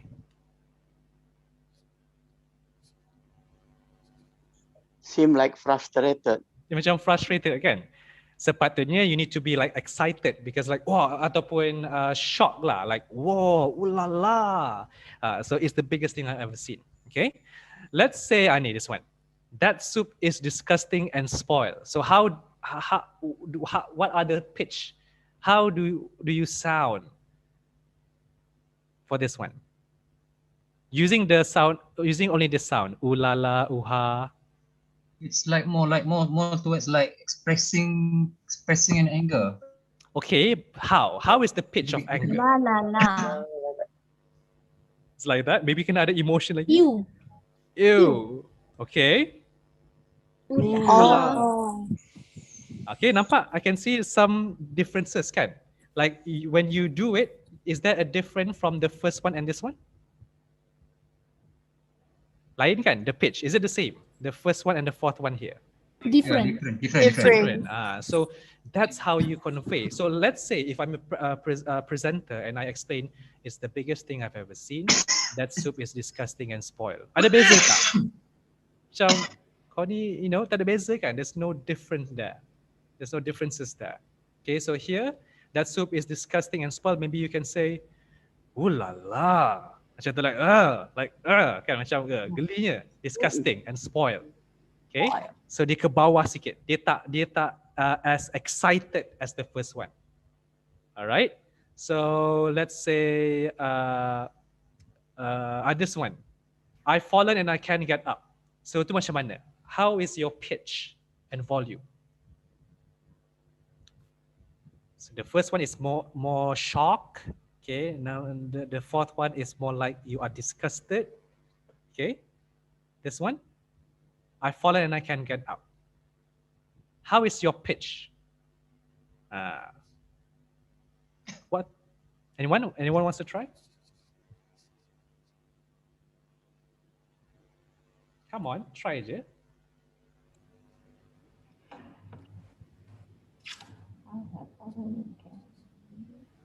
Siapa nak try? I've fallen and can get up. Ini what kind of emotion do you have here? Dia macam more on sakit kan, frustrated, right? Like like that. So macam dia so you can see relief expression. Relief. Expression of relief. Boleh juga. Tapi dia macam I've fallen, saya jatuh dan tak boleh bangun. Sakit lah, like that. So you have excitement here, shock. So this one is a bit disgusted. So this one is macam frustrated lah, kan? So this one, if you implement this kind of pitch in your speech, yeah, it will make your speech more interesting. But you have a particular emotion. So if you are disgusted or if you are angry about a certain issue, so you need to have that angry pitch there. So this is very important. Macam tu. Contoh lah, like you are angry about certain issue kan? Contoh. So, people pun will not get bored lah in your, when listening to your speech. All right? Okay, any question about that? Is it clear? This is the last one. Ni sekejap je ni. I hope it's clear, everyone. High pitch, let's look at me. So your mom, okay, high pitch afraid. Yep, okay, I'm reading the YouTube here. Okay, I can continue, yeah? Okay, so the last aspect in an effective delivery is looking at your non-verbal elements. Because when you are delivering speech, not only your content will be looked at, your vocal techniques, your voice, but also the non-verbal elements. Elements yang bukan that does not deal with sound. Okay, so it includes your gestures and body position. Okay, your hands, your body position, your facial expression, ekspresi muka, your posture, how do you stand or how do you sit, and also your appearance. Okay, your attire. So we're going to look at this one. Okay. So gestures and body position is basically deals with the movement and position of a speaker's body. So usually what is the most used body when you're presenting, guys? Apa yang paling kita guna? Kita tak boleh nak keep on standing on the same platform, meaning we have to go around. Subject to the audience position. Subject to this position, the room capacity. Yes. Of course, instead of the atmosphere that rise yang memang dah ada. Betul. That's correct. So that you are explaining about the movement, right? The movement, whether whether our position should be static ataupun kita kena bergerak. So that's in terms of movement. About gestures, okay, the body that we use the most is actually our hands, kan? Paling banyak kita guna dan yang paling nampak lah, hand gestures, okay? So when you are talking, should you actually stand, your hand ni kan? You just put straight je kat bawah. Maybe you have a microphone and let's say ini microphone kan? Buat microphone, and then when you're speaking, your hand macam ni lagu negaraku. Is it good? Like No. straight ke bawah. Or let's say your hand you put in your pocket when you are speaking. Is it good?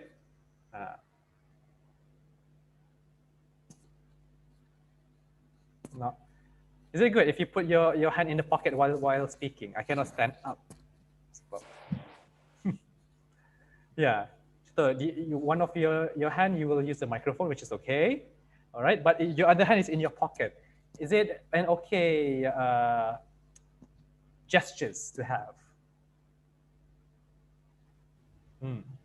What do you think, guys? You can respond in the chat section, everyone, if you want. Not really, okay, because it shows that you are like reserved, that you are not comfortable. Okay, let's say if you're talking, big no, very good, Haniza, okay, from YouTube. Let's say if I'm talking, like right now, okay? Let's say if I'm talking and then I always, my hands are all over the place. Is it okay?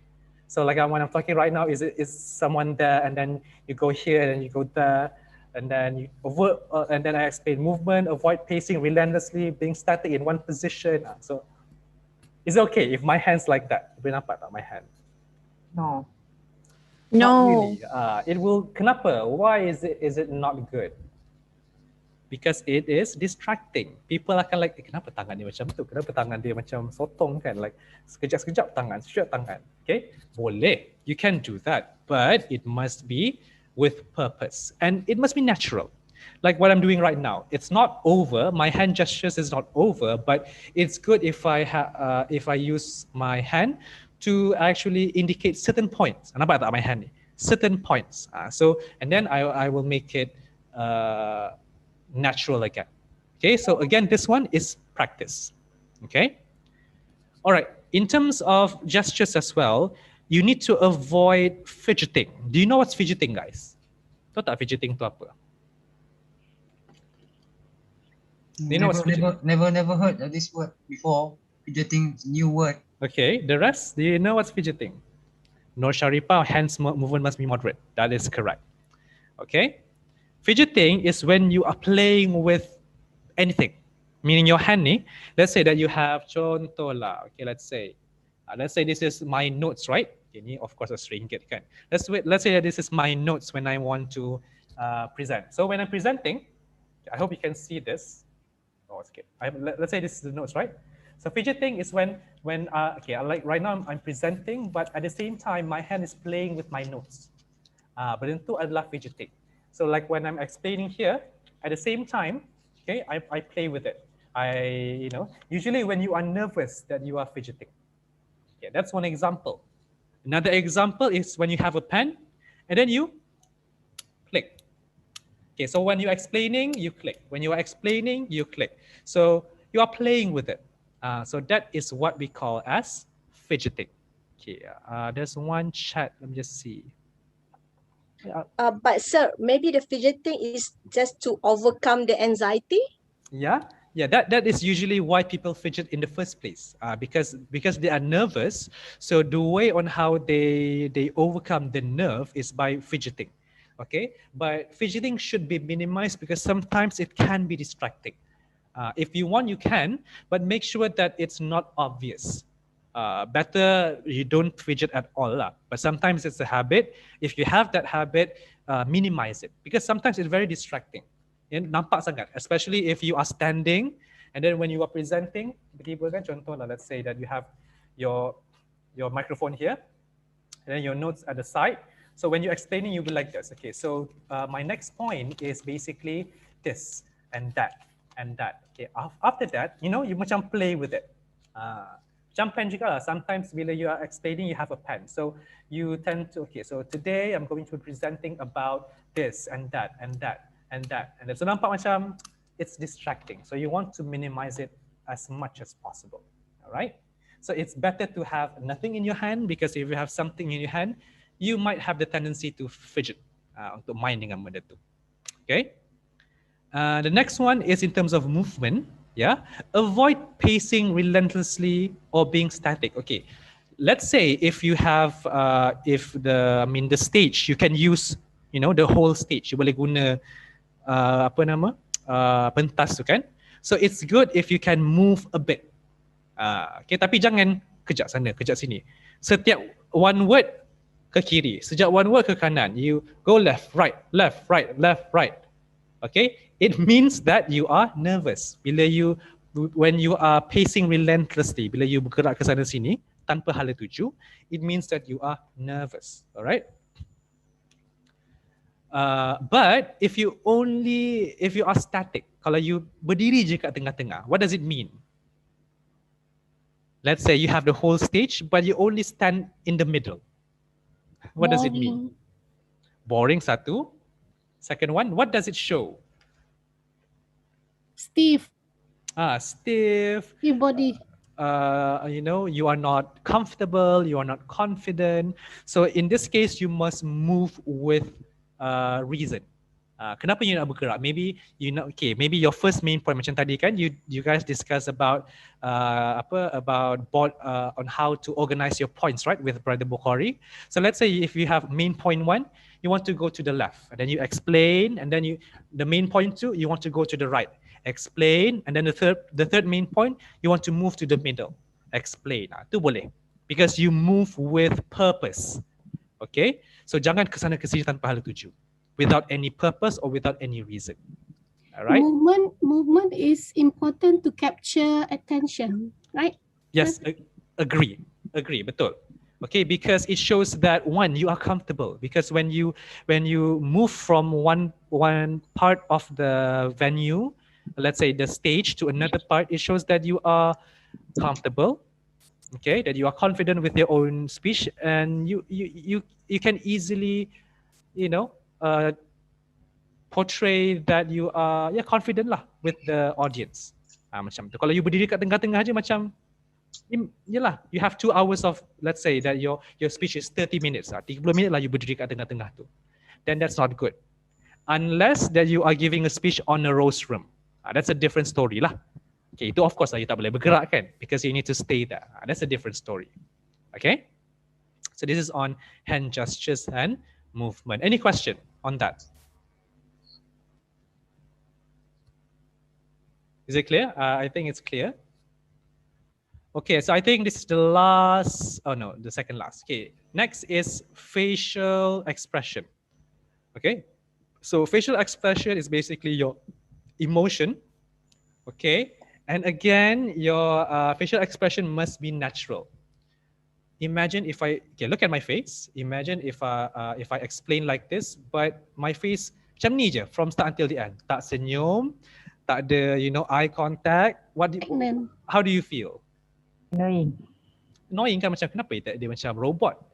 Okay, let's say for example, look at my face. If I explain like this from the start until the end, okay, the first one is facial expression. You cannot, having no emotion in your face should be avoided. Being too animated will be distracting. Vary your facial expression throughout your speech. How do you feel? Look at my face tadi. Dia macam tu je, macam tak ada emosi. Do you feel connected with the speaker? No. Maybe for the first 15 minutes. Kan, tapi kalau sepanjang speech tu, the facial expression like that, you feel like macam dia pun bosan. The speaker is also bored with his or her speech. So kita nak elakkan benda tu. So be natural. Okay, smile when you need. Okay, when you are saying something that is happy, okay, smile. If you say something that is serious, kerutkan sikit dahi tu, nampak emosi tu sikit, like what I'm doing right now. Okay, but if you are too animated, okay, do you know what's the meaning of too animated? Dia macam terlalu too cartoon. Dia macam dan terlalu excited, like okay, alright. So macam from start until the end, how do you feel kalau you cakap macam tu? Senyum je panjang daripada start until the end, like this. Imagine if I'm speaking like this from start until the end, and then being too animated. Depends on the topic. Yeah, depends on the topic juga. Okay, but it will look a bit creepy kan? Contohnya dia senyum je daripada awal sampai habis, like this. For example, okay, make sure your facial expression is ni. Maintain eye contact. Macam, kenapa dia senyum je? Dia ada masalah ke? Like that. You will feel like that. Okay, so very. And it's very important that you you follow your facial expression based on the message. Jangan you bagi message yang sedih, tapi your facial expression is happy. Contohlah, last week, okay, so today, for example, today we have 5,000 deaths for COVID-19. Okay, for example, macam tu. How do you feel? Do you feel offended? Do you feel like, kenapa orang ni? Inappropriate. It's inappropriate because you're telling something that is serious, tapi you are smiling. Okay, so be careful with that. Sometimes when you are nervous, you don't tak nampak benda tu. So be careful with that. All right, and also maintain eye contact with the audience. Macam ni lah. Okay, so that the audience will feel that you are one with them, that you are macam friendly. So we want that vibe. Okay, so and also start with a genuine smile is highly encouraged. So that's basically about facial expression. Okay. Any question on that? I think it's clear. YouTube ada tak? Okay. Expression must be coordinated with the content. Very good. Yep. Thank you, Sister Sharifa. Depends on the type of presentation. Yep. Okay, now in terms of body posture, when you are presenting, it's good if you can stand up straight. What does it show? If you stand up straight, macam you berdiri tapi berdiri dengan tegak. What does it portray? Discipline. Discipline, what else? Apa lagi? Authority. Authority, confident, okay? Of course, we don't want to be arrogant, but we need to show that we are credible. Kita berhak untuk berada di atas pentas itu. So if let's say when you stand but you slouch, macam ni contoh. Okay, so today we are going to be learning about this and that. How do you feel kalau compare dengan when you sit up straight like this right now? Ada beza tak? Is there any different? Yes. Macam ni, you stand up straight. Okay, contohlah I explain like this. Compare with this. Alright, so today we are going to be learning about, nampak tak beza dia? This one and this one. Kan? Nampak beza kan? So the first one, bukanlah you kena mendada macam tu macam pelik lah kan?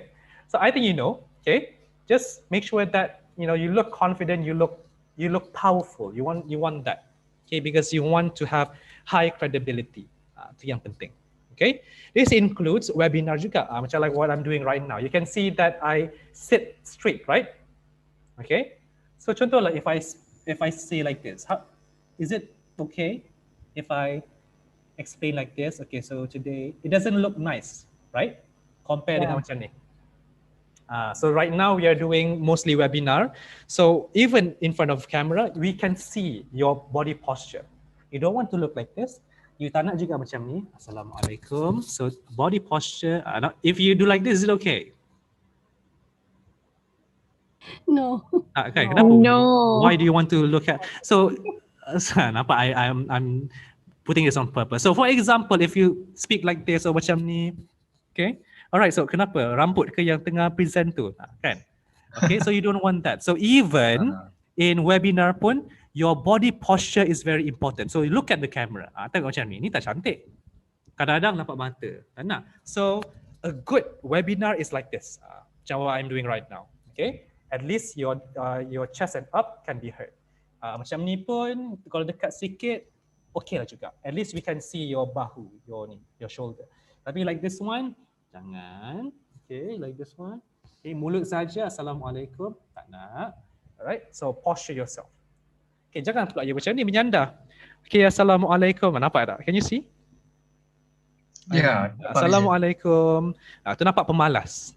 So posture or even in webinar pun memainkan peranan. So usually when I'm doing a webinar, I will do like this. At least my chest and up, people can see. So they can see my hand as well.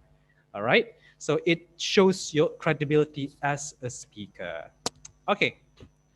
And last one, okay, is your appearance. So dress appropriately lah. Okay, like if you are, okay, so take note on the culture and religion. Sometimes you think that your appearance is okay, tapi in that culture, in that religion is not very good. So you kena study dia punya the culture of the audience, the religion juga. Okay. Avoid wearing anything that can distract you or the audience. Okay. This includes your hair for guys, okay, and for those who, let's say, for non-Muslim who are not wearing the hijab, okay. So your hair jangan distracting. Okay, do you think my hair is distracting right now, or is it okay? Contoh. Okay. Okay, it's kemas, right? Okay. Let's say, because if I do not put gel to my hair macam, contohlah dia jatuh kan? Okay, let's say if I do like this, is it distracting? Contohlah, for example, ya Allah bodohnya. You think it's distracting? Okay, it can go down. Is it distracting? It is. Fashion. Okay, kalau you know, if let's say that you are a fashion designer, itu lain cerita lah. Okay, but let's say if you are presenting like a serious topic, okay, like you guys, you are from different departments, okay, and let's say if a guy who has a long hair, rambut dia asyik. Okay, bila dia explain, rambut dia, okay, blah blah blah, rambut dia macam tu. Itu distracting dah, distracting to the speaker and also to the audience. Okay, contohlah kalau macam, okay, for women in hijab, apa style hijab yang boleh jadi distracting, guys? That can distract yourself and also your audience. Is there anyone, any style of hijab? Too many pins, too many brooch. Maybe. Fashionable. Very fashionable hijabs. You can be fashionable, but you can make it simple. Kan orang cakap less is more, right? So maybe kalau contohlah hijab tu ada, you know, terlalu banyak, apa yang macam langsir tu, you know, that kind. Brooch. What's the name? Yeah? Brooch. Bukan brooch. Pashmina. I do not know lah. You guys know, right? It can be distracting as well. Okay, apart from hijab, apa ya hijab boleh distracting ya? Maybe contohlah kalau hijab tu asyik jatuh, kan? Ada sometimes macam tu kan? Tiba-tiba you explain, jatuh. Explain, jatuh. Naik balik. Explain, jatuh. Naik balik. Material. So you don't want that because sometimes it can distract the audience. Audience tu akan jadi macam, kalau I jadi audience, okay, bila lagi dia nak jatuh? Dia punya, you know, jatuh, angkat. So dia akan distract. Teralih tumpuan. And then you will be risau, distracted. kita jadi risau. Yelah. So your appearance, okay, kalau macam people with hijab, okay, make sure to pin properly, jangan dia asyik macam jatuh. Okay, so salah you jatuh, angkat balik. So it's distracting. You don't want that. Okay, alright. And contoh, women, you wear apa? Rantai, apa gelang-gelang yang banyak-banyak bunyi, you know, apa mami jarum semua dekat. Angkat banyak rantai semua. That is distracting as well. Okay, so try not to do that. Okay, and always use the step above rule. Meaning step above rule ni maksud dia try to dress satu level atas daripada audience. Let's say kalau the audience pakai business attire, right? So you can wear a suit sebab dia satu level atas daripada audience. Okay?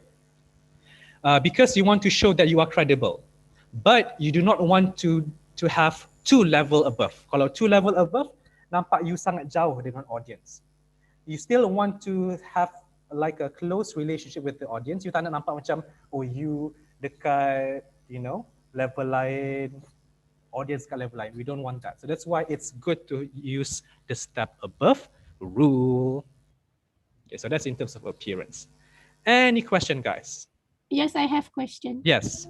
In your opinion, for talking about posture and appearance, okay, is it okay for the speaker to fold his or her arms? Is it okay, or it depends on the webinar or on the topic? Okay, good question. All right. Folding the hands. So this is based on psychology. Yeah, I've read certain references, and even I experience that as well. Not me, but when people are presenting, how do I feel when people do like that? So let's say if I'm presenting, I'm not so sure if you can see. Okay, let's say I'm presenting and then I present like this. All right, so today we are going to be explaining about okay, posture and appearance. So body posture, you need to stand up straight and avoid slouching. So how do you feel if I do like this, sepanjang during my presentation? How do you feel? Macam ni. Okay, so you need to dress appropriately, take note on the culture, avoid wearing anything, blah, blah, blah, blah. So how do you feel, guys? I feel that are you going to scold us after this? Okay, all right, good. Anyone else? Trying to discipline us? Nampak macam bossy, right? What else? You seem Either you are forced to give the speech. kan macam aku tak nak dekat sini, cepat-cepat lah, like that. Okay. Reluctant to delivering further. Yeah. So do you feel that there is a more positive connotation? Okay, thank you, Sharifah. Yeah. Okay. So do you feel that there is more negative or positive connotation there? I say negative, more negative. More towards negative lah. Because macam ni, it shows that you are arrogant. Macam, oh, aku lagi bagus dari kau. I am better than you. I am better than you. Like you guys are not worth it. Macam tu. Okay, so you don't want that because a good speaker is a speaker that the audience will feel related, will feel close with the speaker. Macam, oh, dia tak beza pun sangat. Because yeah, like me when I'm become a speaker, I always try to say that I'm not teaching, but I'm sharing my experience and my knowledge. So we feel that okay, kita ni adalah lebih kurang je. We want that relationship with the audience. Okay. And sir, I have experienced this before. So I felt that I was not welcome as a participant when the speaker fold his hands like that. So I felt that I was not welcome. Yeah, it's true because that is the kind of connotation, the kind of meaning that the body language give. Okay, macam ni, like macam kenapa kau dekat sini? So there's a lot of negative one. So you don't want that. So that's why you need to keep your hand macam ni. Okay, just keep it naturally when you're explaining macam tu. Okay, jangan kat dalam pocket because if you put in your pocket, it shows that you are not confident. That you have something to hide. We don't want that. We want the speaker to be open with the audience. Okay. All right. This one kita ada masa. Sir, yes. Last one. Regarding the eye contact, maintain eye contact. How do you do the eye contact? Is it you see through every your audience and the eyes, or you just give a blank eye? Okay. Blank eye maksudnya macam mana? Blank eye. What do you mean by blank eye? That's when we are not pay attention to just one individual in front of you. Okay, so that's a good question. Yeah, for me, it's impossible for us to have eye contact with each and every person, right? But the audience is big, okay? So usually, my technique of eye contact, I will divide the venue. Let's say if we are doing like a face-to-face speech, right? I will divide the venue into 6 portions. Okay, portion on the left, middle, and right, in front, and the back, left, middle, and right. So that is my eye contact. So when I speak mula-mula, let's say, I will go to the the front left, explain, and then I will go to my eye contact to the back right. Explain, and then I shift my eye contact to the middle front. Explain, and then I explain lagi. I will go to the middle tapi dekat belakang. So in each of the position too, I only choose one person where my eye contact will be. Okay, and when I look at the person, basically all the people that is near the person, they will feel that aku tengok dia, like that. So that's my strategy lah. Okay, did I answer your question? Yes, thank you. Yep, that's a good strategy. I will usually use like that. Okay, any other question, guys? Sir, what about biasa kalau speaker yang mana dah ada nama kan? Either female speaker or male speaker yang memang dah ada own platform standing dia. Jadi sometimes people, audience doesn't think much about his or her appearance. Doesn't think much about her about her or his appearance. But unlike unknown speaker, a new speaker. So what can you tell us this scenario? To me, yalah kan, I can say that this person ada nama dah. Jadi kalau nak, maknanya people in the first place pun audience tak kisah dah dia pakai pindah. Because the person is already established, kan? Okay, if that's the case, okay. All right, hello, okay. If that's the case, okay, let me just, can you guys mute your, there's what number? Echo. Who is, okay, please switch off your microphone, yeah? Okay, but that's better. All right, so it was okay. So in that, if that's the case, you know, people don't mind that, I think, because they are already established. Tapi they still need to wear appropriately juga lah, kan? So let's say if contoh lah, like an artist or a celebrity, they, you know, they want to give a speech on, let's say, something that is serious, okay? Something that is serious about kesedihan ke apa. If the person wears some bright colors, yang macam ceria, rainbows and everything, do you think it's appropriate? Even though dia a known person, rasa macam tak kan? It doesn't suit the theme. So still needs to be careful on that as well, I think. Okay. All right. Any question? Okay, we can do like a simple quiz. Not that one. Let me just. Nah. Okay. Start a live quiz. Classic. Okay. So this one. Okay. Timer.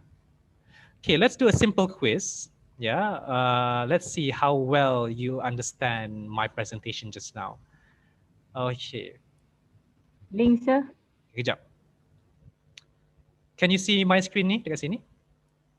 Okay, so you can go to joinmyquiz.com. Okay, let me just copy link address. I will give the link in the chat section and enter this code 88885. Kenapa kita boleh chat ni? Okay. Okay, and click the join code 885355 and write down your name. Kita buat simple true and false quiz. Tu je.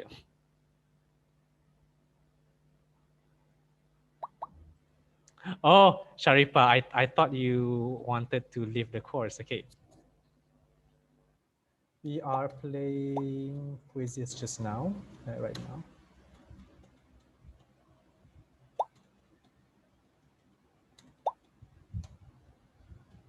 Go to, because in YouTube dia lambat sikit from apa the Zoom, dia lagging sikit dia punya time around 30 seconds. So you go to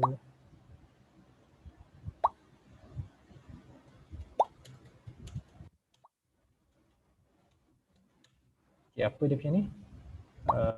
885355. Mana? And add the code 885355. Okay, let's wait for the people in YouTube. So this is a simple question. Okay, the code, sorry, the code 885-355. 885-355. Supaya you tak bosan sangat. Okay. Mana? Why tak boleh chat?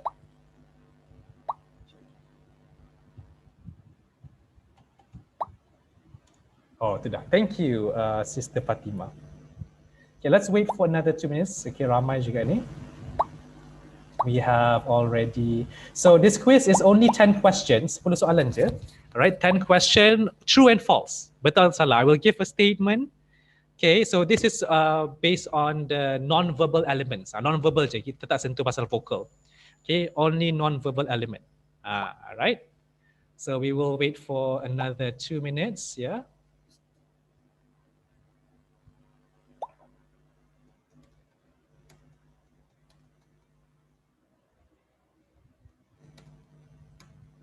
We'll start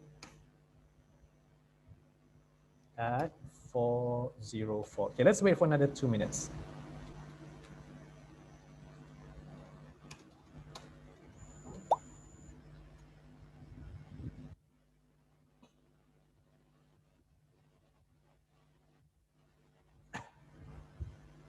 All right. So, okay, we have 38. Oh, ramai juga. Very good. Very simple. Okay, we can see.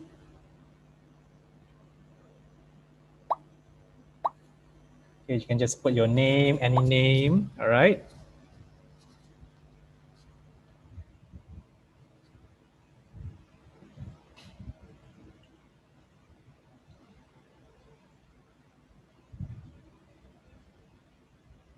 Okay, so 1 more minute before we start. Okay. And I will only give you around 5 minutes to complete the quiz. Sebab senang je, 10 question. Sekejap je.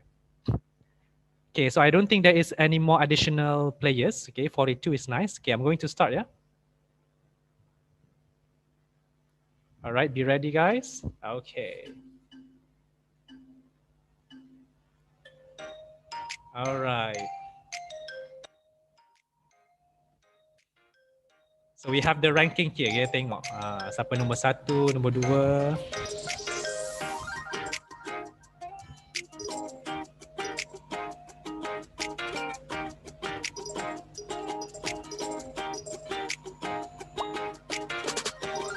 I'm going to share the sound, yeah?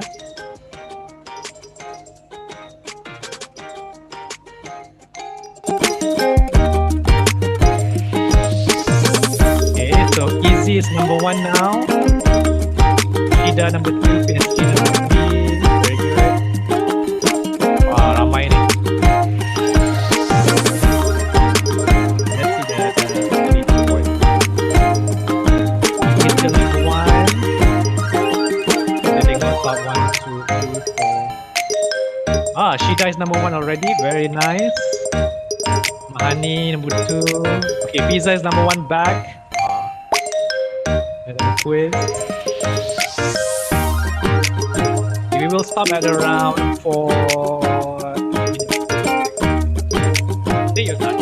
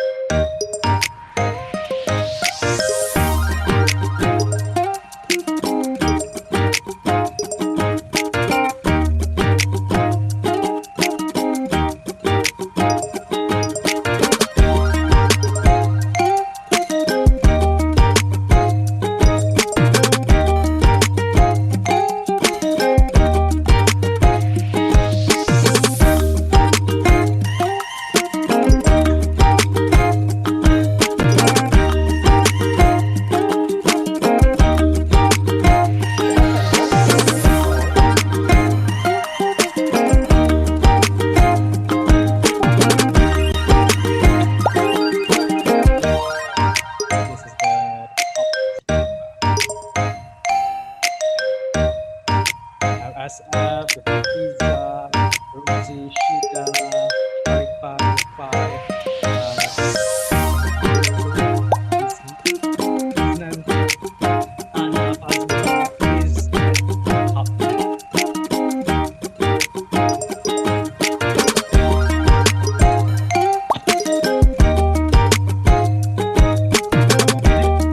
Before I end this session, not the session, like this game. Inshallah, I will end the session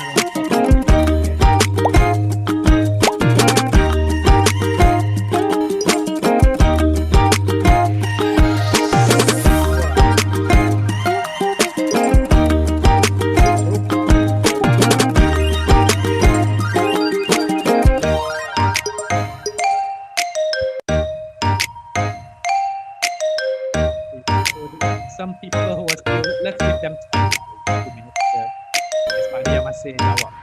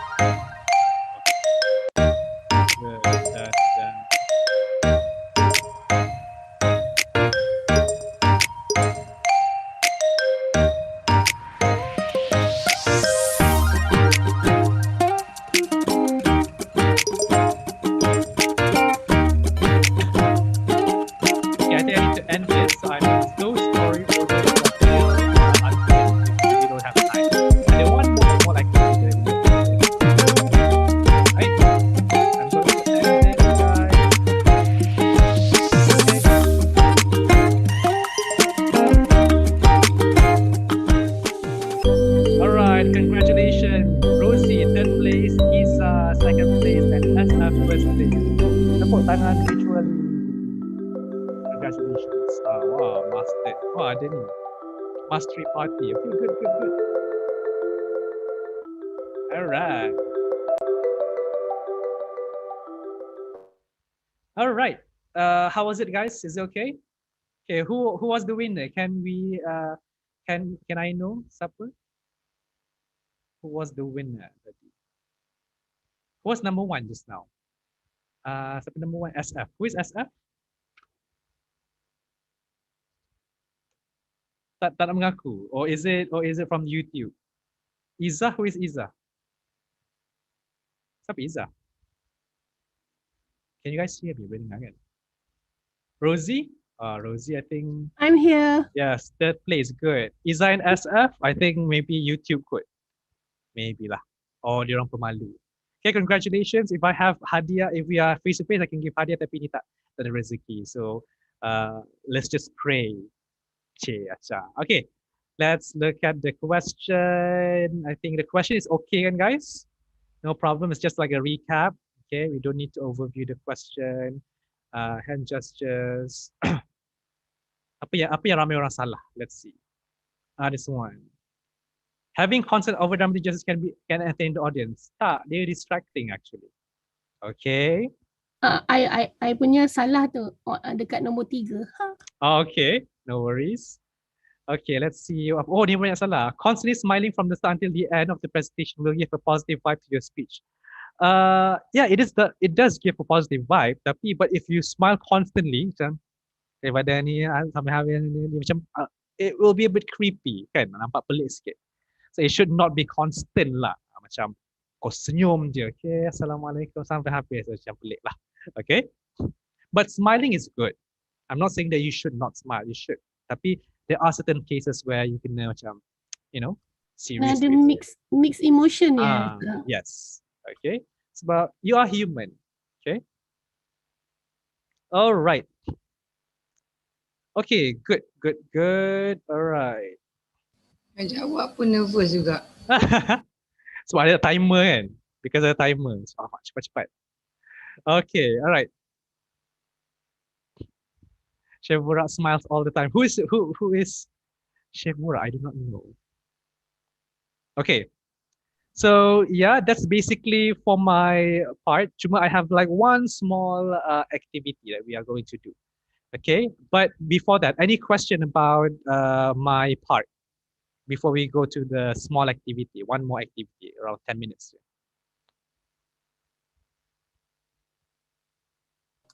No, tak ada kot.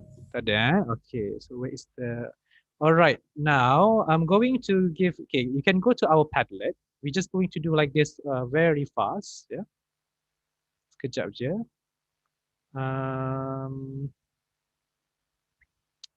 Okay.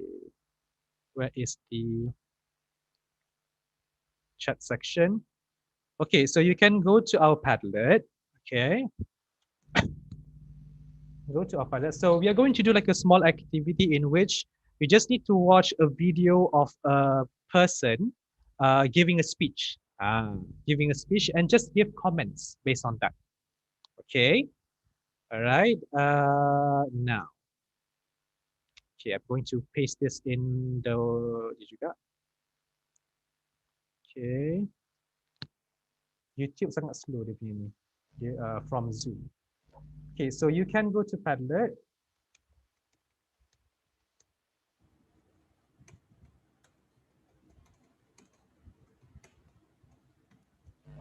All right, so you can go to our Padlet. So in our Padlet, okay, mana Padlet kita? You know. Okay, so in our Padlet, I actually gave this apa nama? This video.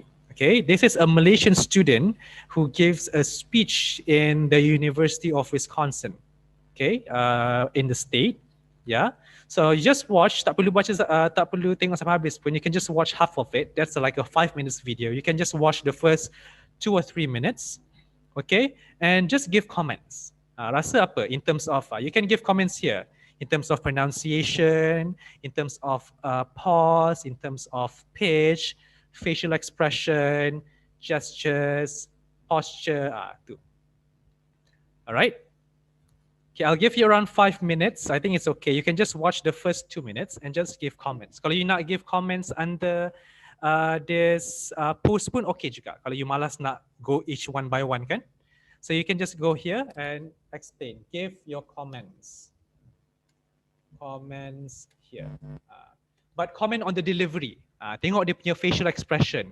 Tengok dia punya pitch, volume. Look at the speed. Laju ke tak dia cakap.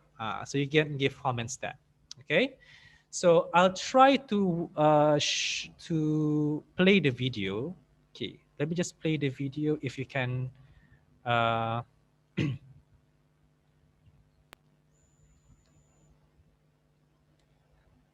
Okay, I'm playing the video. Let me know if you can listen to the voice and whether the video is not lagging.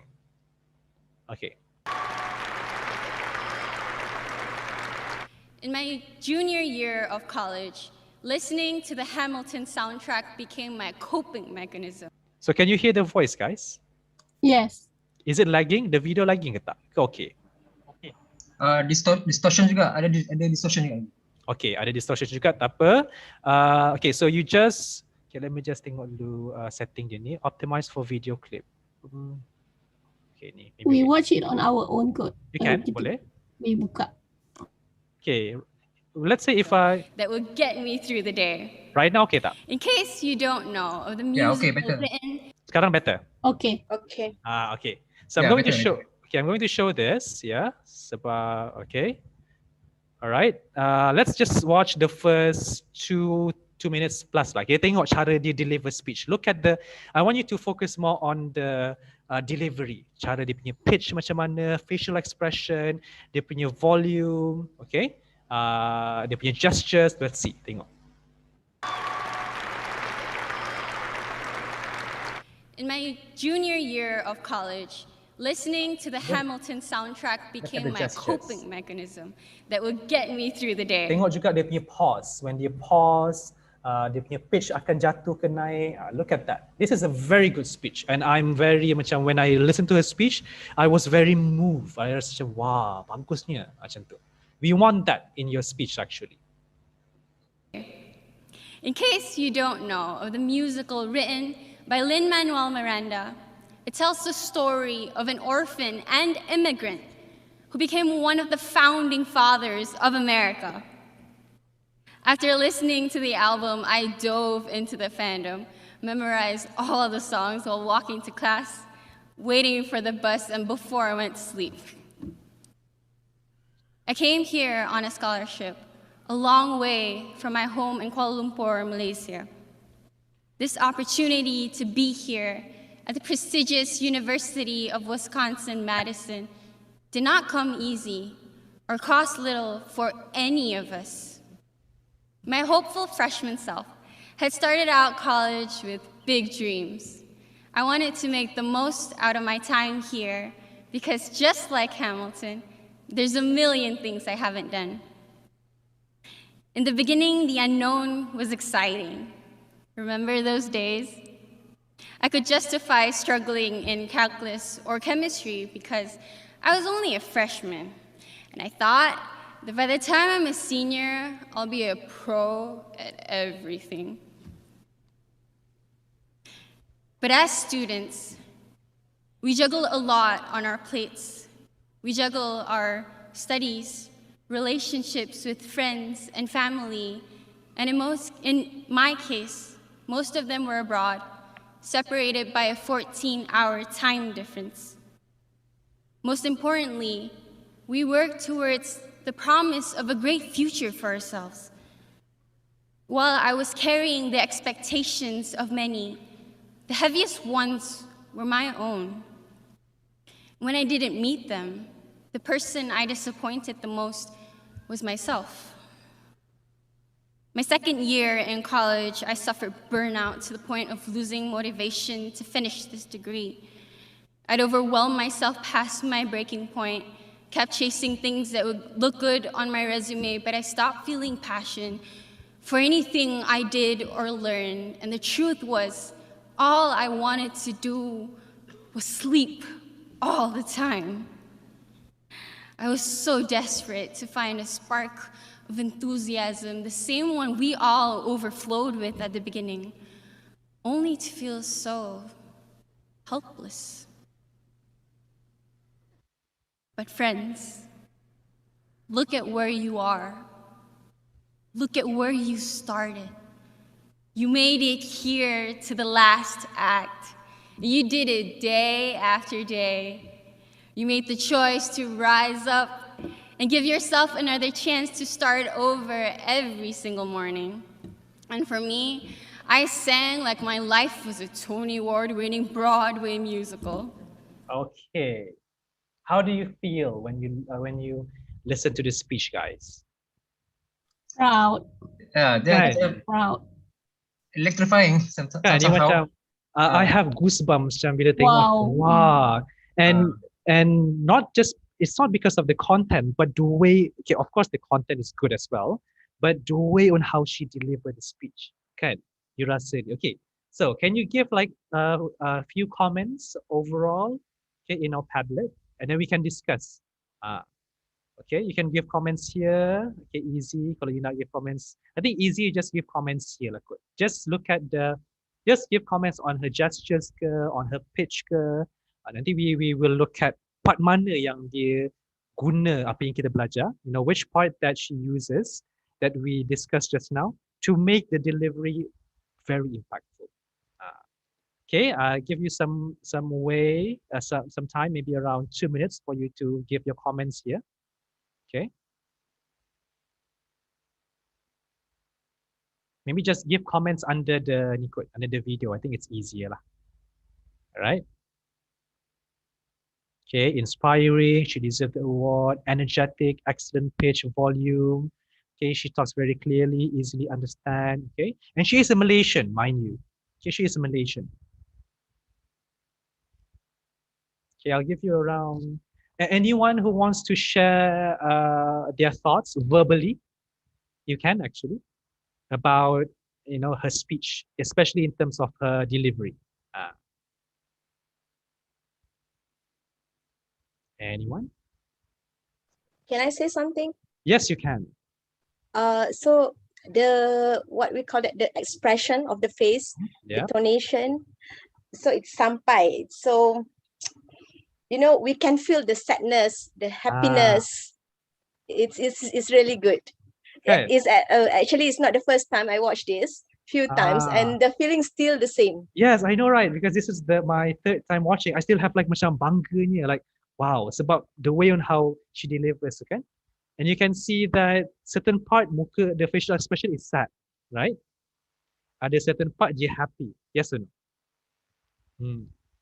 Who responded just now, Sister Anna Anna. Kasman. Thank you, Sister Anna. Anyone else who wants to give their opinion? It's like she tells us a story lah, macam ada flow from the beginning and until the end of the journey. So we felt that we are in the same journey. Very good. Nampak tak? Yeah. The way on how she tells the story, the way on how she delivers, she connects with the audience. Like we although her journey is different, but we can still experience it, kan? Kita macam, oh, I still have similar journey as yours, kan? And do you think her pitch is constant? Okay, if we talk about pitch, do you think it's constant? Her pitch ups and downs. Up and down, and it based on the emotion of the sentence, kan? Later we will see. Okay, very good. How about, can we talk about facial expression, pitch? How about articulation? Anyone who wants to comment on the articulation? Do you think it's easily understandable on what she wanted to say? I can see that sometimes ada part tu dia shivering. Yalah, sebab dia nak express express emotion. Emotion. Dia gone through joyous moment. Jadi dia some part dia punya speech yang saya tengok memang electrifying, tapi ada some moment dia shivering. Dia nak start balik, and then dia break and then nak sambung balik. Ada semuanya shivering lah, dalam keadaan shivering. Yeah, maybe because of the emotion, she's overwhelmed, kan? But she's controlling her emotion. Yep. But do you think she controls it well? I think she controls it very well. Yes. Yeah. So that's another part that you need to remember. Sometimes when you give a speech or a topic, the topic is very dear to your heart. Okay? It's good to show emotion. Okay, contohlah you punya suara a bit nak rasa sedih. It's good, tapi jangan to the extent that sampai you tak dapat nak convey. Tiba-tiba menangis macam, itu dah lain dah. So a good public speaker like what I think of course she is, especially part yang dia cakap yang dia tengah bersusah payah and everything, she is controlling her emotion. So she controls it well. You can still feel the emotion, tapi she controls it well. Okay, so very good, electrifying. Okay, let's analyze a bit on the video. Kita tengok part mana yang jadi. Sorry. Okay. Can you see the video here right now? Kita nampak? No, not yet. Oh, okay. Sorry. Wait. I think I need to share back my screen. All right. Can you see the video here? Yeah. Yeah. So let's see part mana yang it's obvious dia guna pitch, dia guna facial expression yang betul. Okay. So. College. Can you hear my voice? Listening to the while she is saying became my coping mechanism that would get me through the day.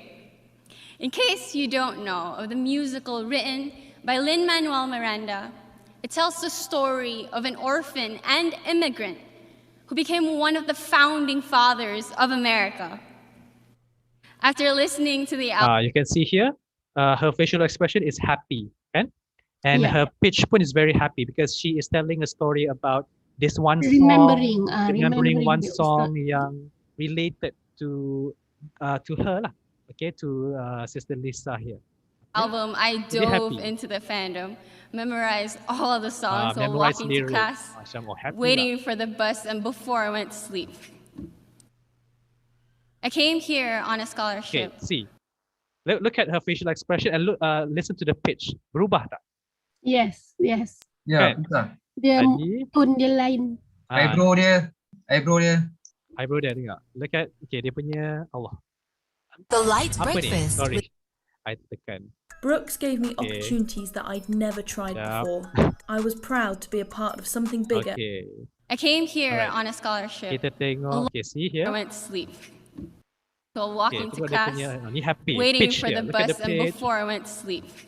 And then, diubah. Look at I the facial came expression. here on a Tiba-tiba dia slow, scholarship. right? The pitch. A long way Ada from my pause. home in And then Kuala dia pause. Sebab dia macam, it's a dramatic effect. Dia start dengan happy and then, okay, I came here with so dia macam, okay, I'm going to be serious and I'm going to tell a story that, that I actually worked hard for this. It's like macam signal that she is moving to another Yeah.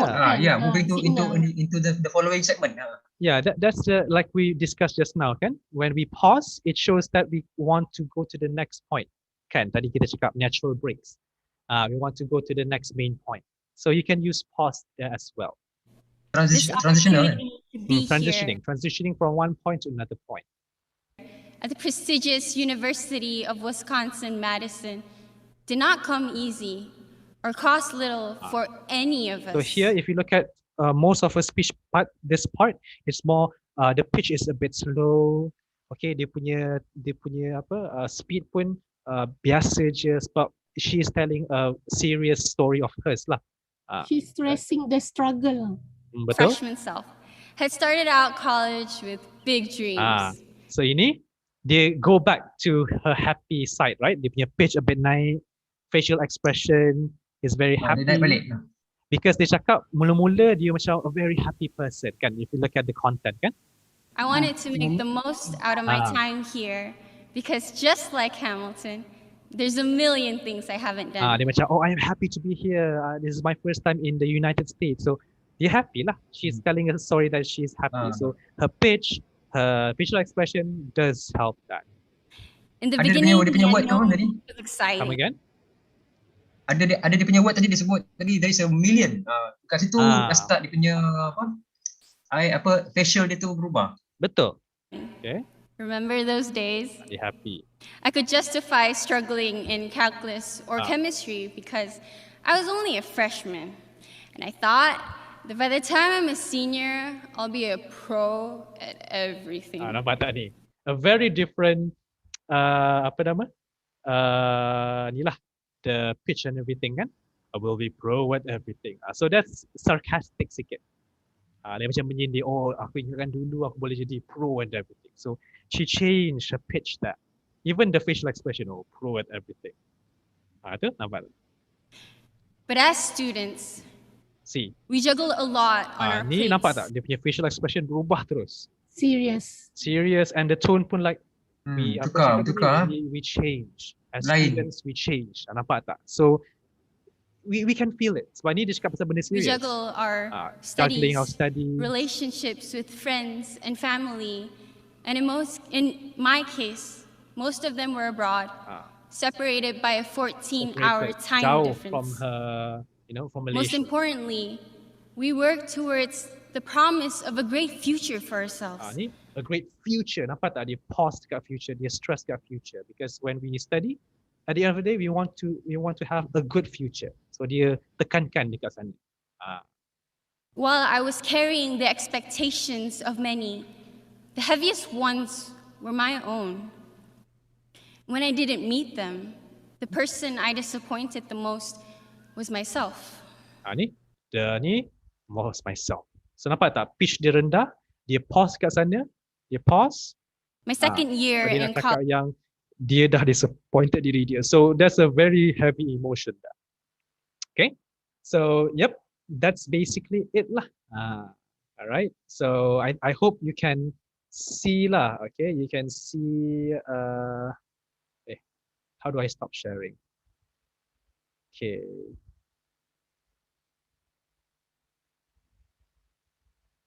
Oh, where is it?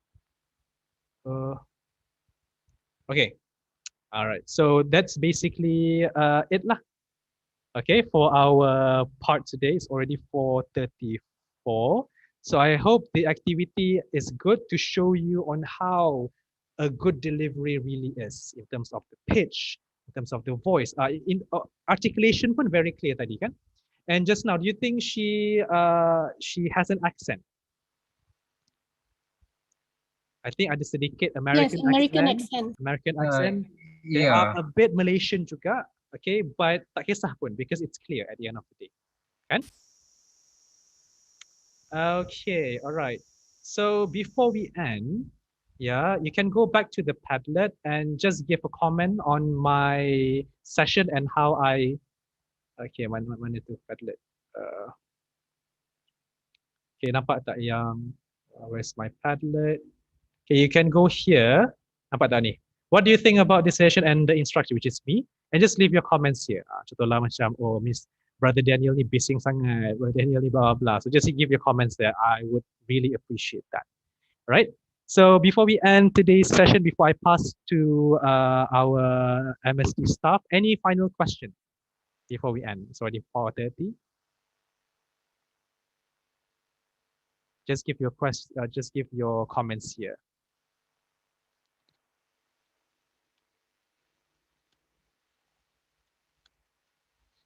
Okay, dekat ni dah tak ada. Okay. I think there's no more question. Kan? All right, so I think I can give the floor back to our MSD staff. So yeah, with that, thank you very much. I hope you enjoy our my session and also Brother Bukhari's session.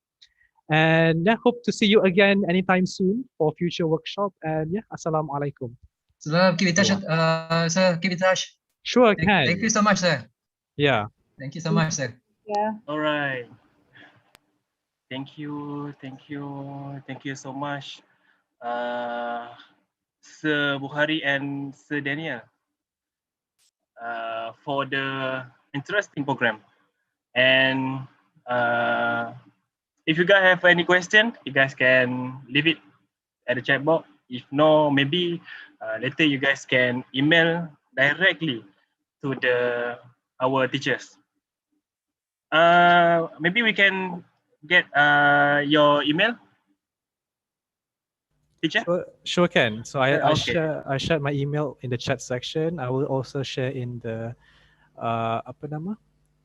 In Okay, thank you. the And YouTube. So yeah, maybe okay, later. And before we end this program, I have a few reminder. First, regarding registration form, registration through I-attend. We only open the registration through I-attend only until 3 p.m. For the morning. And second is regarding evaluation form to evaluate this training and qualify to participant to get CTD point.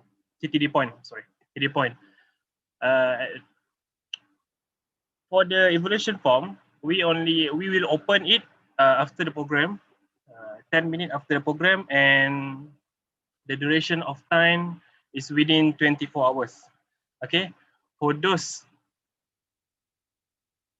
who are not completing these two reminder, registration and evaluation, will not get any CTD point for this program. And last, ladies and gentlemen, brothers and sisters, thank you very much for your participation in this program. You guys can watch this or previous program at our YouTube channel. I am MSD Competency Development. If the content benefit you, please consider to like, subscribe, and share to our channel to others. I hope you guys enjoy this program and safe trip back. Safe home, stay safe, and please follow the SOP. We will end the program with Tasbih Kafarah and Surah Al-As. Subhanakallah wa bihamdihi, subhanakallah wa bihamdika. Asyhadu an la ilaha illa anta.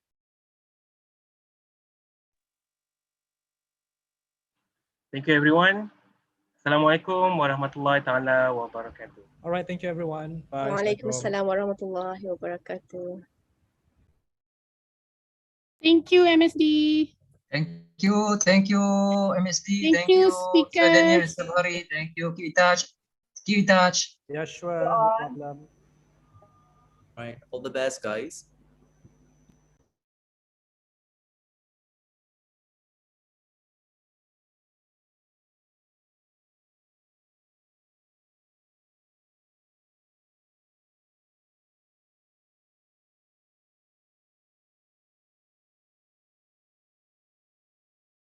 So, Brother Lukman, is there anything else that we can be of your... Setakat ini itu saja. Tiada apa-apa. In case sebab tadi pun Kek dah share email. So if participant have any question, diorang akan direct lah. Tak ada masalah macam tu. No problem. Okay, je. Okay, great. Okay, so it's attendance is just one time, right? Satu kali je. Betul. Pagi saja. Kita hanya buka daripada pukul 9 sampai pukul 3 saja. Oh, I tak ni pun attendance. It's okay lah. You tak sign ke ini? Tak. Tak boleh. Kalau dah habis tu memang tak boleh. Speakers tak perlu attend. Okay, alright. That's good. Kita pun ada lagi banyak, sebenarnya ada banyak lagi training sebenarnya. Jadi tak ada isu sangat lah. So itu saja. Terima kasih cikgu. Alright, thank you. So jumpa lagi insyaAllah. Next program insyaAllah. Bye-bye. Assalamualaikum. Salam.